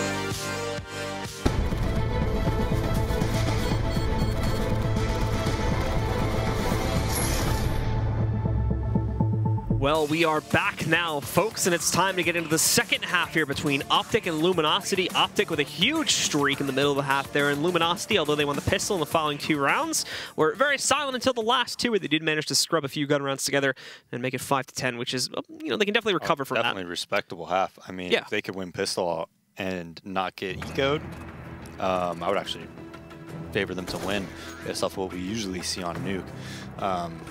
Having said that, we'll see. I think OpTic, I don't think they're going to play with an immense amount of strategy on this T side. I think it's going to be a lot of solo plays where they try to challenge ramp, they try to challenge outside. Mixwell is going to be going for aggressive picks and things like that. Because remember, they're not really having much practice with this lineup at all. And we'll see if LG as individuals can stop that and punish that type of play. Or if, you know, OpTic's going to continually make it 5v4 and leverage that into round wins. All right, well, we're into it now. Luminosity onto the CT side with OpTic jumping onto the offense. And on the opening push, let's take a look and see what OpTic are going to do. Mixwell kind of moving in to see if you can catch anyone from LG, getting a bit more aggressive on the outside there. Won't catch anyone. LG holding back actually in pretty passive positions here to start things off. Just your usual spread of players across the map. Couple in A, one holding inside of the ramp room, one outside, just kind of watching for a usual push from there. But OpTic are a little bit scared of, actually, I mean, all across the map, just watching out to make sure Luminosity don't do anything aggressive. We can see from a lot of their players' positions, but not spotting anything in the first 30 seconds or so. They're now ready to move in to take map control themselves, and it looks like the first bit of this may end up working its way out towards the ramp, where Destiny awaits, and we'll see if they'll be able to hold this properly. Instead, just runs away from it, actually. He doesn't want any part of it. And what's going to be interesting is that OpTic, instead of going down that ramp, bypass it, go to hell, now try to sneak up. There is a smoke in the way up here, so Showtime is able to avoid immediate death. There's a lot of T's up here, though, and they've got to be careful of that. SHZ finding one, but Rush now swinging down from heaven, trades it out. Naf also knocking out Showtime, but SHZ had an angle to drop the bomb planter. Didn't stop the bomb itself from going down, and after we see that kill, Mixwell and Tarek finalize on the last 2 frags, picking up the pistol. Yeah, that was pretty cool. So they throw a smoke heaven, and they rush ramp to up heaven, and that smoke, obviously, as we saw, covered the majority of those players, and then they have that player who threw that heaven smoke kind of lurk into lobby and try to pinch onto that site. Of course, things could go horribly wrong depending on who's in heaven there, but for them it worked very well. They're all, you know, jumping up the ladder and whatnot, like making it very hard to just get a headshot on you. So I like that strat a lot from OpTic. Now we see them slow it down. Mixwell outside with, I believe that is Tarek on top of yellow. A couple guys holding lobby, and we'll see how they decide to scout it out here. Double dates? Yeah. So he's dropped down pretty low to 25 HP. Mixwell's pissed. So yeah, probably won't be... I already know what Mixwell's saying. Are you kidding me? Or something like that. I play with Mixwell way too much. I guess.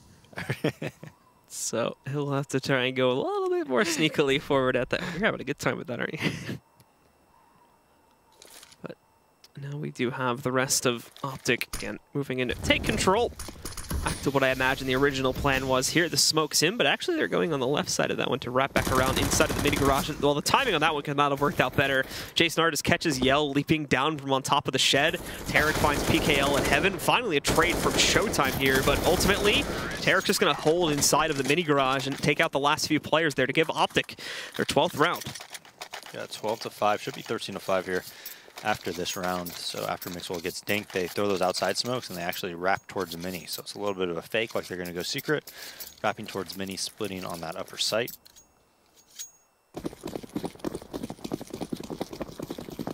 Well, now with the full save in effect here for Luminosity. No investment this time, so we can expect a pretty quick closeout more than likely from OpTic. Possibly something a little bit more interesting. Yell did go for the Zeus buy, but they'll be the first one to die, so never mind on that one. A couple trades, however. Showtime and PKL, they do go a bit aggressively into that site, so it does open up the possibility, of course, for those trades. But I think Mixwell realizes that he's out there, so he goes in, and Tarek closes out on the last kill there. I know how every player sounds way too much. Do you? Yeah, so say Nitro gets one digged. Yeah. He'll be like... It would be like, what is that? How does that happen? Right? If Tari gets one digged, he'll be like, I guess I'm getting one digged. Like, say it really sarcastically. Mo will just rage and just start slamming his desk. Oh, and a double tag from both the offers to start off the round here. Both Yell and Mixwell hit their shots, but it's through terrain on both of them, so neither one actually gets the kill.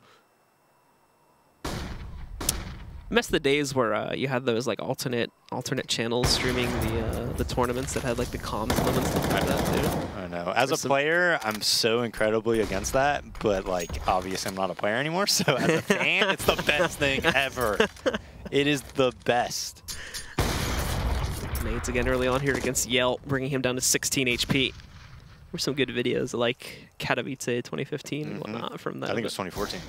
Was it? I think it was somewhere around there. They did it a year later as well. Yeah. They might have done it at both. It was like Cologne 2015 where I think they stopped doing it.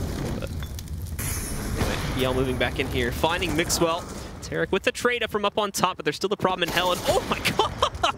Tarek tries to drop down the surprise. Yell's got a surprise of his own. Just destroys Tarek through the wall. Naf with another trade, bringing this into a 2v3 now. And he's going to leap inside, supported by Jason Art. He spots the player up on top, knocking out SHZ. We're even again. Naf with another one, and he even finds Destiny with a nade in hand. They both just move in and the bomb. Crunch on lobby, and they DM their way to a victory. Yep, didn't even have the bomb. That's why Jason Art went through that squeaky door. And Destiny, you know, just had like a knife out or whatever, because he was going to try to flank, and bomb was outside to lobby. So ends up working against Destiny. So this is going to be a pretty obvious tactical pause from Luminosity now. Money's at a very bad point. They're down, what is this, like 9 rounds, I think, against OpTic at this point. OpTic basically need to win out just one more here, and they're all but secured unless we saw a 10-round comeback from LG. And really, the decision being made, do we force here and try to win out, or do we just eco this one and try to play 10 rounds straight for OT? I think I would buy. You'd force them on an eco, maybe? No. I'm not sure what OpTic's money at. Probably not, actually. But still, I would buy. Yeah, OpTic would still buy, even if they lose this round. But I would buy here. I don't think you have enough. I think if you put them on game point, they're going to win one of the next, 9 rounds after that. Or 10 rounds or whatever, so. NA math. Yeah, beat 10 rounds. So, indeed, the buy does roll in from the LG side. Actually, NA math's a lot better because we don't have that weird metric system thing. That's easier, though, to do math with. Says who? Because it's all powers of 10. It's not like 1 mile equals like 5,320 feet or whatever the measurement is. Makes sense to us. It doesn't, though. Like, that's the problem. Do you know how many feet are you American or not, Blue? Yeah, I am. Stop. Everything we do is the best. All right. Whether it makes sense or not. I agree our date system's better. They do it in order. Mixwell will find the first kill this time around, though, taking down PKL. And they're just going for full outside control, right, to start this one off, which means they can get a really easy pinch on A if they want to. They do move in towards the garage there. SHZ didn't look like he was in position to counter it, but still gets the kill there. However, Rush back over here on the catwalk, wrapping around to heaven, finds another kill against Yell, eliminating him, bringing us back down to a 4v3. Obviously, OpTic, some caution being utilized here. This is actually... Look at how low HP everybody is. Not only that, too, but Luminosity still has pretty much full control on the sites, but waiting this one out. The Molotov actually is going to stop SHZ from moving out.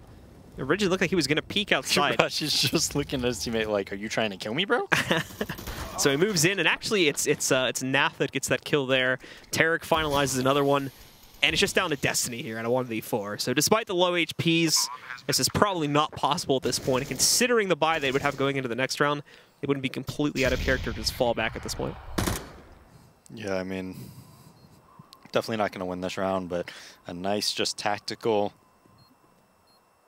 you know, just slow pinch on that upper site when they have that 4v3. I mean, you're coming through lobby, mini, heaven. It's just, it's very, very difficult to hold if you're a CT.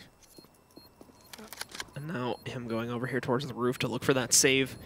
And really just trying to capitalize on any exits they can get. It's going to be a long run for Luminosity, even if they do start it up and winning up the next one. And unfortunately for Destiny, isn't able to even eliminate one out of those 4 players. So everybody makes it out alive for OpTic there, except for Jason, who died earlier on. And his reinvestment won't be too big of a problem with the money that they have. So this is it now. A full investment from both teams, but it only leads into LG picking up 1 M4. The other 3 are going to get an SMG in the case of 3 and 4 of them, and Yell's just going to be working with a scout. Utility is also pretty spread around here. Yell, however, does find the first one amongst that chaos there, as it looks like OpTic just tries to force the issue outside. He won't make himself available for a trade. What's even worse is Mixwell's kind of just in the open here. He's looking for a kill, overcommits, and that's going to lead to SHZ taking him down. All of a sudden, it's a 5v3 with Luminosity having a huge advantage here, unless Rush can try to turn something around outside.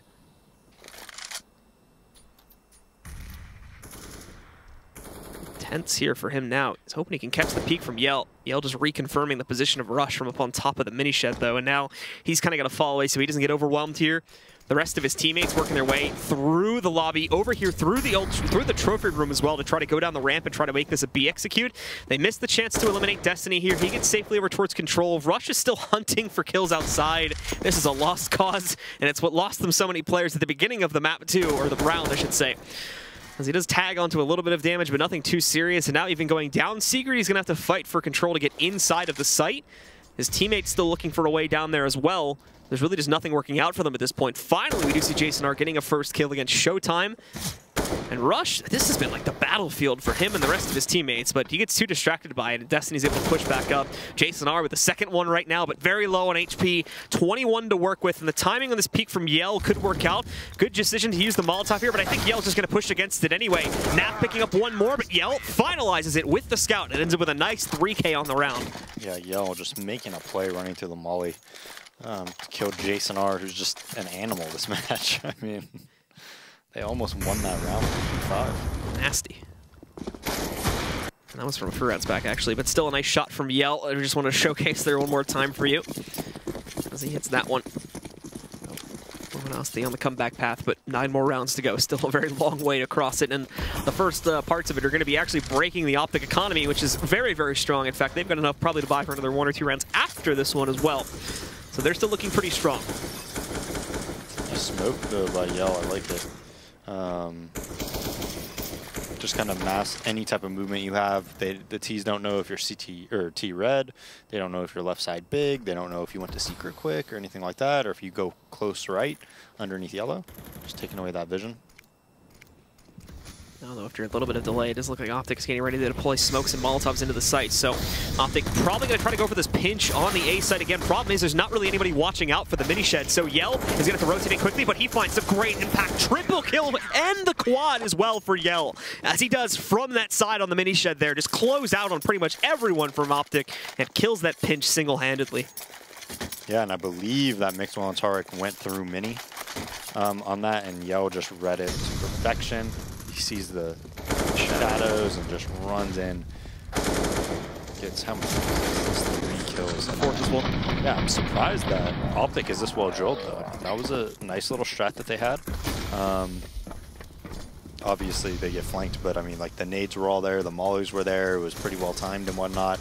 Yell countered it, of course, but I'm surprised that they're that well drilled.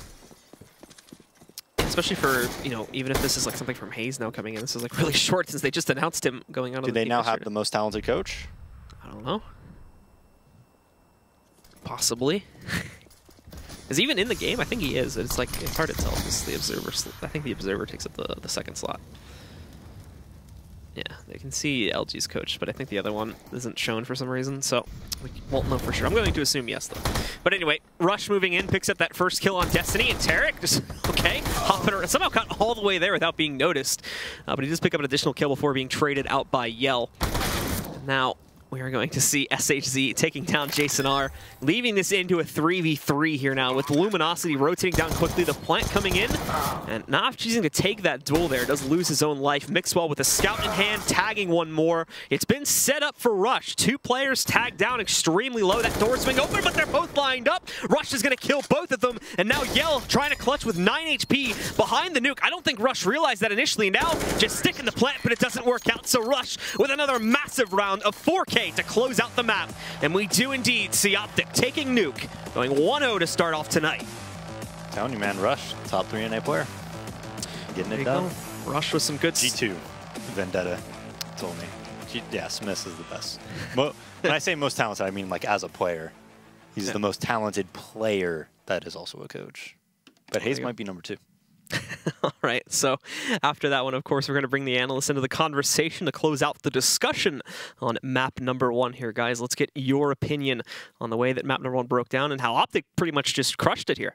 I mean, in simple man's terms, I think it's easy to say that Luminosity just never really got that solid foothold or that good jump at any point in this game. Did they ever have that solid footing to get started? Yeah, I think their best opportunity really to get that foothold was first buy round. I think Dave's already mentioned the fact that they got the pistol round and then they had that swing round that went OpTic's way. Could have very easily gone Luminosity's way, and off of that they could have had a 5-0 lead, and you build stuff off of that. And for the better part of it, they actually had good initial ideas of what they wanted to do, how they wanted to play their T side. I think their execution though was a bit sloppy. You rarely actually saw them getting into, if you want to call it their set for the round, without actually having lost a man or being heavily tagged up on multiple players, to the point where OpTic, even though they might not be in the right places at the right time, have done enough damage to Luminosity to the point where the actual take from the Brazilians is not going to be as effective.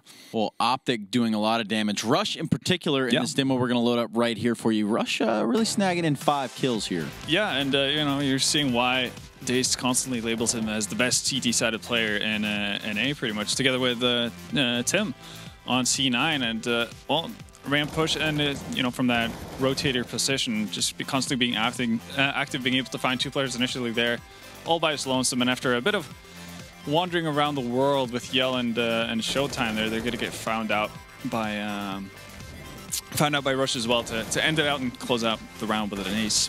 That's the second ace of the day, if I'm not mistaken. I do believe so. Yeah.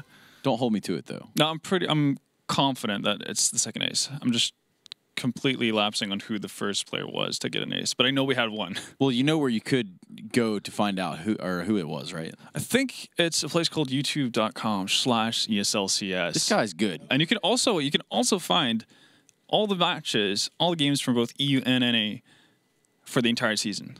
Well, because I was actually watching that VOD back. Yeah. It was actually Shroud who got that ace. There we go, So close. On top of things. On top of things. Now look, Daze brought up a point here that there was when you play this map, it's easy to have holes in the CT side. Yeah. You can find an avenue of approach to just about any bomb site or any part of the map. And really just slip past. And that's one thing that he did say about the Brazilians, that they were just more than capable of doing that. Yeah, and that's initially why I wanted to side with Luminosity going into this, because I thought they were playing with, I thought OpTic was playing with Haste instead of Jason R, but they've already played Nuke with Jason R. So OpTic have, a bit of a better feel for each other, how they want to rotate, how they want to play that CT side, which is massive for them. And I think that narrows down the amount of opportunities that Luminosity will have to actually, find those crevices here and there on the map to create chaos within the ranks of OpTic on their CT side. You got to find the crevices. Yeah, it's pivotal. Let's load up this replay real quick right now. The second pistol round 16. Yeah, so you can see Jason R setting up for a Heaven Smoke early on, and this is pretty cool. Oftentimes we've seen VP actually do this, but without the Heaven Smoke as well, and still finding a lot of effect with it. It's going to be just straight up just power and overmanning everyone on the Luminosity side. And the cool thing about it, and one of the reasons why that Heaven Smoke works out so nicely, is that if you see Heaven Smoke as a CT player on that side, you're going to draw out behind it. You're going to go into Heaven, or, you know, out on rafters. You're not going to actually dive into the bomb site because you're expecting something like an upper push, and you don't want to get caught out where you're like standing in the open against 3 players. Right. That's not a good idea. So you back out, but that also allows, you know, every T who runs out from under heaven to get a free pass onto the site, and you're all of a sudden completely isolated by your own doing. So it's, you know, it's not super advanced, but it's a cool idea and a very cool execution from OpTic's side, which, you know, not necessarily something you'd expect from a team playing with a stand-in. Well, OpTic does take Nuke 16-7. It was kind of a toss-up which way it could have went, but we do see now that OpTic were able to take that in pretty dominant fashion. When we come back, we're going to be going to another map here, and it's going to be Overpass, so make sure you don't go anywhere.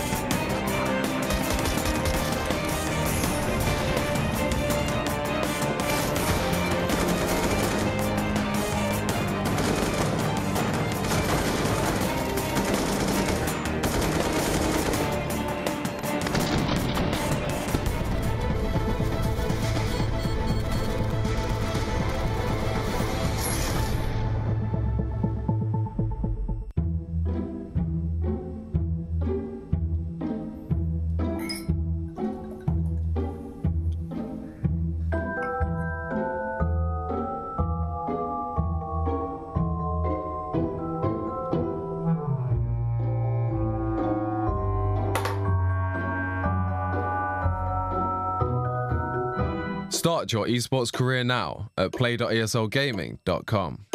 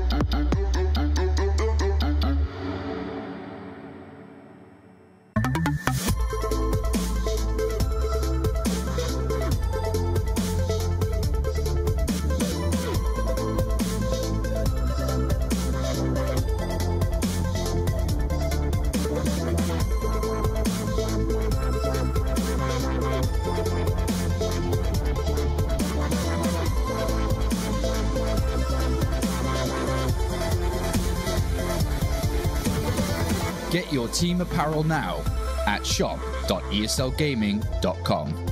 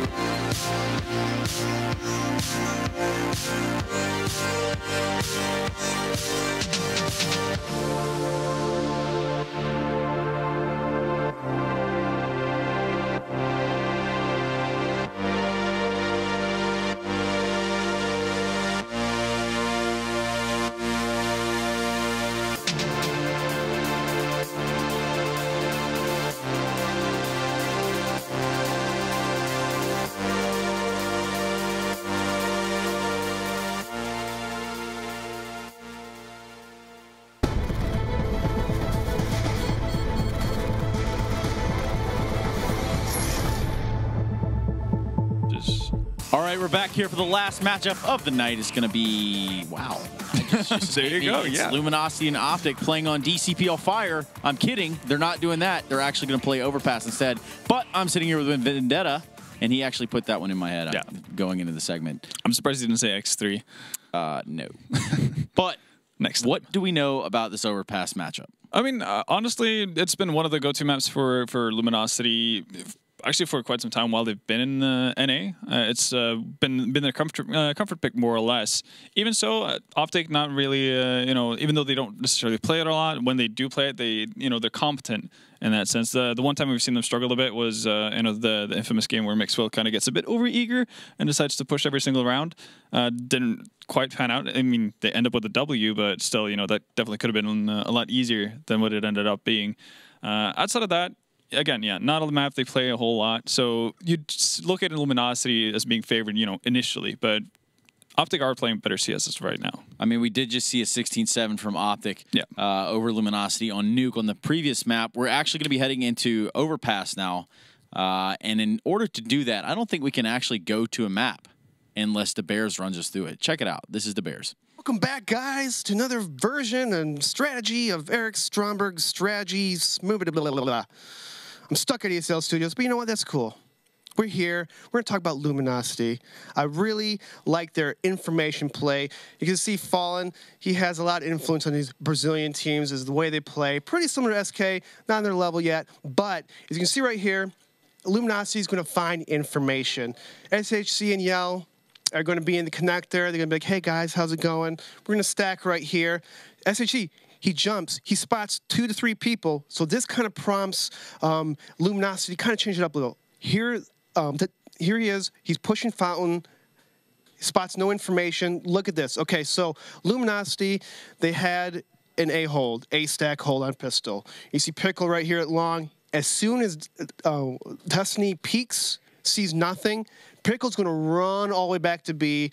This will allow Yell and SHE to focus on the water and lower connector area. So it hands you peace of mind. If you know that no one's behind you, you don't have to worry about it. So you focus right here. And you can see as it plays out, Yell and SHC, they're going to peek on rush as they're executing. As they're running the bomb site, limit the numbers. Don't force any weird angles. Just play it safe and slow, methodical. As Yell gets taken out, SHC, what his job is, he's keeping the guys in catwalk. It's so awkward for the T's to be stuck in catwalk when they have to turn from catwalk to A, or to B, I mean, to back to cat, to B, and it forces them in a weird spot, as you can see right here. They get shot and sandwiched in the back. Nice retake. 4 still left alive. That's huge. You save armor. You save money. Good thing. Same play. Information play, but on a gun round. They flash twice for Fountain. Destiny, he spots nothing at all. So he's going to fall back, play more safer angle. As Yell and Pickle, he's in over here now. He's joining the party. They're going to play in the connector area. Look at that. 2 kills off the bat. Because why? They eliminated one part of the map. They took a little risk. They flashed. They saw nothing. All right, let's adjust to that. And so great play. As you can see, again, Fallen is influencing them. I feel like an old school because, you know, he's an old school person as well. He played 1.6, so it's a pretty similar style to where you push one way, you see nothing, well, keep one person there and fall back. It's pretty simple and very effective, and you can see a lot of Brazilian teams especially do that a lot. And so, as you can see, Luminosity will clean out the round. Great play, great moves. Overall, Luminosity doing pretty good. Doing pretty good. Back to you, Stena. Thanks to Bears. Now, listen, the teams are standing by. They're ready to play. But, Vendetta, I've got to ask, do you stick to your prediction? No, I'm going to stick with my... well, now that I know Jason R is playing, I'm going to stick with OpTic. Because, yeah, I think they're going to be better off just overall individually. I think we're going to see a better showing of them than what we saw last time on Overpass. And even though Luminosity fairly comfortable on the map, don't think it's going to be enough. Well, there's a chance that you are right. We're going to throw it over to the commentators now who are standing by, blue and dazed, your usual suspects. All right, thank you very much. Yep, it's time for the last map of the evening now. Heading over to Overpass for our final one between Luminosity and OpTic. OpTic taking really quick control, and Jason R and Rush, in a lot of respects, kind of leading the charge for them on that last map. Is this going to hold the same on Overpass, or is LG going to have a little bit more power here, you think? I have no idea, Blue. Well, I think OG will do a bit better. I think on Nuke, they you got to remember most of these players. I mean, they didn't really, rise up to be in this like level of play when Nuke was even in the field. Nuke's been out of the game for a while, so that's kind of a new iteration for them, is trying to play Nuke. And although I thought a lot of their strats were, they're pretty well tuned, like they weren't doing anything inherently wrong, I don't think. OpTic players have just seen those strats a lot, and it wasn't anything that they could be like, oh, that was a tricky flash that you threw, that extra flash or anything like that. It was like Mixwell knew exactly what they're doing outside a lot of the time. When they were going secret and it didn't work, he was just like, okay, they're probably not going to go secret this time. They're probably going to go mini. Then you watch for mini and you can get those kills, And it was just very predictable from them. So I think their Nuke was a little bit rudimentary, but that's kind of the steps you have to take when improving on a map. You play it like that, you get stomped a little bit, you go back to the drawing board, you're like, how come they just kind of knew everything that we were doing? It's because all those OpTic players have played Nuke before. They've seen those strats a lot before. And the OpTic players as individuals are just a different beast than anybody that Luminosity probably played during that previous iteration of when they were playing.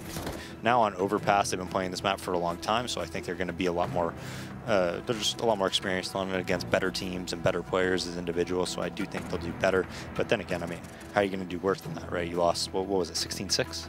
16-6 or 16-7, I think was the score there. Yeah, so you expect them to do better, and I think they will on Overpass. This is, like, just looking at the records for these teams over the past couple months, this is an interesting one, actually, when you look at it, because for OpTic, it's like a skittish map pick for them. We don't see it very often. In fact, I think the last time, they usually have only played it, like, once a month or so over the past couple of months, looking back to it. But, I mean, looking at the end of 2016... We saw them play Complexity on it, didn't we? I think so, yeah. Like, when they have played it, they've played it against very lesser teams, not necessarily even ones. But if you go back to, like, the end of 2016, when they were on that really crazy run. Yeah, this was one of their best maps. They beat NIP, they beat Astralis, they beat C9 in their prime, they beat the old Envy roster on this map as well. So it was a really convincing map for them. And for LG, it's kind of been all over the place. Like, they've beaten good teams here, but it's been relatively close. And they've also lost to, like, really bad teams on this map. So, well, not like bad teams, but much lesser teams than them on this map. So it's a bit of a hit or miss one for LG. And we are getting into it now. And OpTic will start off on the T side. And they're going to push their way over into B pretty much directly, straight off the bat. No playing around with this one either. So LG needs to get ready for this, as they don't even have a lot of players within the site. They've got PKL up in heaven. One more sitting back over here from behind the CT cubby area, and that's going to be SHZ. But PKL at the moment just fragging out 2 kills before he finally goes down up in heaven there. Showtime getting some decent damage done too. In fact, OpTic do need the smoke on the cross by sidewalk there so that they can safely get into post-plant positions. This is a really messy push, and in fact, it's left into LG's favor, only trading out that 1 kill on PKL. And Jason R and Rush so heavily lit, just one shot on both of them essentially, and they're dead. And there you go, they are dead pretty quickly. NAF as well doesn't last very long at all, and it's a pretty swift retake from LG to win out the pistol. Yeah, that's a B retake, and on the B retake, they get 2 kills.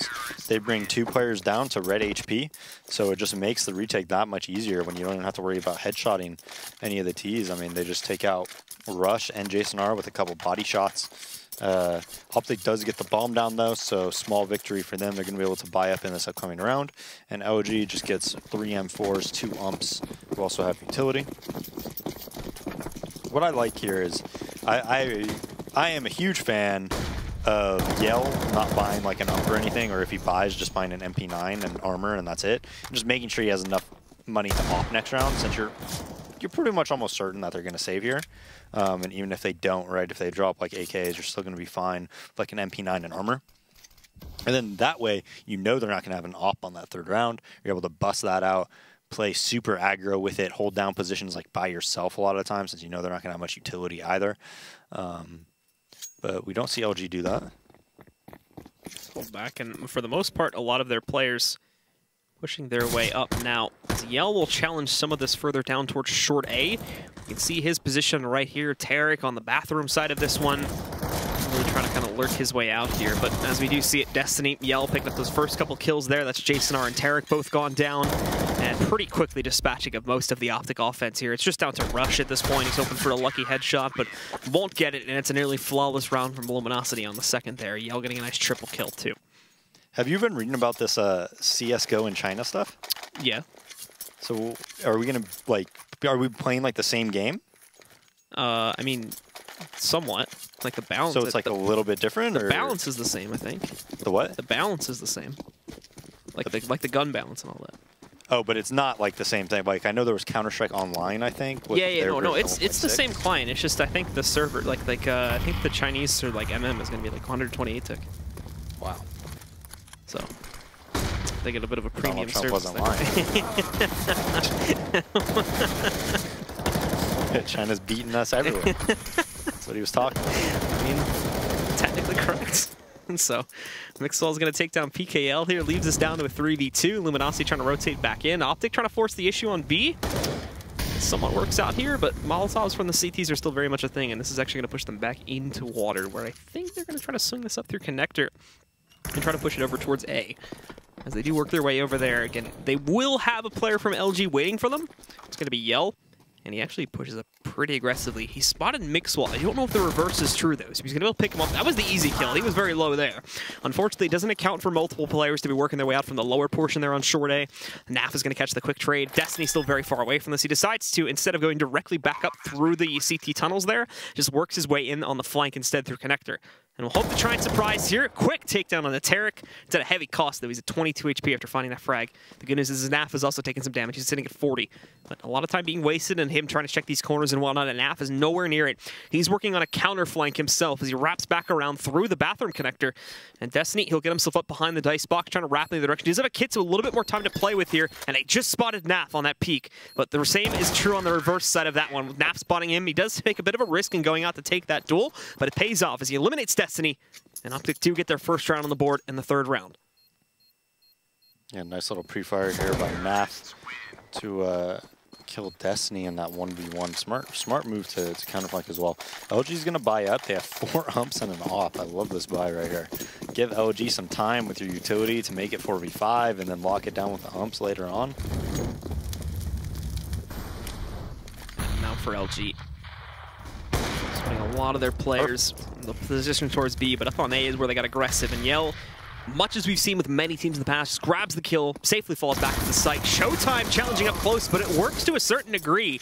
A 3-for-2 trade still leaves it evened out in a 2v2. Problem is LG didn't start to rotate down towards A until this point when they got the site cleared out against their own favor. Now they're going to be a little bit late to the party. Yell's been smoked out completely towards Heaven here. He'll flash it a little bit. Well, instead, just wrapping back down towards CT main. And Destiny, if he opens that door, he's got a nasty surprise waiting for him in the form of Jason R. Hasn't been able to spot his position until just now when he does get locked down onto where his head's hiding at. And indeed, moves around, remaining quite mobile, is able to catch that kill. Naf is going to try to take the sneaky route on this one, ducking his head down from within the smoke right next to the bomb, hoping they'll commit to the defuse while he's still inside of a smoke here. That's going to fade now, gets the first kill and the second. And Naf will close out with a 3K overall in the round in the second for OpTic, tying us up now. What a way to win the round. Oh my goodness. That was awesome though by Naf. That was a really good job by him. I don't think you need to get that aggressive there if you're OG though, after Yell makes it 4v5.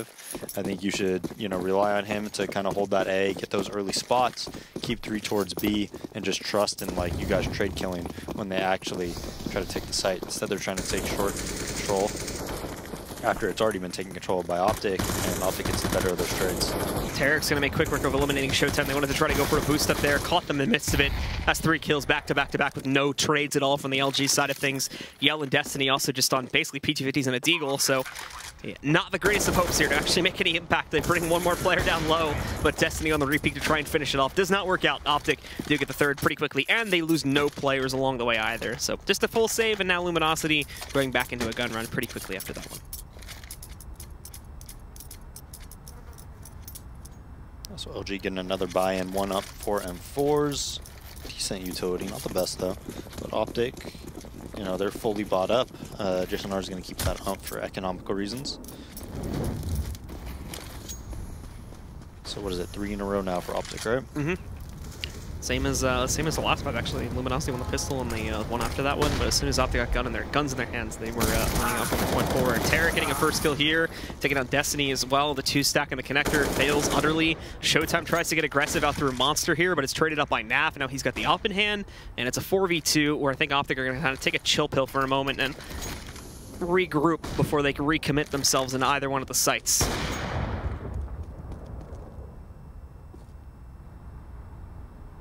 There is still opportunity for Luminosity to kind of bounce back here. with both PKL and SHZ being split on the map. PKL just watching out for short A presence, and little does PKL know, Jason R is actually working his way through the connector too. But I think he's more so watching out for a flank against them than he is checking out for bathrooms pressure. And while he does peek out against PKL, PKL will get the better of him in that situation, eliminating Jason R. Now smoking himself off, but like he may decide to push past it, and indeed he does. Gets one, finally traded up by Rush, but this opened up actually a really good opportunity for SHZ to just clutch out here. Tarek's one tappable, 6 HP. The real target's going to be Rush, who has to deal with first, and unfortunately for him, Rush will get the angle advantage to start that one off. So it's an easy closeout, and OpTic do indeed pick up now a 4th round, and they have a pretty commanding lead starting to grow at this point. Yeah, Yell and Destiny just a little bit off there. Had they waited for the OpTic members, I think they would have probably gotten those kills. Instead, kind of peeking into them and losing that battle.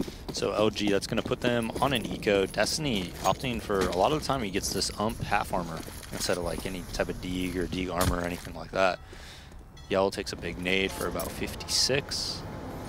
Yell getting really aggressive too after getting hit by that nade. Called close against the wall. I don't think anyone realized he got here though, so Mixwell just goes hopping into his own death. That's an op for Yell to play with now. More around the corner. He misses that shot, however, and it's going to be a short-lived push from him as Rush just takes him right back out of the play afterwards, and the op goes right back into the hands of OpTic. Actually, no. They're going to... Yeah, they just throw the AK away, so...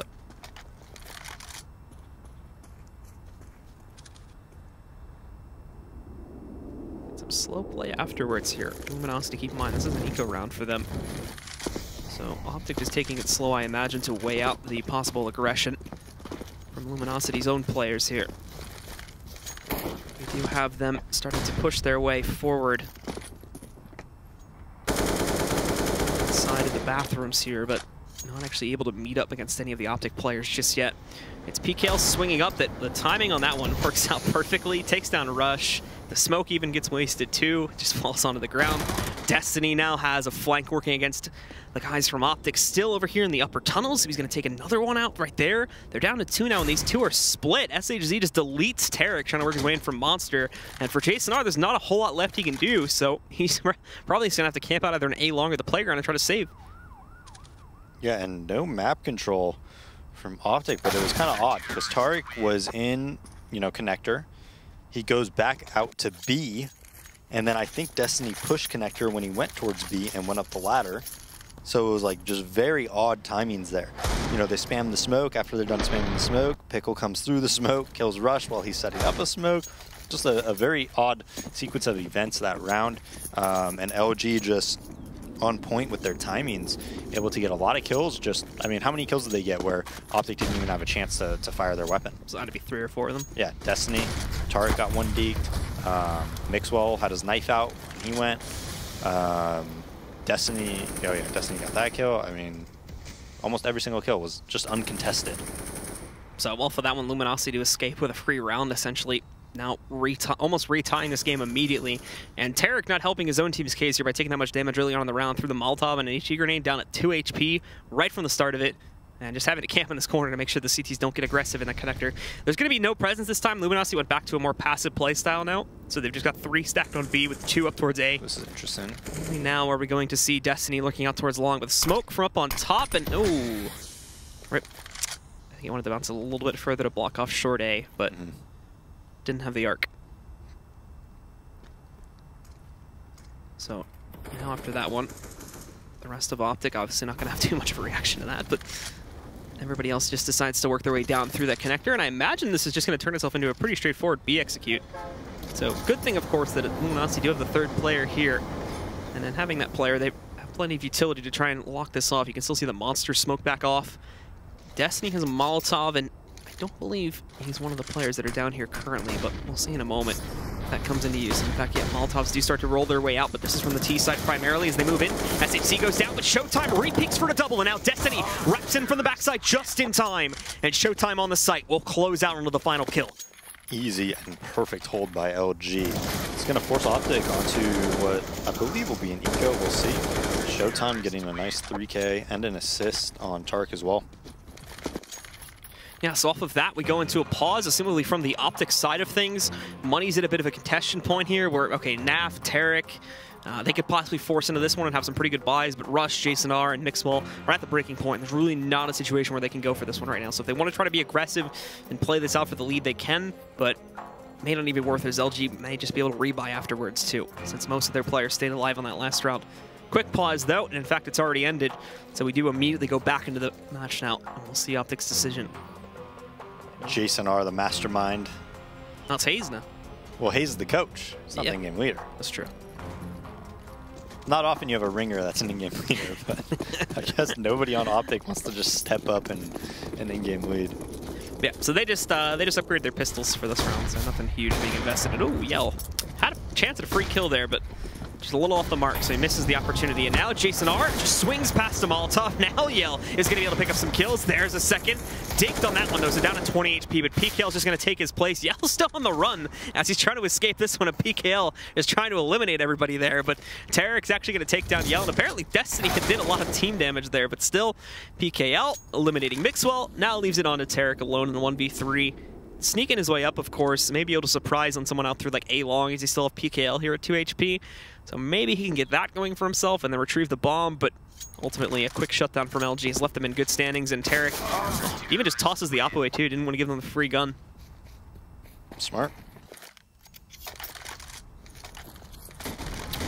So going into this next one here, just rebuys it.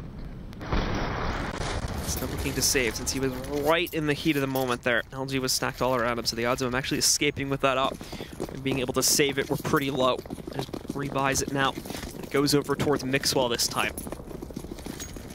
Moving on to another full buy round. Luminosity still working with an ump, sitting on SHZ. And Yell, of course, as we saw with the up being tossed away there, had to rebuy his own. Now Destiny pushing forward this time, along with PKL out through A-Long. Jason R does spot Destiny. It's some good damage, though, but the good news for OpTic is that Rush continued to push forward, found PKL at A-Long before he could finish off the job on Jason R, preventing the trade, and now giving the guys on OpTic a pretty big advantage of 5v3, and they can just take their time after finding these early kills.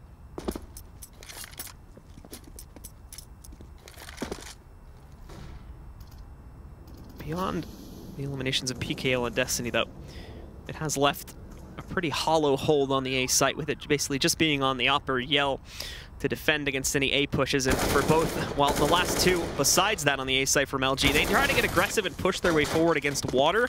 That is going to make it very obvious where the defenses are positioned, however.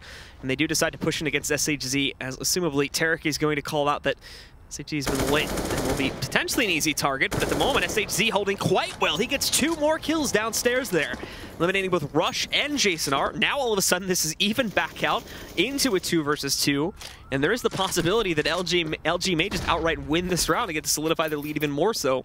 Both the OpTic guys continue forward outside of the connector, and are going to smoke things off on the site, but not looking like they'll actually follow through. They just deploy the smokes, hoping they can take SHZ for a ride, but the problem is they haven't seen the rotation from Yell, so unless they flash out here, then Yell's just going to be an easy shot, and now SHZ can rotate back up.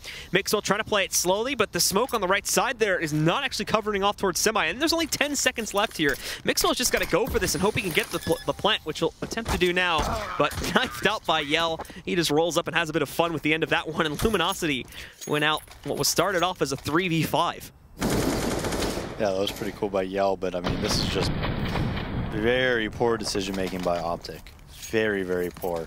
I don't care if that guy has 1 HP down there. He's going to be favored in those battles. I mean, it's a really difficult shot as a T, and very CT-sided, or not necessarily CT-sided, but whoever's in that position. Yell getting aggressive again here up towards the steps. He didn't realize, however, that they were that close, so they are going to be able to trade out the kill. Molotov covers off those steps themselves, though, and I think Destiny realized that Nap had escaped into the bathroom, so good control of the situation by Destiny after Yell did kind of get overwhelmed there, and already they're down to 2. Jason R is going to... Rush does not want to off. He never offs. He just tosses it immediately. Says, take it, Jason. So they'll give that to him. And in the meantime, Rush hopping on top of the flowers. PKL heard that, though, so he was able to prep for it. Easy kill onto Rush. And now Jason R, we'll see if he can do anything at all. But if not, it's going to be another quick one for LG. 7-4 now as we head kind of into the late rounds in the half here. And it is indeed looking like if things continue as the way they are, LG will control the situation. Jason R, of course, trying to do as much damage as possible before he is assumably eliminated. in this situation. Keep in mind, he does hold the bomb, so he can, in a few moments here, try to escape towards a site and look at the very least for a plant to give to his teammates heading into that next round. But in creeping out here towards long, not checking his backside, and that will indeed be the end of it as PKL does finalize the round, pushing LG forward even more so. Yeah, 7-4. OpTic had their chances to reverse the scoreline, to be up, but once they lost that 2v4 to SHZ and Yell, you know, just kind of turned the economy around. Yeah, and now, well, this will take us into another gun round for OpTic. 4 AKs along with the op for Mixwell. We do see Tarek trying to move in towards early control on water once more, but pushing up there, kind of misses his chances from Luminosity's players pushing out towards construction themselves. They just smoked it back off. I'm surprised they don't do the boost in blue to just get that free kill on them. But upstairs, they have seen the boost, trying to counter out any aggression towards short A once more, but that's not the case in this round from OpTic. They do seem kind of lost in a way with them being so spread out here early on in the round right now. No decision being made just yet in terms of where they're going to take this towards. For the site, players just kind of scattered all across the map now. You've got a guy in Connector, you got a guy watching out from Fountain, you got a guy watching out through Day Long, you got a guy checking Monster, and you've got another guy watching out over here from that little cubby inside of water. The boost up spots one, doesn't do the greatest amount of damage though. In fact, it does nothing. And Yell himself is lit up quite a bit, loses just under a third, just under a third of his health pool there in that exchange. So now OpTic are going to start to solidify themselves a little bit more. A few guys joining Tarek over here inside of water while still having a Monster, and the bomb carrier as well, sitting outside of Monster position. That's Naf playing over towards there. And we can even see Mixwell starting to rotate down here too. So the commitment's definitely going to work its way in towards B again. And it's going to be up to LG to just put a quick stop to this one. But Smokes will get in the way on Sidewalk, along with other positions over here on the site itself. Most of the push working its way in for Monster. SHZ still trying to figure this out though, as he's losing ground very quickly. Peeks out, gets a one-on-one trade, but Showtime's not able to capitalize upon the death of his teammate. Yell up close though, gets one. An opportunity for a second, he'll miss it. Now stuck in Pit. OpTic, the good news here for Yell is that they're not really challenging Pit that aggressively. So he's just allowed to frag out. PKL gets the fourth, and now it's down to Tarek, who only has 3 seconds left. They can just wait in the cubby. They can hear him walking around, and they do kill him before the timer expires, so he still gets losing money. But LG went out the round once again. Yeah, and even though OpTic got those initial frags, they executed with only about 30 seconds left on the clock, and all of LG's rotates come. Yell just hits pretty insane shots right here in order to really hold it off, but they couldn't plant because of it. Every single person from LG was there so quickly, so made it very tough on OpTic to even get the bomb down, and LG takes another close round. OpTic just buying into it again here without any real utility stacks this time. Yeah, and one of the things that LG's been doing at OpTic, I don't know if OpTic has more than, you know, 2 op kills right now, and Yell's kind of just owning right now for LG. We could take a look at the scoreboard real quick. I wonder what his score is. Yeah, so he's 14-7 along with Pickle. And Mixwell, you know, just like I said, OpTic not utilizing the off very well, 3-11. Yeah, he's down to the bottom of the barrel for this entire map currently. It's not like we're going to see him do all that much this time again with the AK in hand. And no utility to support him. Luminosity back to being aggressive too. We can see Destiny's pushed all the way to the very edge of A long. Potential to early flank them if they went towards A. Mixwell. He hears them. He jumped off party as well. I'm pretty sure Destiny hears him. And he's probably going to call. Yeah, and they still have 3 towards B. And look at how many nades those B players have. PKL's working his way over the first cubby too, but this is just a shutdown. They got the bomb. They pretty much killed Rush. Jason R, a good trade at the very least to find SHZ, but they've got a lot more work than that to do currently. Showtime sits on the other edge. Rush looking for a trade that's dangerous though at 24 HP. Destiny finding Mixwell. Jason R goes down to PKL, and the smoke's going to be fading in a second here, so Rush will be found out by Destiny through the alt tunnel, and that's Luminosity up to 9 here. Really just crushing it now as OpTic can't find, you know, any good way to get into a site, let alone find the plant that went out in the post-plant scenario there. Yeah, I mean, they're trying to execute on B. There's 3 players there. Nobody takes long A control. So, I mean, why not have 3 people there? So, as far as OpTic is concerned, I mean, you're going to sites where you're running into stacks. You have people consistently flanking you and, you know, calling where you're going and whatnot.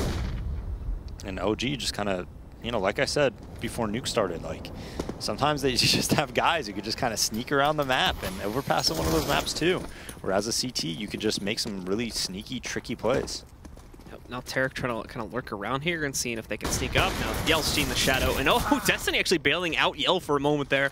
Still kind of gets overwhelmed, though Destiny doesn't want to find himself in that mess of frags, and yeah, he is going to be able to get way more kills because of that one. Ends up with a 3K on the round, and just another overall shutdown, not even giving OpTic the plant. So they have enough to buy for this last round, of course, but not going to be seeing an op once more. It's just all 5 AKs again. Yeah, and Overpass is a bit similar to Nuke in that there's a lot of spots to watch. You know, there really is. There's, you know, like when you're a T, especially, and you're trying to watch the flank, there's a lot of different areas that people can push from and get behind you. And you have to account for all that. And sometimes we see things like this happen, where people are just consistently getting behind people. They're pushing at the right time, kind of relaying that info to their teammates and over to overplay a site by sending an extra guy there. And if you're close to each other, like these two teams are pretty close to each other. I think OpTic's better, but LG isn't that far behind. And when that's the case, if you have an extra guy there on OG, you're probably going to hold the site. Yell again trying to challenge early on here towards the short A position right outside of those bathrooms there. Taking the shot. Unfortunately, not meeting a connection, and elsewhere we saw Destiny losing about half of his own HP early on here. Now Yell still wants that early kill, so he's going to push up even further, trying to see if there's anyone still hanging out in the area, but after not finding much, he'll just smoke it back off. Him and, oh, okay. Wow. Destiny is found by Tarek through the smoke, so that'll be the first early kill going by the way of OpTic, and Yell hasn't even seen Mixwell creeping through his own smoke too. So they get away with a lot early on here that they really should not have, and now PKL's got to hope he can pull off a heroic defense. There's one, but tries to transfer it, and is unsure of the position for Jason R there, so he'll be able to trade that right back out on the PKL. Now it's a 4v2 retake, and they don't have a flank working up from connector or anything. Both are just working their way through the dumpster, even a smoke in the way there. So they'll both push past it. The semi, first player is actually just out on his own, but Rush with the trade, leaves it all on Showtime. He does good damage to Rush, can't finalize it right then and there though. Flashbang is blinded Showtime. Rush will close out, and we do indeed see a 5th round go up onto the board for OpTic. So it's the same scoreline as we had back on Nuke, actually just reversed. It's OpTic down 5-10. And you'll have to stick with us, folks, to see if they can round it back, or if it's going to be LG to carry through and take us 1-1 for the night.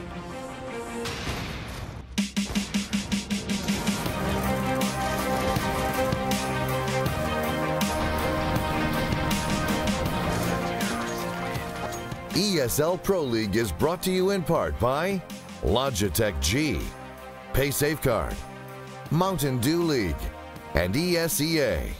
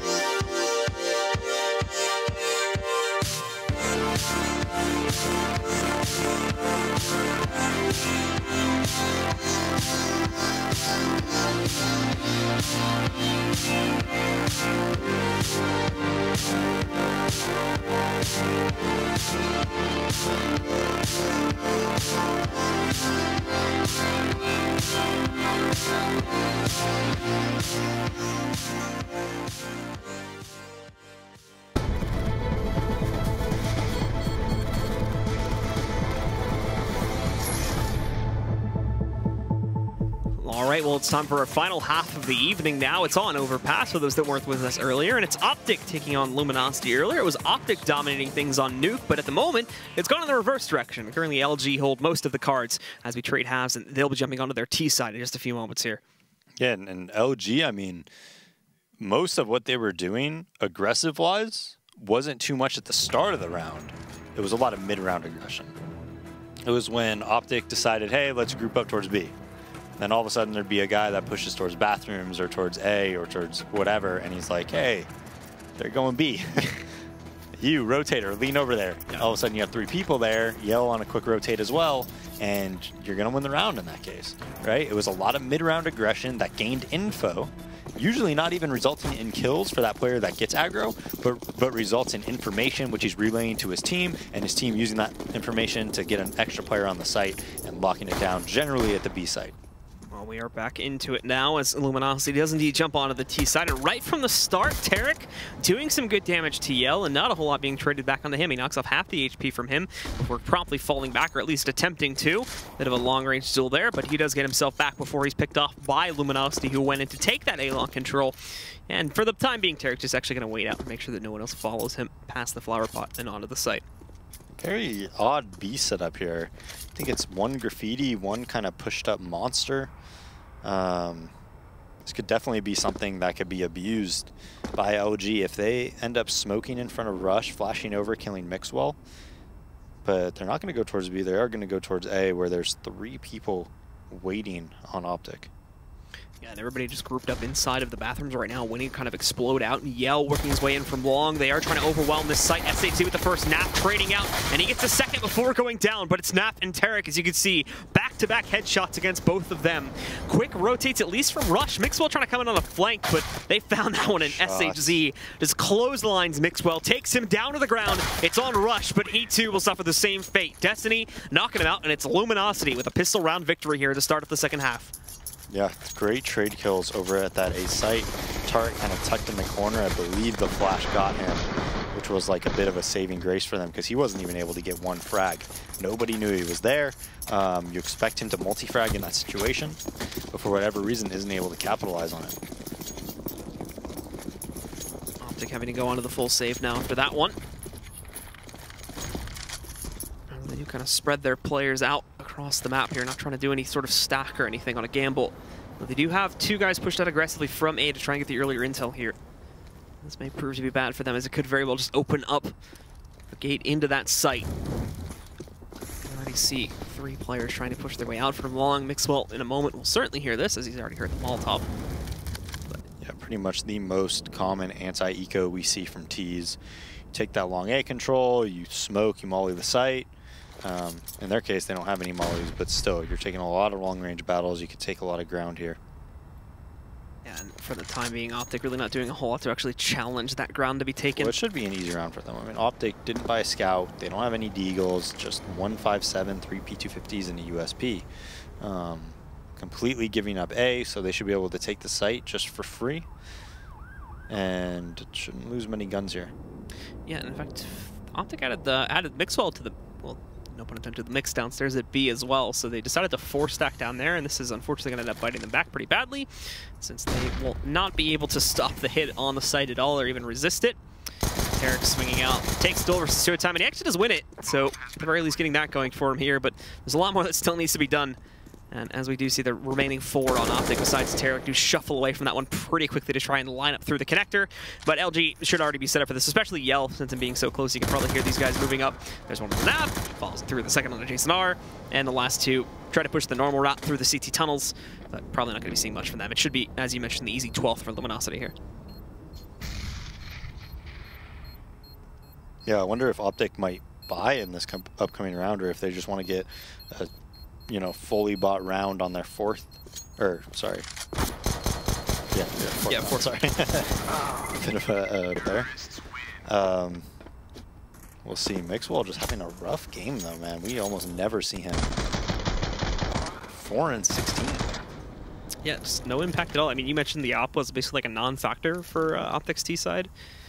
And if the scoreline continues to climb the way it is now, he's probably not even getting much of a chance to make it a factor going into the actual gun rounds here for their CT side.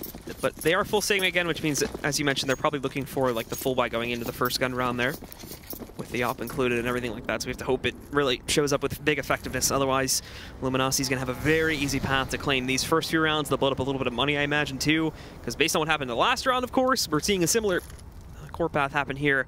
Luminosity just walking out onto B. OpTic tried to move as a 5-man group aggressively out through short A. Didn't find anyone from LG, however, and are now trying to kind of swarm downstairs to line around the B site, hopefully pick up some players on exits, but they've already taken site control. They're going to plant, and there's not really anyone except for Rush over there. I was about to say, there's not really anyone except for Rush blocking the exit up through the A site, which is where they more than likely could have easily escaped from, but at the moment he's actually blocking their path. So there could be quite a bit of damage done here for OpTic. Showtime trading out onto Rush, though, and that does open up the path. The boost on top here is Jason R. He's looking for something to see if he can catch players by like Toxic or just over in the safe plant position. He may catch SHZ in a second here, but no, they just saw him, so they know that that's happening now.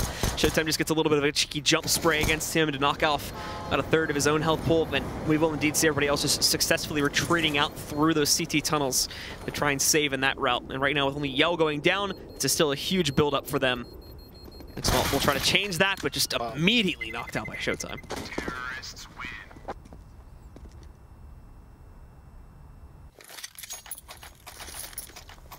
And so going into that first gun run, obviously Yell has to buy up for himself again here. But everybody else, so much money.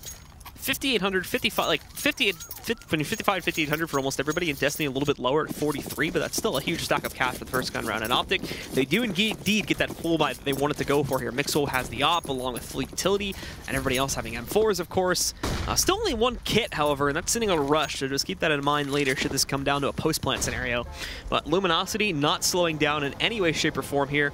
Still going for a 4-1 split that they're actually quite fond of on this map, but it works out for them as they move in, take really fast control of Long, and SHZ already knocking out Mixwell. So that's the op down to the ground, and there's going to be no room for recovery on that one. Wow. I think the one thing that OpTic, had the scoreline have been closer, may have been able to try and manipulate here is the fact that Luminosity actually do play a fairly straightforward T-side here. They only have like a few core strats that they tend to run from round to round, and it's usually like a 4-1 or a 3-1-1 split. They almost never go to B. Or kill everybody at A and take the site split, as we're seeing right now. Yeah, like this. Unfortunately, OpTic just keep taking the fights. Yeah. How disappointing is that? Yeah. When you save those rounds and you don't even get to use any of your utility. Yeah, I don't know. I can't recall the last time we saw OG on Overpass. Actually, I can't remember what their T side was like. Actually. Well, I was checking out the demo the other day when they played CLG, and that was yeah.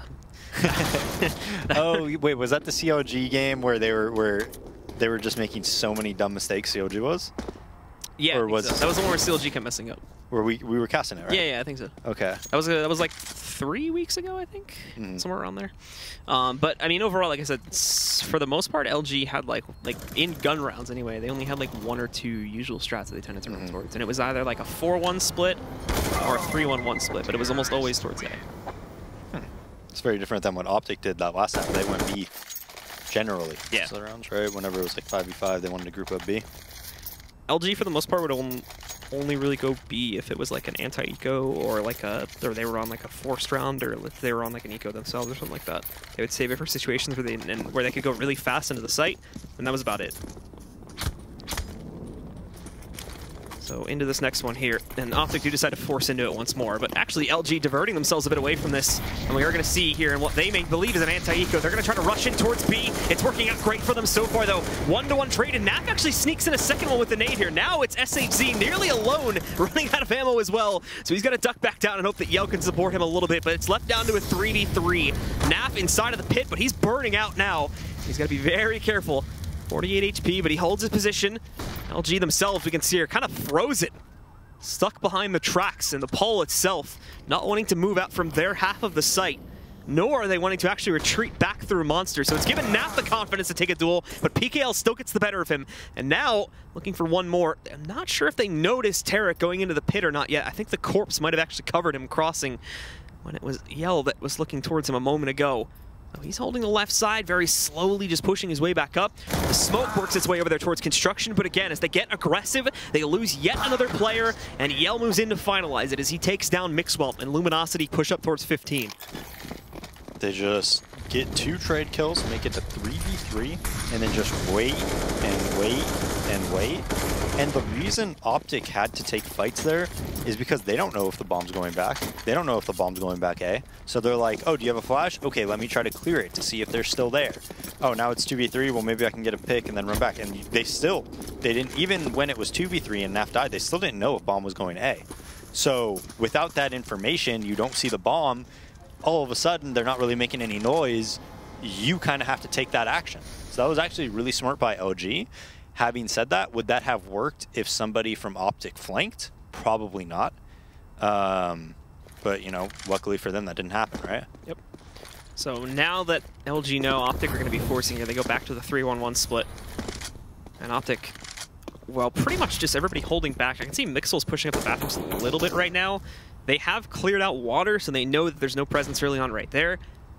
But more than likely, since, again, Luminosity's been given free reign over A long, we'll probably see those guys start to group back up and try to push into the site from there as soon as they can kind of get the bomb together with Showtime here. As they've moved up, they're kind of clearing out the bathroom connector too. Biggest worry is going to be if they split this into like a short A push, and they don't account for Mixwell and Tarek playing together there, and that kind of throws a cog in the gears for them. But 45 seconds remaining, so still plenty of time to play this out, and they actually decide not to go forward towards A. They're going to fall back a little bit here, go back downstairs. It, they just wait a little bit. Almost all the utility on OpTic is gone. Now they just go on to B. Going in, first player's kind of alone. Destiny trying to trade, and he does succeed. That kill onto Rush was quite possibly the round-winning kill. Map-winning kill at that. Yeah. As it's going to push them forward up to 16. If they are able to get the site under their control following that. Nath peeks out, takes another duel there. That's going to give Yell another kill. Time was low for this plant, but they're going to get it. And they've even got SHZ watching out for flank should it happen. Won't be happening, so they will need the support from within the site here. And Yell, oh my goodness, the op was covering off his lurkin, or it was covering off his position to try and spot that player downstairs inside of the pit. So Tarek sneaks one off, and now SHZ trying to lurk back in here. He's not going to be able to do it. The good news is it's a full 10-second defuse. The molly's going to bounce over here. It's not going to spread quickly enough, though. Oh my goodness, it just misses him. Wow. So he's going to be able to get the full 10-second defuse. Mixwell just barely sneaks that one in. And with that, OpTic stay in the game for a little bit longer. Whew. That was not a round that I thought OpTic had any business winning. Yell, not worried about the pit for some reason. The molly just a little bit too short. That was LG's round to lose. And OpTic picking that one up. So 6-15, but man, is this going to be a tough comeback. Yeah, I mean, it's kind of like the last map here. It's actually almost the exact same thing that happened in the last map, where Luminosity were down this far, and they had to go 9 or 10 rounds straight. Tarek getting a first kill, though, and they haven't even seen this guy yet. Mixwell up against the wall so early on, going to push in. Yell, great reaction, though. Does take down the kill before he himself is eliminated, but down at 29 HP. He's going to have to play this very cautiously for the rest of the map here. As, again, Luminosity playing into their default split. Destiny is going to push forward now to take connector control so we can regroup with the rest, and they can try to make a push towards one of the sites.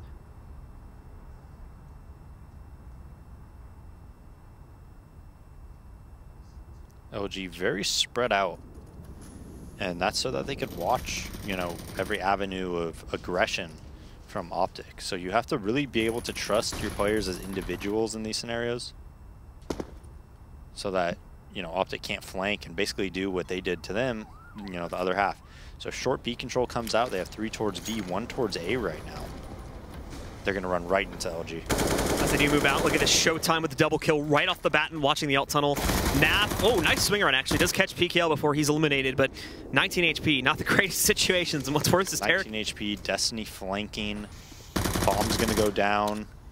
Tarek still has to go for that full rotate. He actually does catch Destiny though, so winning out there, re-evens it into a 2v2. The bomb will go down. Showtime's still going to watch out for Tarek. He lines up that shot beautifully though. And now it's just going to be on Nath. They should already know where Nath is playing from. And with the smoke, it'll just reconfirm his position towards water. He's going to instead wrap back over here. But actually, nobody watching downstairs yet. Obviously, the sound will alert it. But still, Nath gets one, but is then traded up by Showtimes with a 4K. He will close out the second map for his squad. And Luminosity trade blows with OpTic this evening. They'll lose out on Nuke, but they'll definitely win out here on Overpass. Taking a 1-1 matchup for this evening. Both teams will go away with 1 win. Yeah, and Luminosity, I mean, I think the only rounds OpTic won, what they, on their T side, they won like the 3rd, 4th, and 5th maybe, like 3 in a row, but after that, it was just all Luminosity. They played great.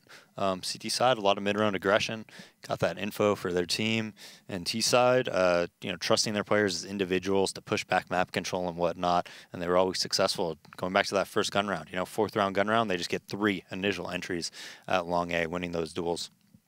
So hats off to LG. Yeah, so as we bring the analysts into the conversation, let's kind of talk about the whole day here, guys. Pretty much the day, I think, going somewhat as expected. Obviously not expecting Selfless to put up as much of a fight as they did in their first matchup, but this second one here, definitely a close one. It indeed showed itself to be that.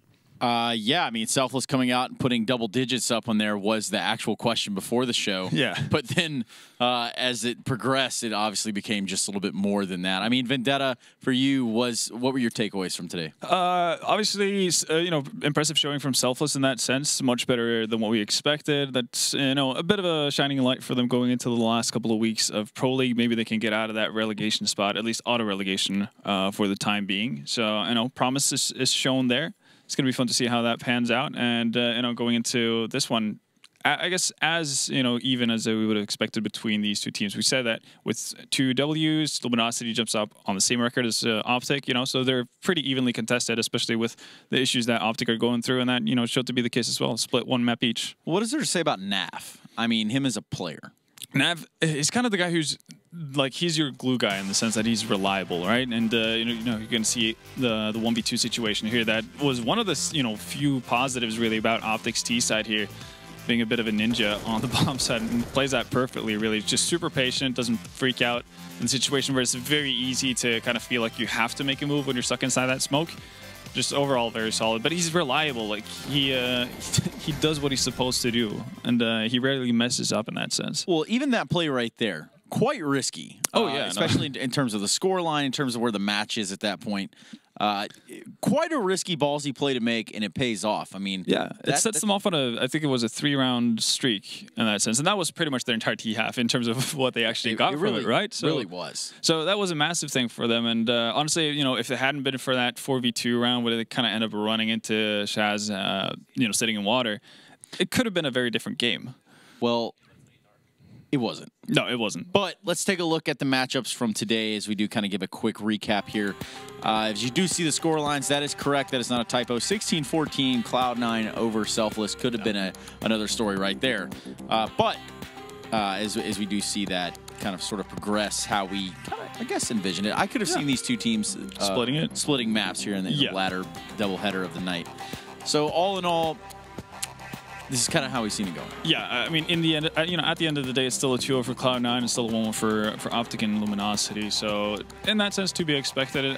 And with that as well, not too many changes in the standings, if any, actually. I don't think, because Cloud9 still, obviously has 2 more games played and worse round difference than SK, so not going to topple them for first, even though they get 2 Ws here. But they do actually get to 15 wins, so they got that going for them. And otherwise, OpTic, Luminosity just kind of keeping their distance between each other. Well, 100%. I mean, at that point, like I said, this is sort of, if you compare it to baseball, it's kind of like the hunt for October. Not October, but I think it's September. Jesus.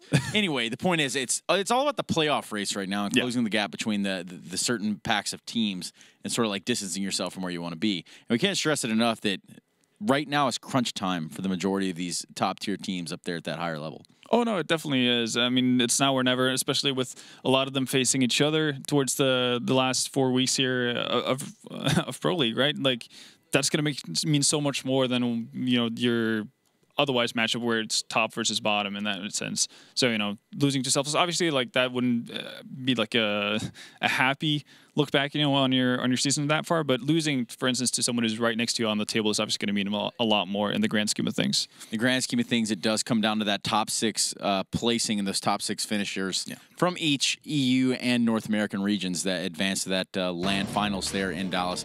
As we do pull up the European standings in front of you, North Astralis Navi, and then Mousesports Hellraisers FaZe obviously coming fresh off the Star Ladder win.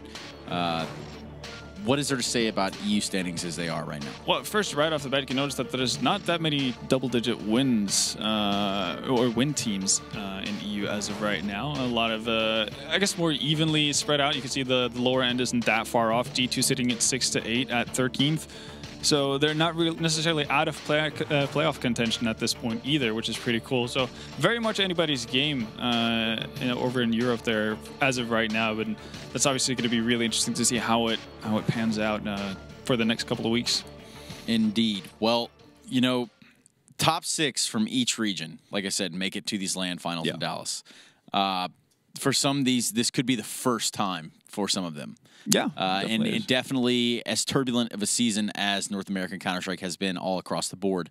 It's definitely something that should be interesting to everyone involved. If you haven't heard about it, if you haven't secured your tickets, if you have never been to Dallas, you need to head over to proleague.com/Dallas. Get your tickets, buy your flight, get your train ticket, get your bus ticket, buy a bicycle, take a canoe, whatever you want to do. It doesn't matter. Just head on down to Dallas. Make sure you're there at the Verizon Theater for those LAN finals coming up in June, I believe. What's your method for getting down there? Is it canoe or what you got? I mean, I was thinking about tricycle for a long time, but I've actually ended up with plane. Found some cheap tickets. Nice. I think I think there's some tickets that are probably going to be a lot cheaper than others here soon, but we're not going to name any names because that's not what we're doing here. Let's take a look at tomorrow's matchups. We got Liquid OpTic, we've got Cloud9 SK. Hell of a match day over here at ESL Pro League. Absolutely. This is like the big. This is like the main card of main cards, really. Liquid OpTic, obviously a massive game in terms of standings, in terms of rivalry, in terms of just names and the history they have between each other. Same thing with SK and Cloud9, the two titans of North American CS for the past couple of years in terms of how they performed in regional leagues and whatnot. So that should be super exciting as well. Even though that game doesn't necessarily have too much of an impact on the overall standings, it's just going to be really sick to see two of the best teams around really just duke it out. Well, in all reality, like I said, this is the hunt. It's do or die time for some of these teams. Yeah.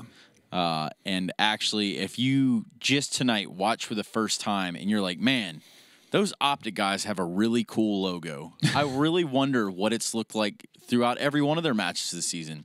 You can head over to youtube.com/ESLCS and watch every one of those VODs. You can actually sit there, watch the progression, and watch every single VOD with the logo of your choosing in it, player of your choosing in it, or even the desired outcome. Just, don't fast forward. Don't be that guy if you haven't seen it before. Or learn something, too. There's also that side of things. Vendetta learns everything from those VODs.